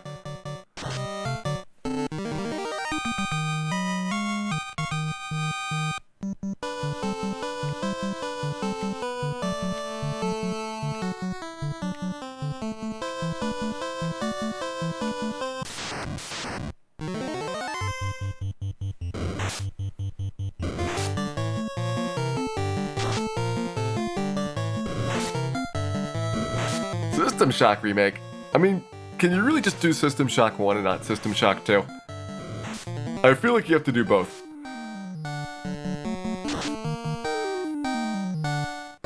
And what armor am I wearing? This is the wooden armor, the cap, and the gloves by this point. You get wood at the start, that's 4 defense. Caps in Temple of Fiends, so whenever you feel like going up there, you can get another defense. And then you have to beat Garland to get to Provoca to get the gloves for 1 more defense. And 6 defense is all you're gonna have until you can beat Astos.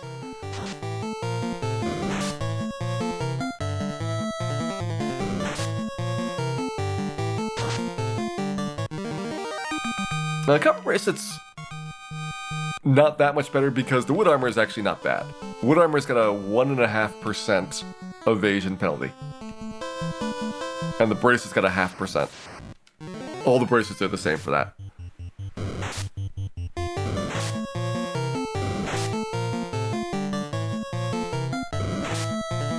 $7% is the value that you get for chainmail to silver bracelet.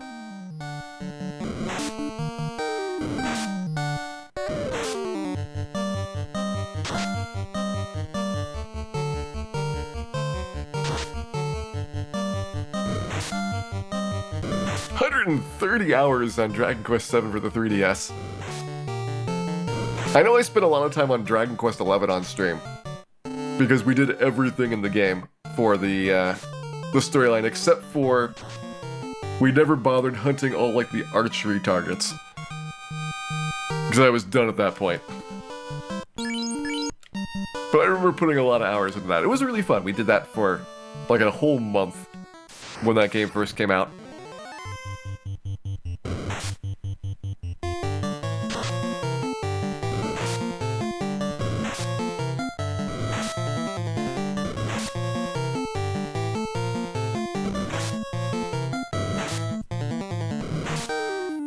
You've got to remember the rules, Stradivarian.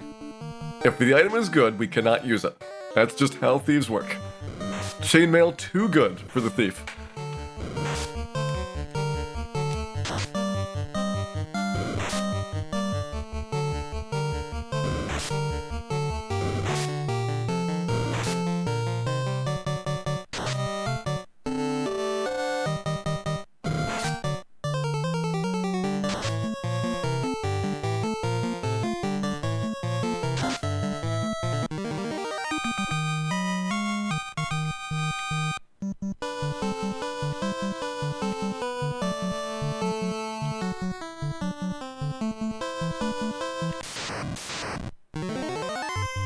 If you don't have 11 right yet, definitely 11S or the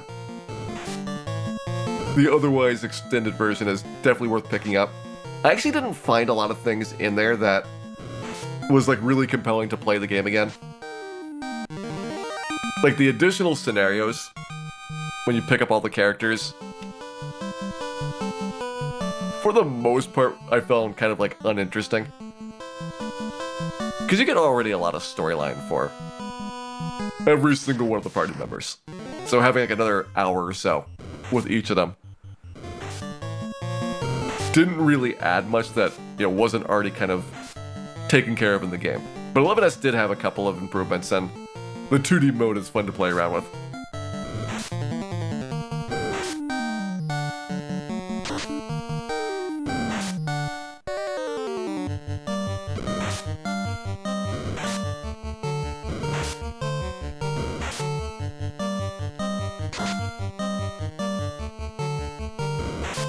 Yeah, crossbow targets because we were doing the PS4 version when it came out.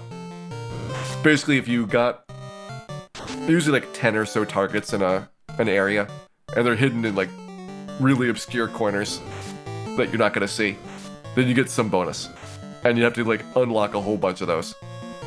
It's just like one more thing of progression where you're already very easily able to beat the game.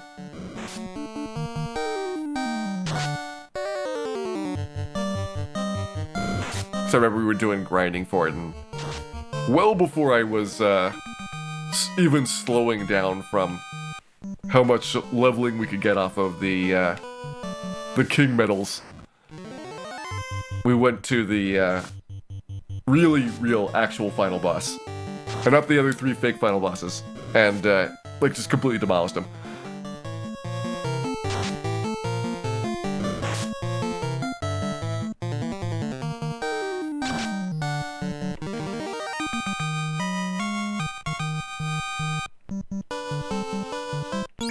How we doing? 260 imps left to go?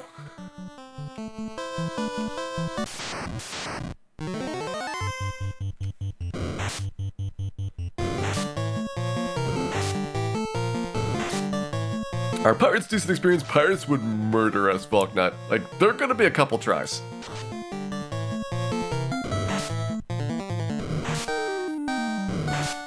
They're worth a fair amount of experience in gold, but they're also kind of tricky to take on.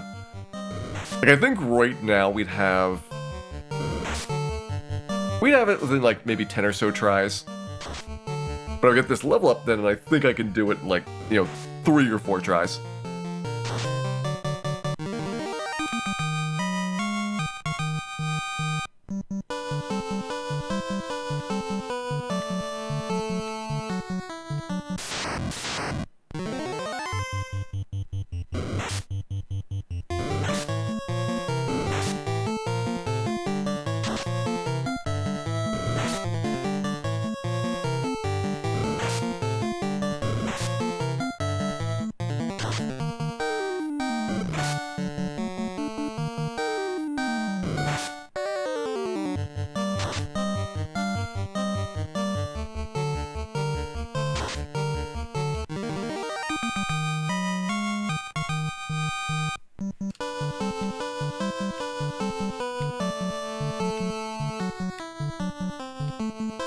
How do you make RPGs harder without making them grindy?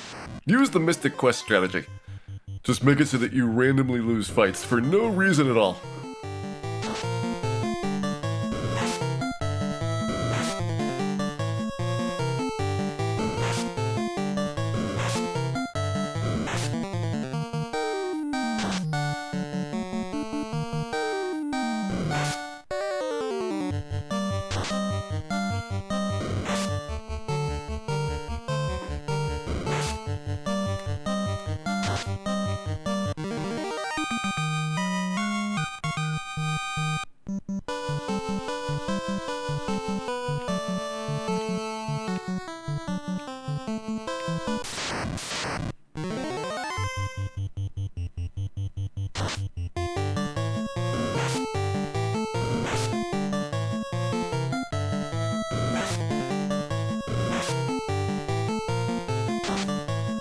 I did like the Dragon Quest XI where you didn't get the experience gain for the weaker monsters.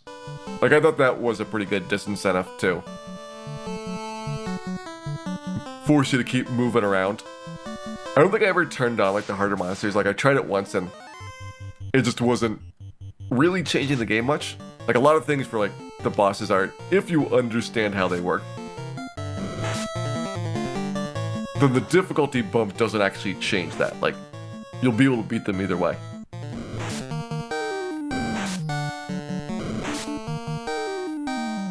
But the diminishing returns is something that I've seen in a lot of other games as well. And it makes it so that you're not sticking around in areas well past when it's sensible to be there.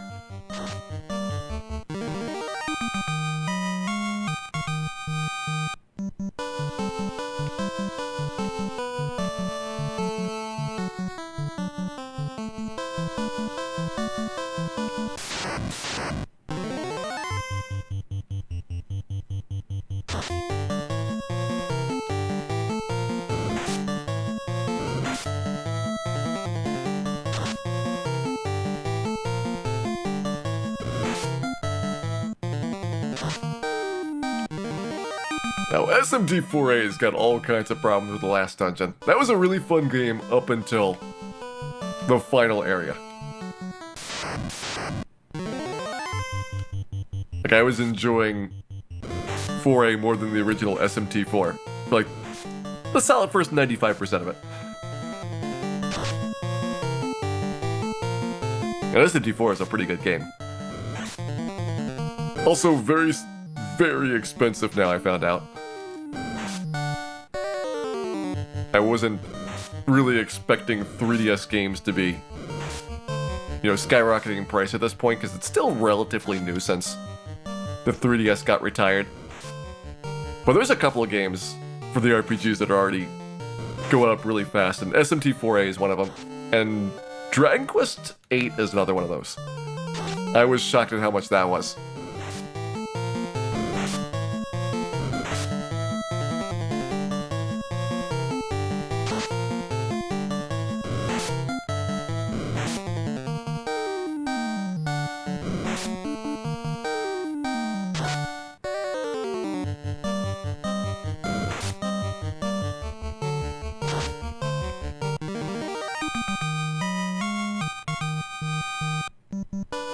Yeah, picking up the digital versions, Dr. Randolph, can make a lot of sense if you're missed out on the physical release.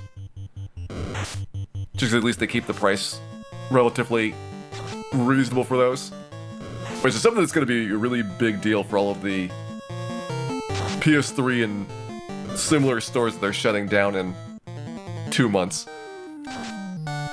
The PS3 store was where you could get actually relatively cheap copies of games like Tomba and all kinds of other PlayStation 1 titles that for like a disc are like $100, $200, but you can get it for like $10 on the eShop. And that's gonna go away.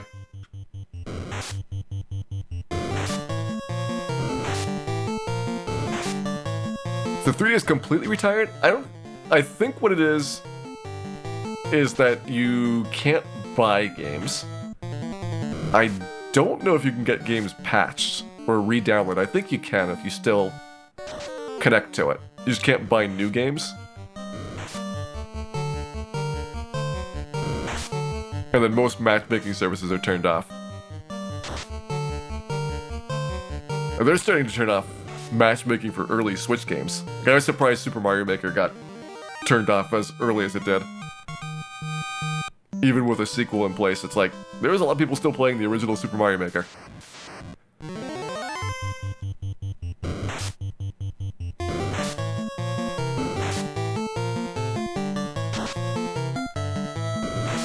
Oh, nice lemon key today.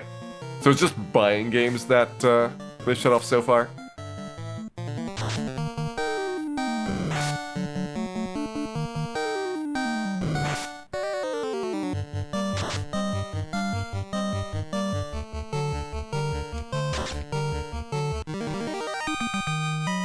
I think that's pretty much what they announced for the PS3 as well, is that you'd still be able to download titles for a while. even if you couldn't buy new ones.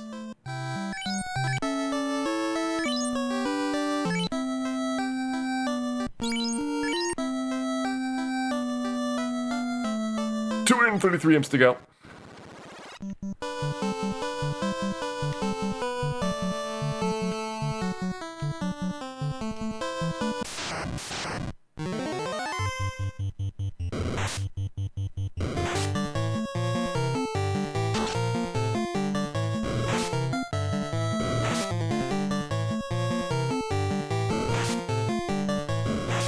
Wait, you can still buy 3DS games? I was pretty certain the last time I checked it, it was completely dead for the shop.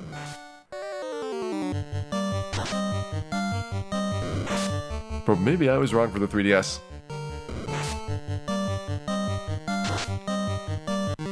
Yeah, I thought it went down the same time as the Wii U stuff. Well, now I know.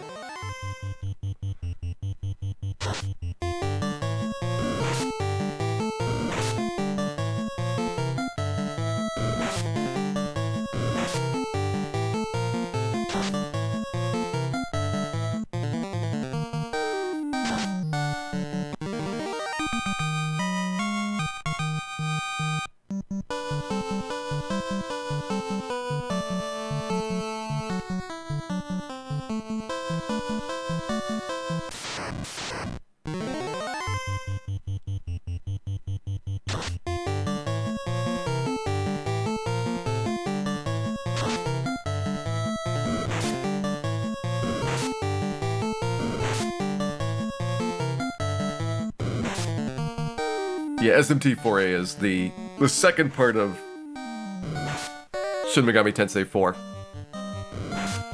So there's kind of like a base story and then another part of the story that's pretty much its own separate game.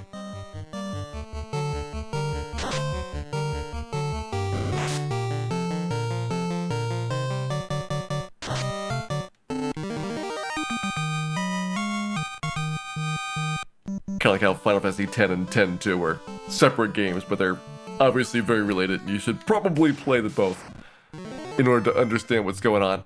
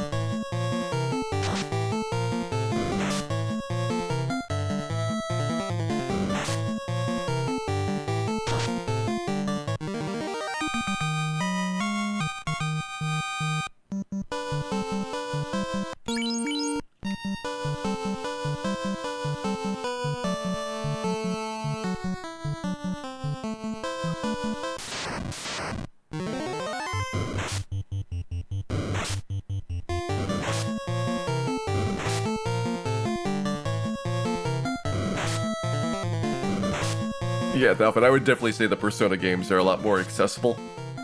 They tend to be still harder than most RPGs, but a lot easier to get into than the main series games were. And they have kind of this gimmick with the calendar system that kind of forces you along so that you don't spend too much time, grinding or trying to do a certain part of it. It's like, here's like the natural progression of when things unlock and when you move on to the next section. As opposed to games where it's like, you've got to figure out when you're ready to go to the next area.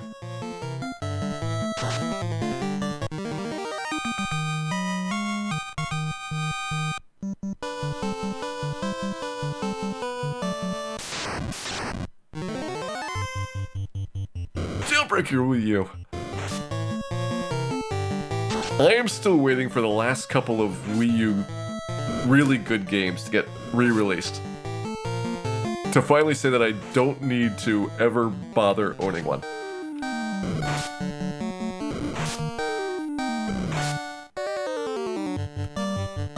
Like, I'm pretty certain at some point they're going to, like, you know, like Wind Waker HD and a couple of other Wii U games are going to get Switch releases. And we'll finally be rid of it forever.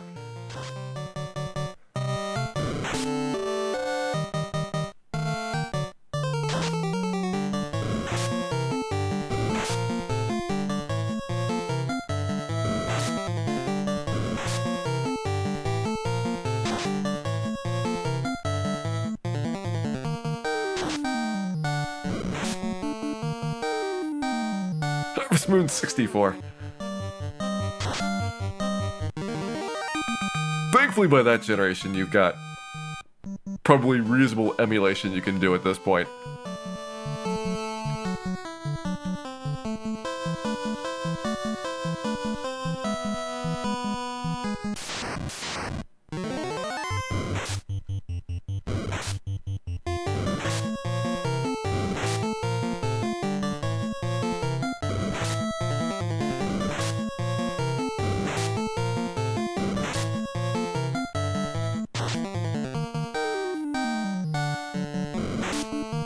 Skyward Sword coming out? I actually haven't heard anything about a Skyward Sword re-release, but they're not really announcing anything for the Zelda series, so who knows?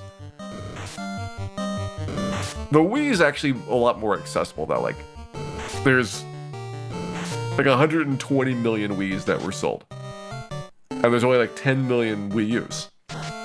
So, like, when you think about like rarity and what's going to be available in 10 years, the Wii U is going to become like a very expensive console. It's got all these integrated parts, so like you have to have a Wii U that has a working touchscreen and working controls, and like even more of the units are going to be basically scrap at that because they're just like in poor condition. So it's going to be one of those consoles that it wasn't very popular and it didn't have a lot of titles sold, but 10 years afterwards, it suddenly is extremely expensive and hard to get things. And it's going to be very difficult to keep them in like good working order. Whereas the Wii, like, you can buy 10 of them and, you know, it's probably going to continue to be relatively cheap to get more Wiis. And you'll have controller adapters and things, so like, you'll probably not have much of a problem with physical degradation of the consoles.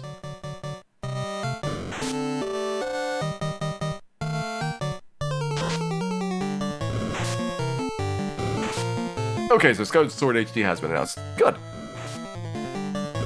That's a game that was really fun, but it's also like one of the forgotten Zeldas. It did not have a big following that continued on.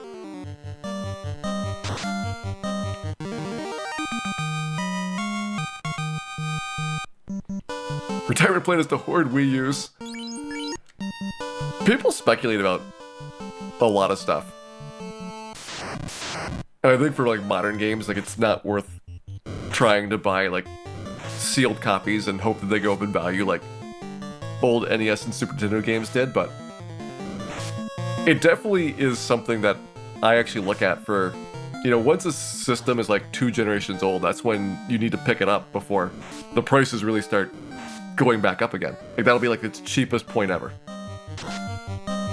So like a couple of weeks ago, I actually tried to figure out what are the PS3 games that I might want to get to play someday, and just start buying them now, so that I would have them when they're only like $10 or $20 a piece, as opposed to waiting for them to get really expensive whenever I feel like playing them.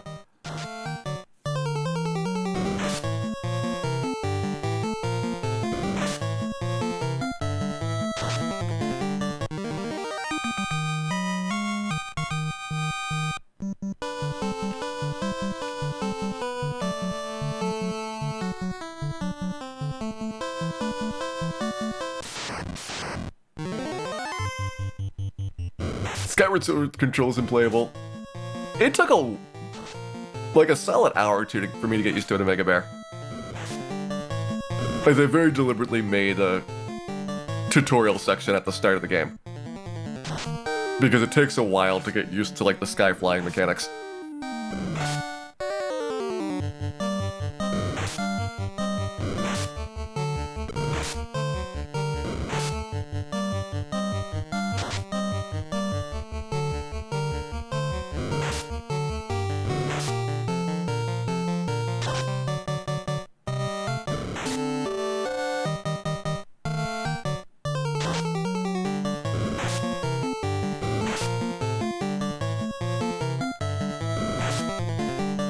Like, I think the biggest complaint I got about Skyward Sword is mostly just like the boss battles are uninteresting, which has been true for a lot of Zelda games. Like, there's, you know, a pattern that you do the same thing 3 times, and the boss goes into its next phase, you do the same thing 3 times, and the boss goes into its next phase, you do the same thing 3 times, and the boss dies. And so you really don't have like a lot of interesting battles. Like, it's do the gimmick, do it again, and that's been like a couple Zelda games that have had that, but Skyward Sword was like really in your face about it. And they kind of made it explicit, like, here's the gimmick, here's exactly what you need to do to like swing your sword in this direction. And then 1, 2, 3, 1, 2, 3, 1, 2, 3. Yeah, Breath of the Wild did that as well, but it also had a lot more variety in its gimmicks. And that's what I was kind of like saying, like, more than one Zelda game has had that problem, but it was especially apparent in Skyward Sword.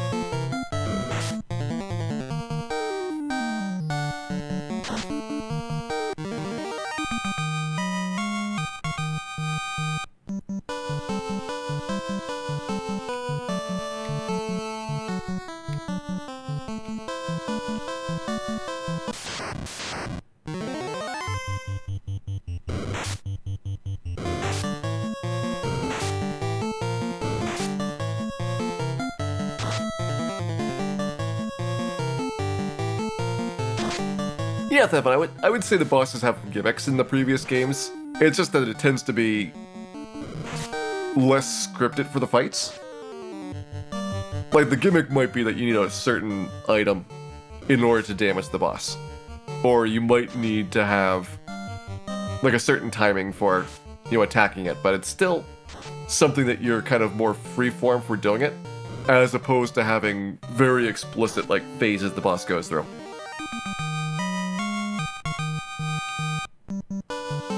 And even when you got phase, like, you know, Link to the Past has got, you know, the Ganon fight at the end. There's clearly a gimmick for the last phase of it, when you're lighting the fires and then hitting them.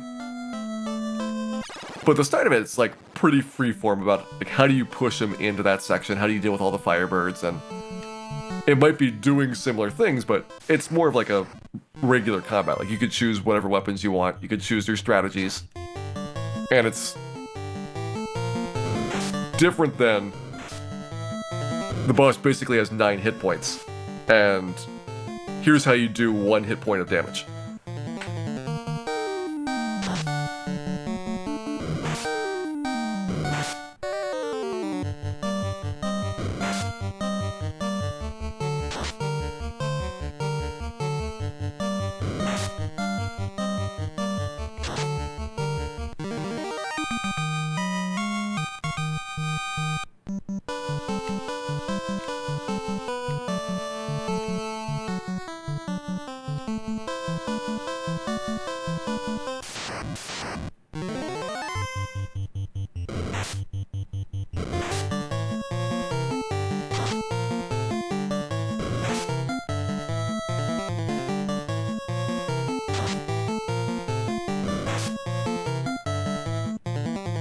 How many imps are we gonna kill in this playthrough? I mean, we can basically roughly estimate the number of imps we've killed so far. Because we got about 400 experience from non-imp sources, so 4,000 experience. And imps are 6 experience point each, so that's like, 650 imps. We're almost done killing imps, so I'm gonna say no more than 800 imps are going to be harmed in this playthrough.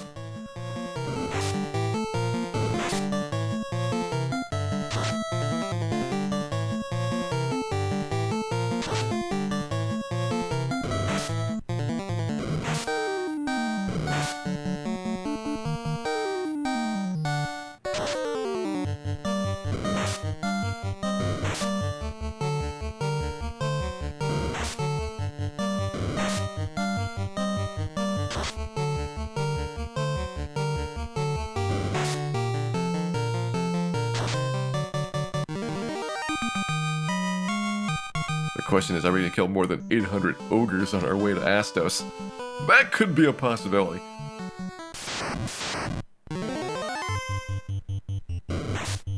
Imps from rejected levels. I don't think those should count in this quest. I think if we reset, it should not count as an imp kill for the purposes of imp extermination.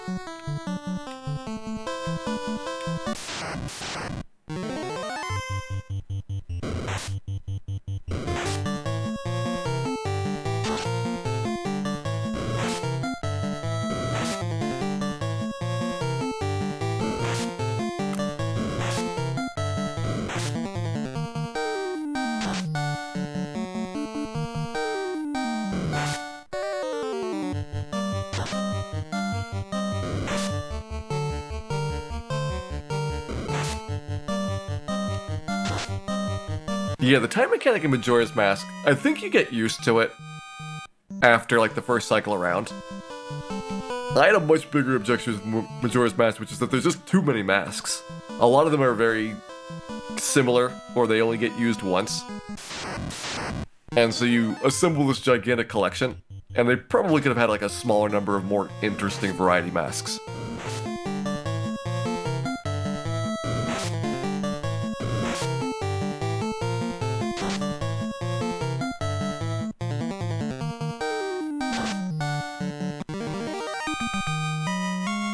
That and maybe fewer Skulltulas. Those two things.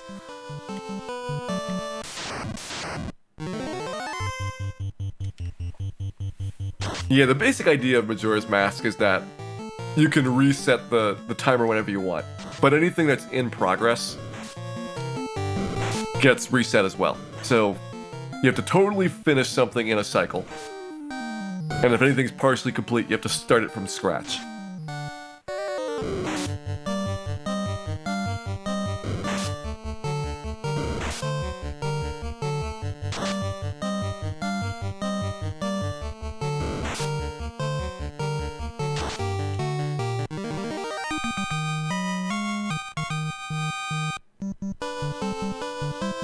And from a speedrunning perspective, that's like a really intriguing thing. But from a casual perspective of, I've already like forgotten what I was doing to begin with. And now there's a time limit for how long I have to finish these tasks off right, else I gotta repeat them. That's where I think it got more grinding for it. But it's one of those games where you have to kind of like sit down and really play it for a while to understand the mechanics and then start chipping away at things.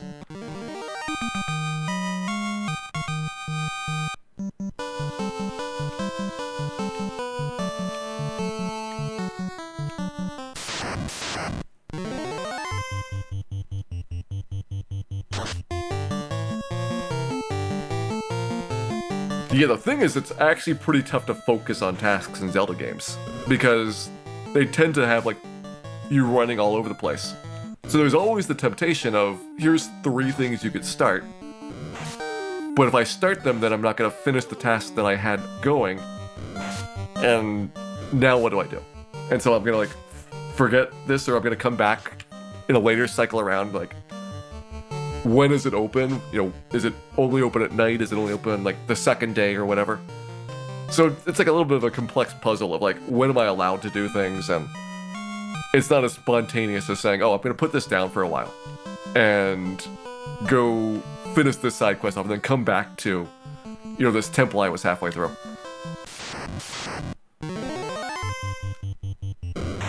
It's a lot of fun. Like, I definitely enjoyed it, but it wasn't like a good fit for me for like the type of expectations it had for a lot of parts of the game.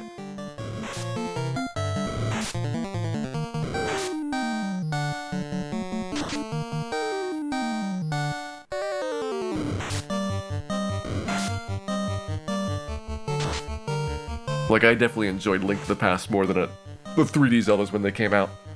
And I've grown to appreciate Ocarina of Time more. Because it just is, like, held up better than Majora's Mask, I think. Even though, like, graphically it didn't hold up as well. But, like, in terms of gameplay, it's still a lot of fun.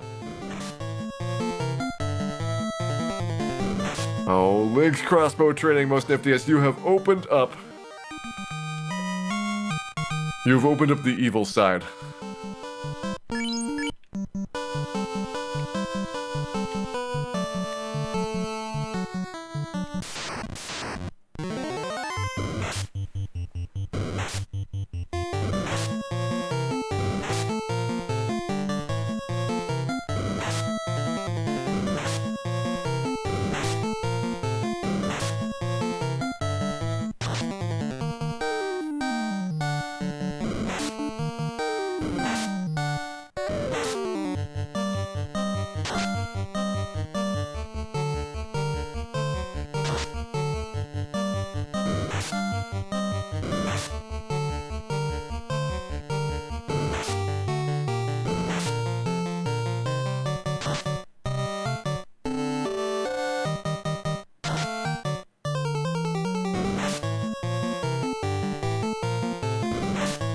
That the evil side was the CDI games, those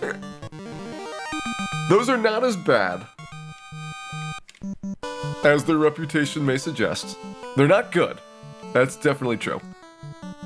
I have a little bit of a soft spot for Zelda's game. But like, if you had like a reasonable controller, I think the CDI games would be just like mediocre as opposed to like laughably bad. In terms of gameplay, like, a lot of what makes them bad games is the controllers for the CDI are really terrible.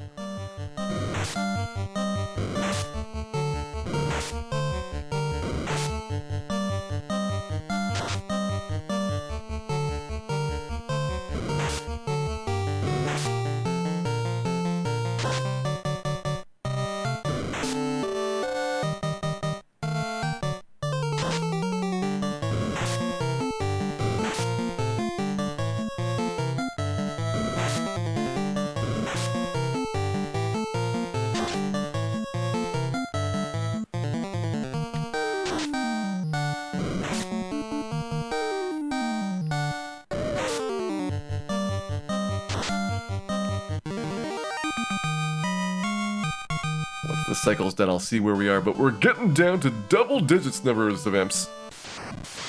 Okay, this is gonna be a 1 in 4 level up, which means we actually have a pretty good chance of getting it quickly. And let's go big or go home.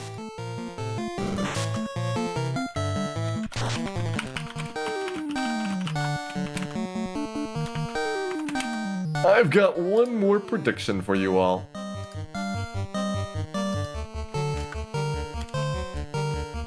Are we gonna get first try level 8? We have not had any first try levels. Although we could have had a first try if we had taken that -3 AV. Historically, when we do these, there's always a couple levels that, in theory, are going to be 1 in 4s or 1 in 16s. But we get first try. What is the late? Guaranteed strength, guaranteed agility.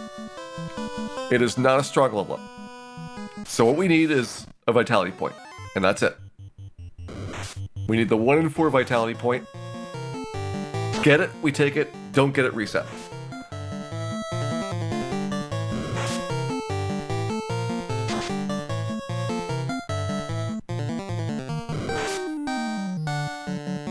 It's nice because there's no thinking required on this one.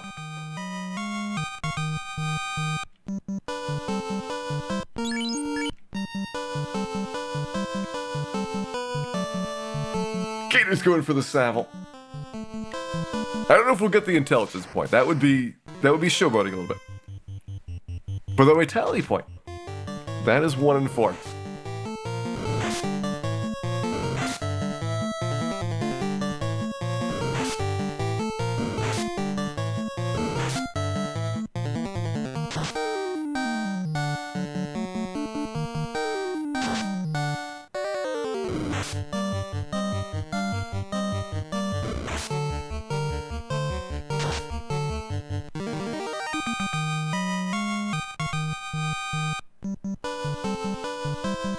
We'll also, as soon as we get that level up, probably try and succeed at killing Bicky.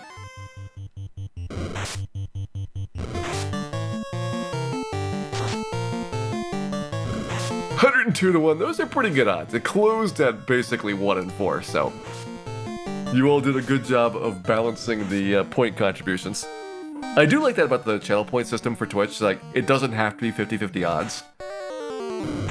And so you can do a lot of things with the wagers that are not, you know, having to be handcrafted to be like exactly even between the two sides.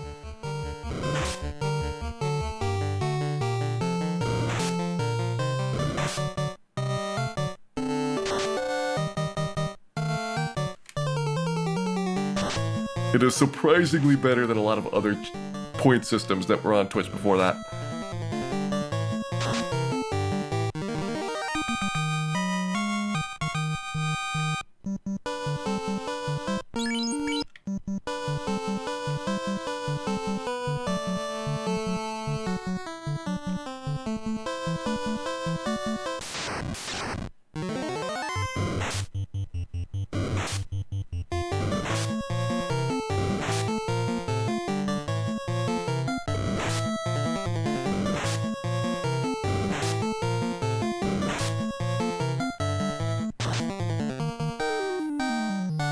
Orb inflation. I think now that we're not spending like millions of channel points unlocking events, that has caused a little bit of an orb glut.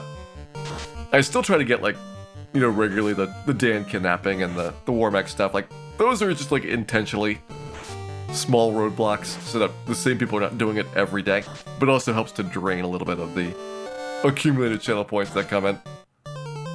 Once we get Little Nemo done, and yes, I still actually plan to do Little Nemo, I will probably have a new strategy for how to handle those.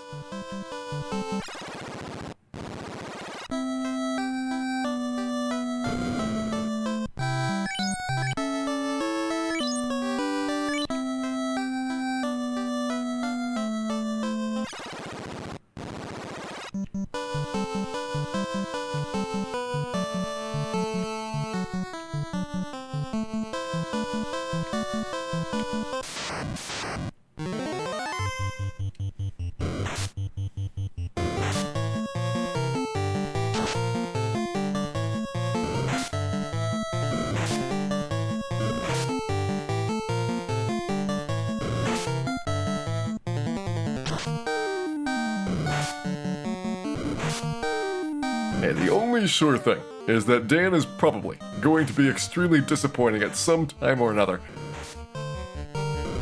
That is all I can promise.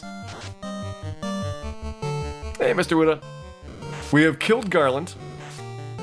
I also killed 2 ogres to see how tough they were. They were pretty tough. We are soon gonna be trying to kill Bicky. And then after that is when basically we do nothing but ogres until our fingers fall off, which will not be tonight. We might have a good natural stopping point after Bicky's dead to split up day 1 from day 2. This is a run that's probably going to be 35 hours. I am not in the slightest trying to make it like a single sitting. So if I can break this up into, 5 to 6 hour chunks, that's going to be like the right length to get it done during our intermission prior to Season 14.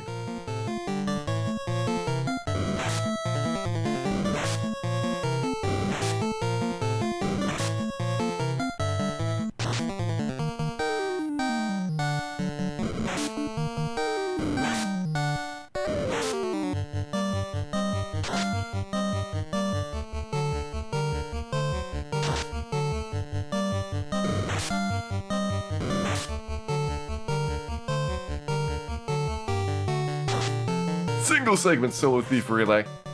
I bet there's a lot of optimizations you could do to like figure out, exactly your best optimal grinding strategies, where it makes sense to go after the bosses and where it makes sense to wait for the grinds. What stats you can give up. Like, I'm trying to take as much agility as I can, but I don't know how big of an impact agility is going to be at the end of the game. I know strength is going to be a big impact. I know vitality is going to be a big impact. But maybe agility we can, just take the average result and still have enough to be in good shape. It's really hard to say. And because once you already sink like 30 hours into it, you don't want to go back and do it again to get better stats. I'm basically trying to take as much as I can in these early levels so that we're not in a bad position later on.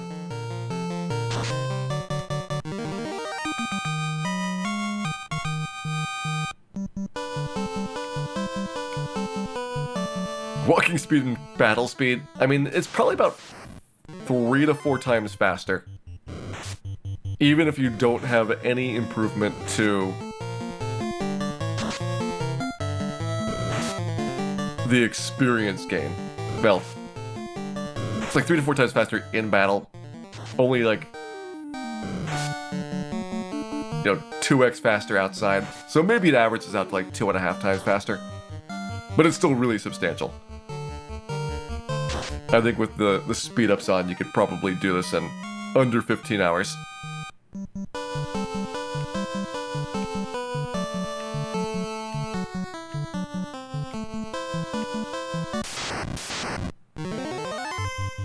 Well, here's the thing, Solar Flare, about the defense sword. How many times do you need to use it in order to basically be safe? Because what we found with the other character classes that didn't have,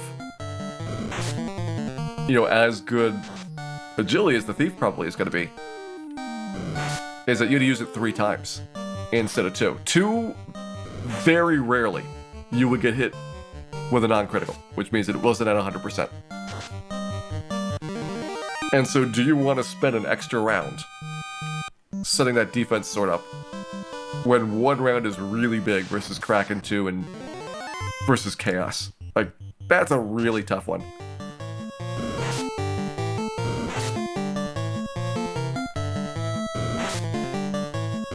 And what I would love to see is that we get to a spot where we only need the defense twice to be totally safe.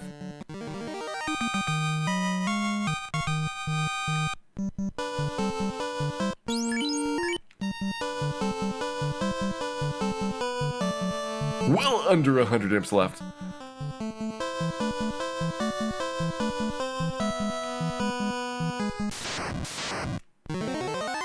Now we just need to do like level 3 again.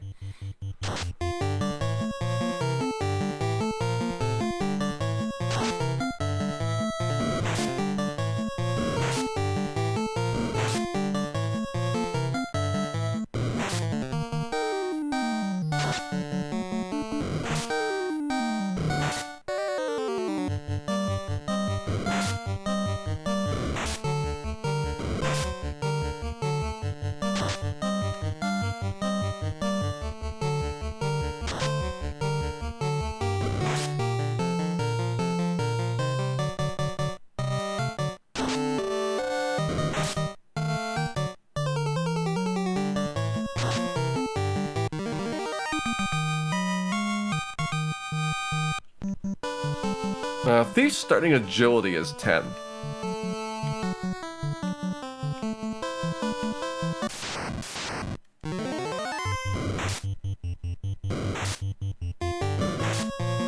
And even if you don't really try, you'll probably get like 30 to 35 agility points.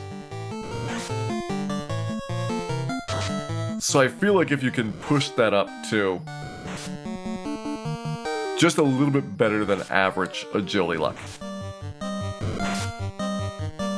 then you're probably in the right range to get down to like two defense swords.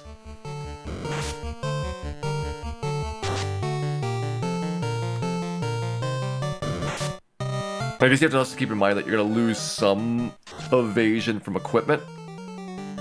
It's only like 1 point or 2 points on your gear, but it's, 1 point for the ribbon, 2 points for the pro cape, 1 point for the pro ring, and 1 point for the bracelet.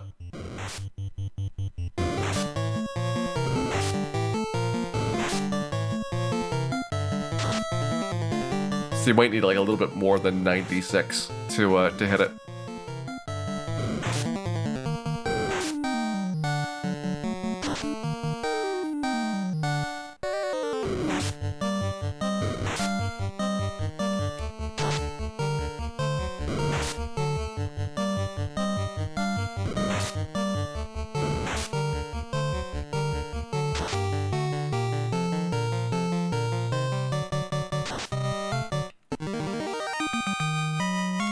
Pirates after the next level up, that is the plan, Mr. Quackums.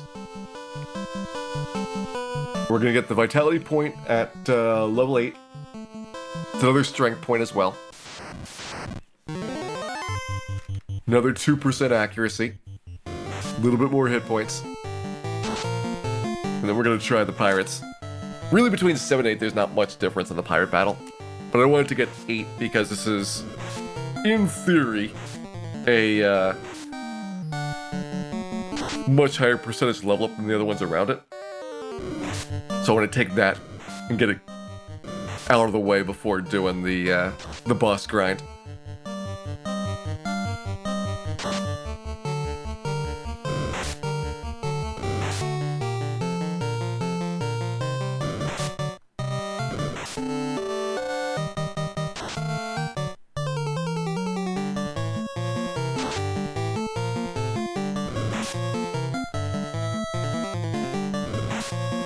Plus agility minus weight. Okay, so you would need, what, 52 points? So 42 level ups have to be with agility points. That's a lot. You're gonna get really close with the thief. Certainly much closer than other character classes, but it might not be perfect.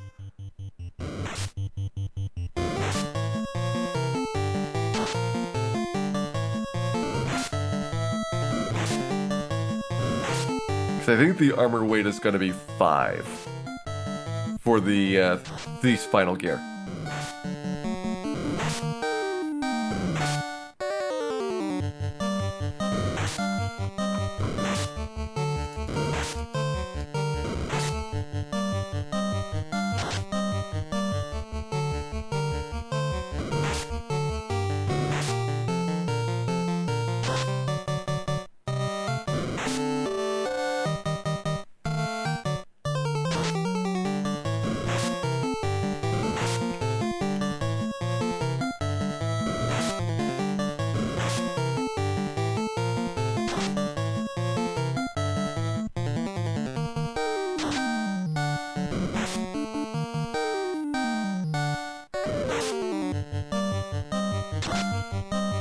If that's correct, we would need 11 out of 18, which is a lot. Like, that's gonna be really hard to do.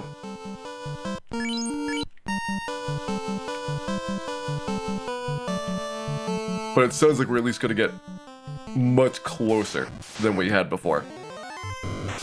So maybe it's more of a gamble you can take on whether or not you want to go for the third one, instead of just always doing it.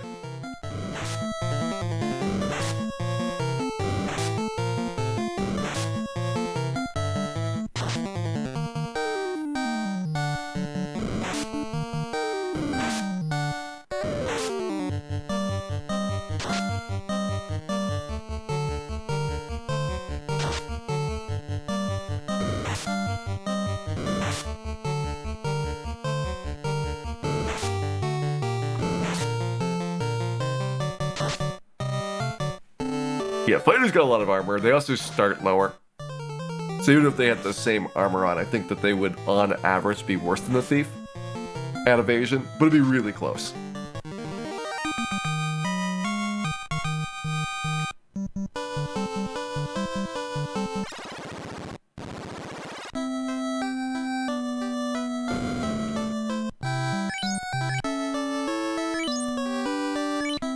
Alright, should be final timeout to get set up for our level up here.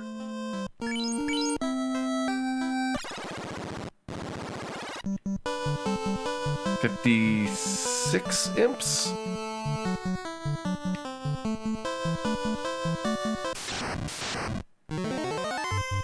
Should be doable on 1 tank of HP.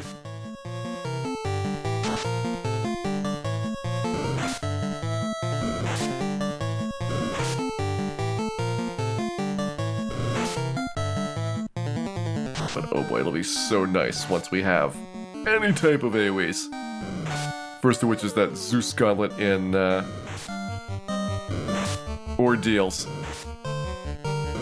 Like just being able to one-shot your level up. You know, every time going through, it's one action to try again on the stats instead of an entire combat cycle. It'll be so much nicer grinding those out.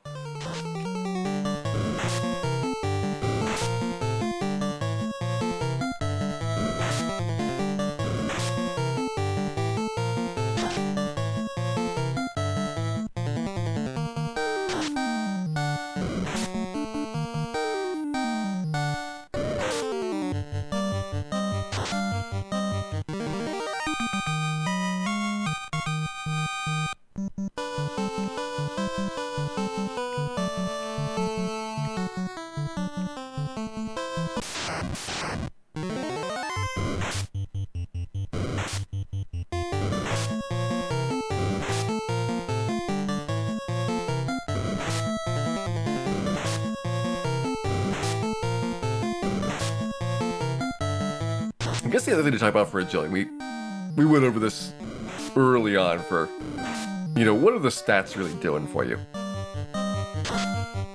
Is it those, you know, 10 to 20 extra agility points is another 1 to 2% better result at the start of the fight. Like, you're seeing a lot of ambushes on these imps, which is making the fights take longer. Not just the misses, but also we're losing whole rounds. And an extra 1 to 2% shift is actually kind of noticeable.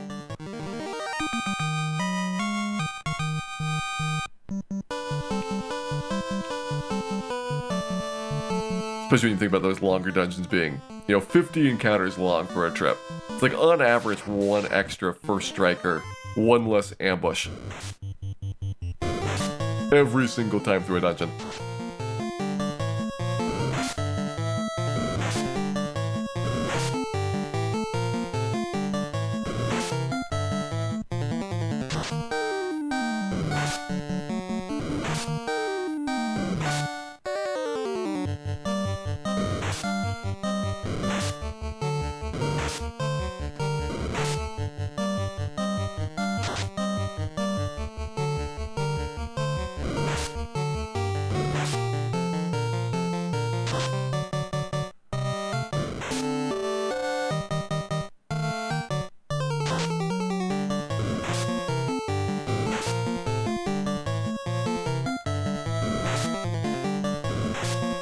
Hey, Glacier Wolf, welcome in.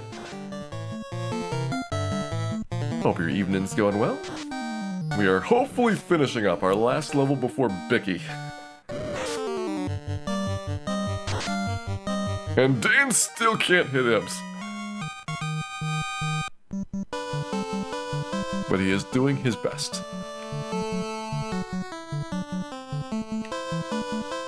Well, this time for sure. His best definitely is not good enough.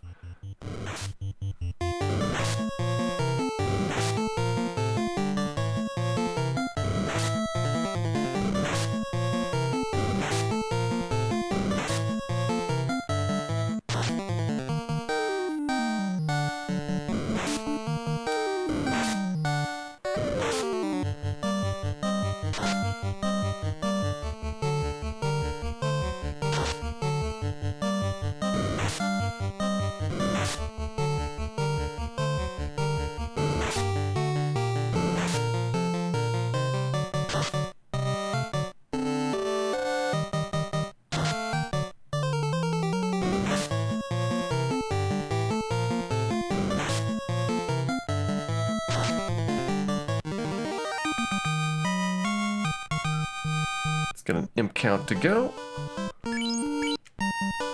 39 imps. 40 will put us over the top for our level up. We want to end up just short of that when we take our next save. And we'll see whether or not it is a first try vitality point.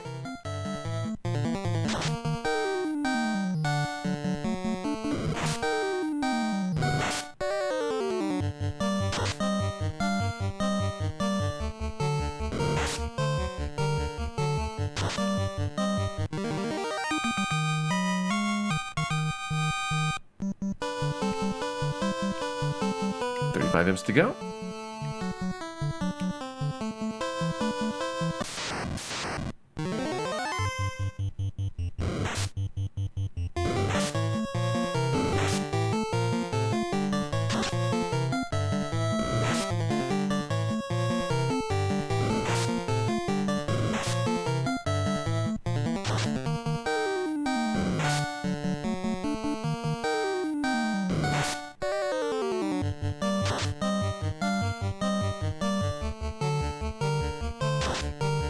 $31.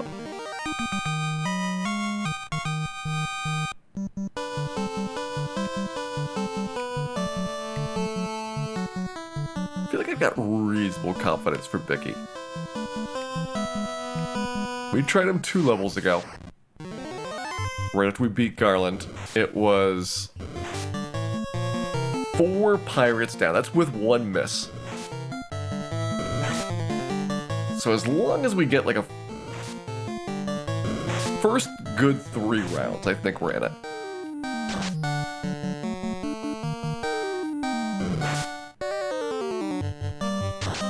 And we'll also have about 1 heal potion's worth of additional health to work with, which will help a lot. Super critical getting those initial few rounds done then. Once you're able to out-heal the pirate damage, essentially then you're free to the finish of the fight. It might be really expensive, but there's not much else for Dan to spend money on. So I'm willing to chuck a bunch of heals to get the job done.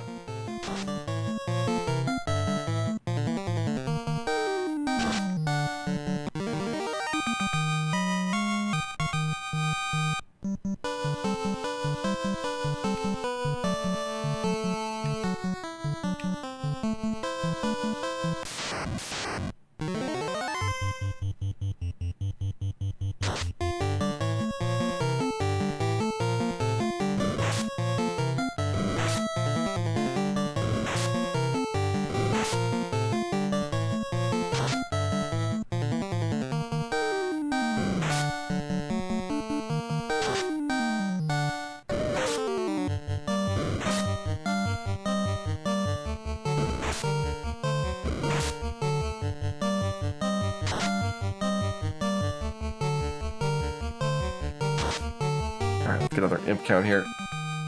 We close and we definitely don't want to overshoot it. 19 left. 20th one will put us over the top.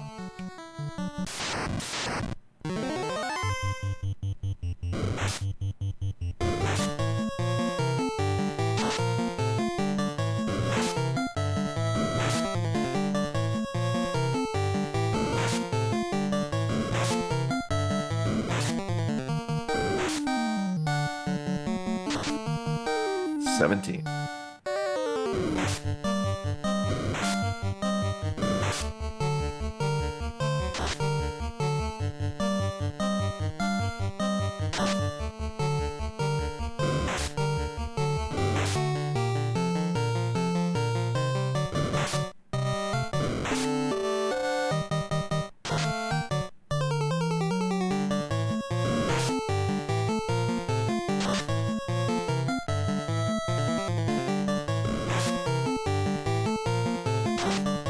$14.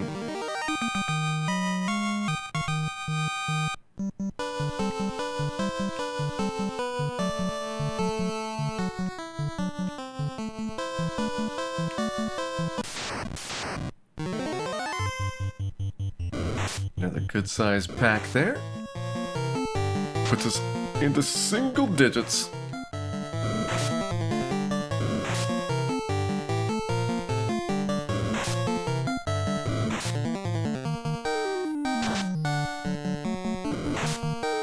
$12 left to go.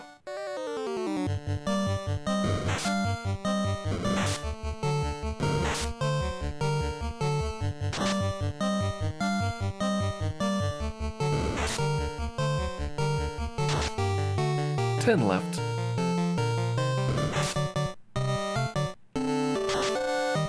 $9 more. And ideally we have either, well, 1, 2, or 3 left, because there's always 3 imps at minimum.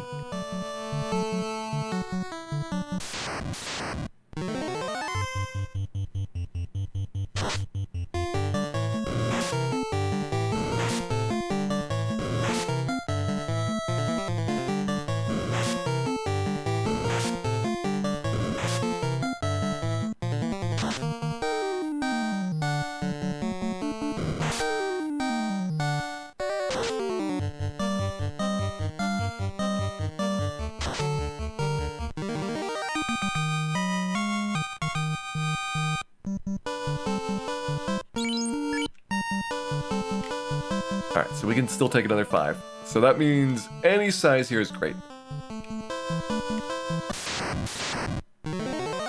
3 is fine. It'll put us 15 away. Or, yeah, 15 away. So a 3-pack will do it.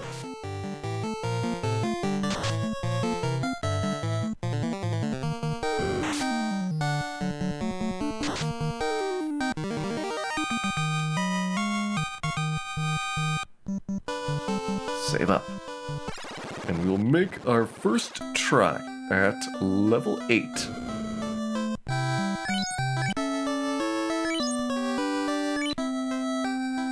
Will we get it, or will people be disappointed? We're looking for a vitality point, a 1 in 4 chance here.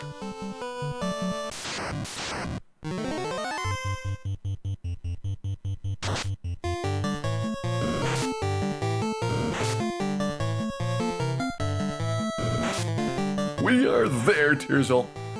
It is level up time.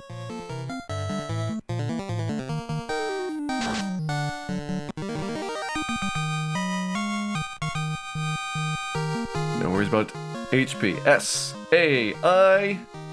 It was not first try. Not a first try level 8. Good effort, though.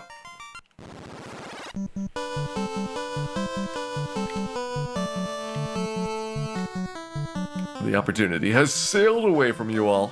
We'll see how many tries it takes. Again, 1 in 4 is the chance. And sometimes that means 1 try, sometimes it means 20 tries.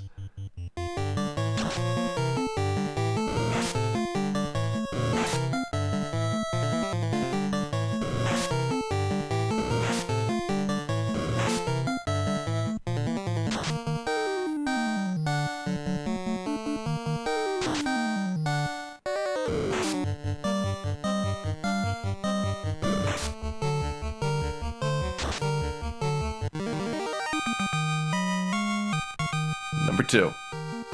S-A-L. So basically the same result, the intelligence point doesn't matter. Whether we get Sal or Sail, it will have the same outcome of going straight to the rubbish bin.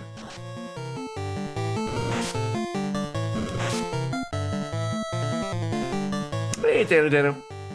Thank you very much for the good wishes. We're gonna try to get 1 more level up here. Take out Bicky tonight.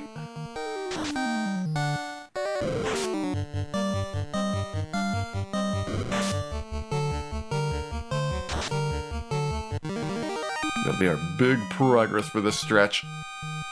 Alright, S-A-L again. I mean, really a lot of the thief for 95% of the game is preparation. And you have a couple of hot spots.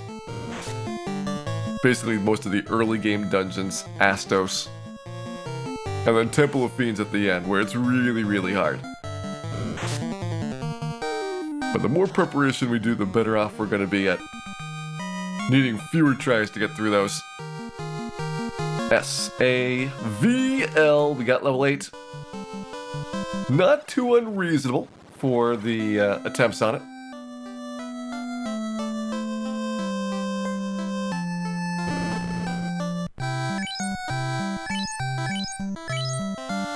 Could we cast without Bane? Yep, that is the plan. We're going to try and do it with the Mazmune. You have 15 less strength than a level 50 fighter. You've got 49 less accuracy, which mostly means 1 less attack per round. A lot less gear for armor, and like 200 less hit points, maybe 150. So it's like a really, really, really, really hard level 50 fighter fight at that point.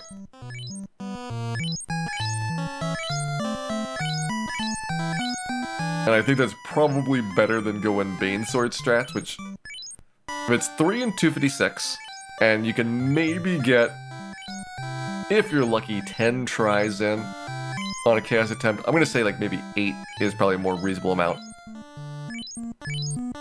You're going to be down there a lot of times.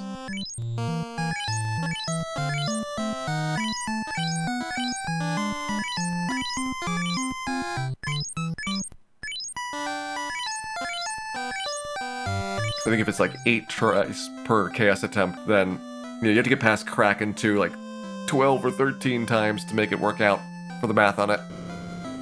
And that seems like a lot. Historically, we've done like maybe like 4 or so tries for a lot of the chaos battles. At least the tougher ones. Like Black Belt's probably first try. Fighter's probably like first or second try. Thief will not be so lucky. And having chaos, have a great night there. Thanks for hanging out while we do our solo Thief playthrough tonight. And I'm sure you'll get plenty of rest and be back tomorrow.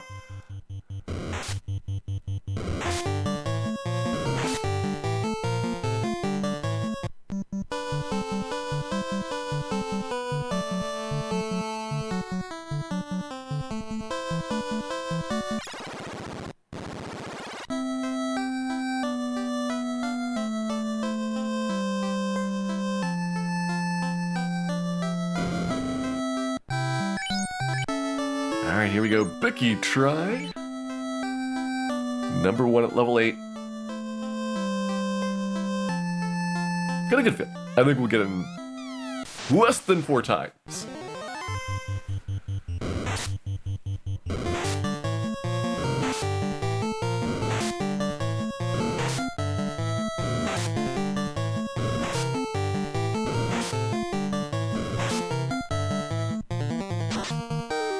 Pretty good round number 1. That was like 16 hit points. Or 21 hit points, I think.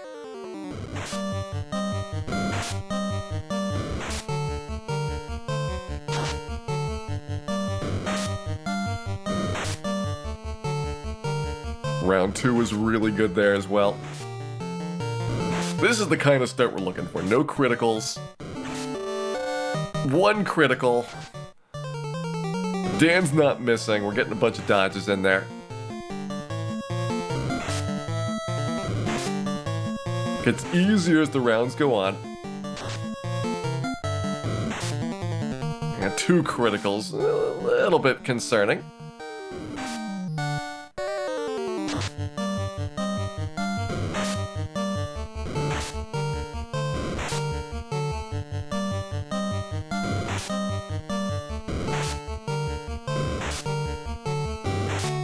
That was kind of a rough round.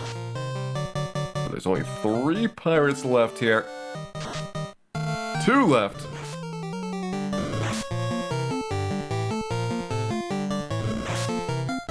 This is a regular Final Fantasy cartridge, Glacier Wolf. Last pirate. And first try on the Bicky battle. We've got a boat.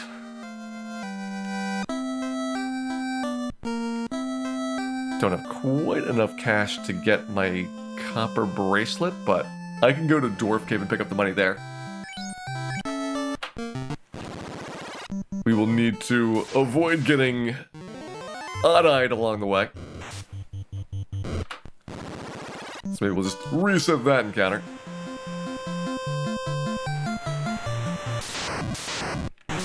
Slightly more than 5 hours to Bicky. That's respectable.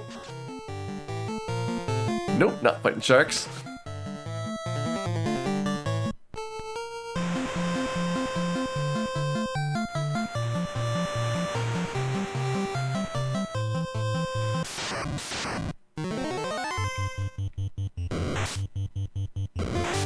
There was like one Kaisuke we'd have a chance on it.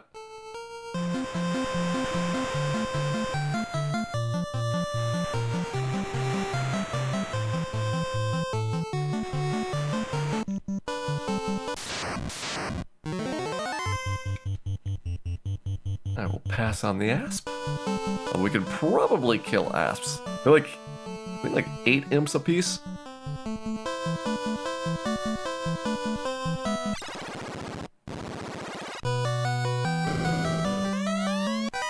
Yeah, we've had solo dance before, but never like this one.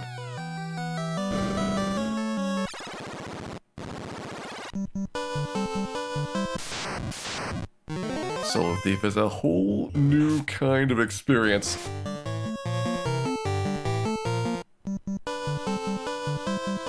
I asked if Wizwood I did buy a couple of pure potions earlier. There's a nice ogre fight.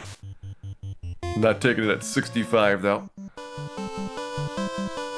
2 levels ago we tried a couple of ogres, and we won like 2 out of 10 solo ogre battles. Which I think with the extra level up, so a little bit more damage and like 30 more hit points, we'll probably have a pretty good chance of winning ogre fights. Again, only solo, so we can't really do the doubles. But that'll be like half the battles and maybe 2/3 of them. So it'll be a lot more productive forcing out ogre fights at that point than it is to continue doing imps.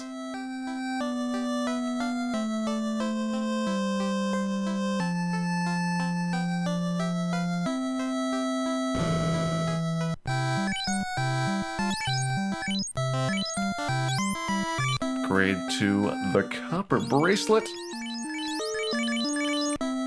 Improving our evasion by 1%. It's worth it though.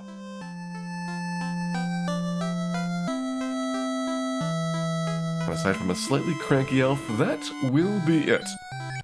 Block in our path and where we stop for the night. 5 hours, 17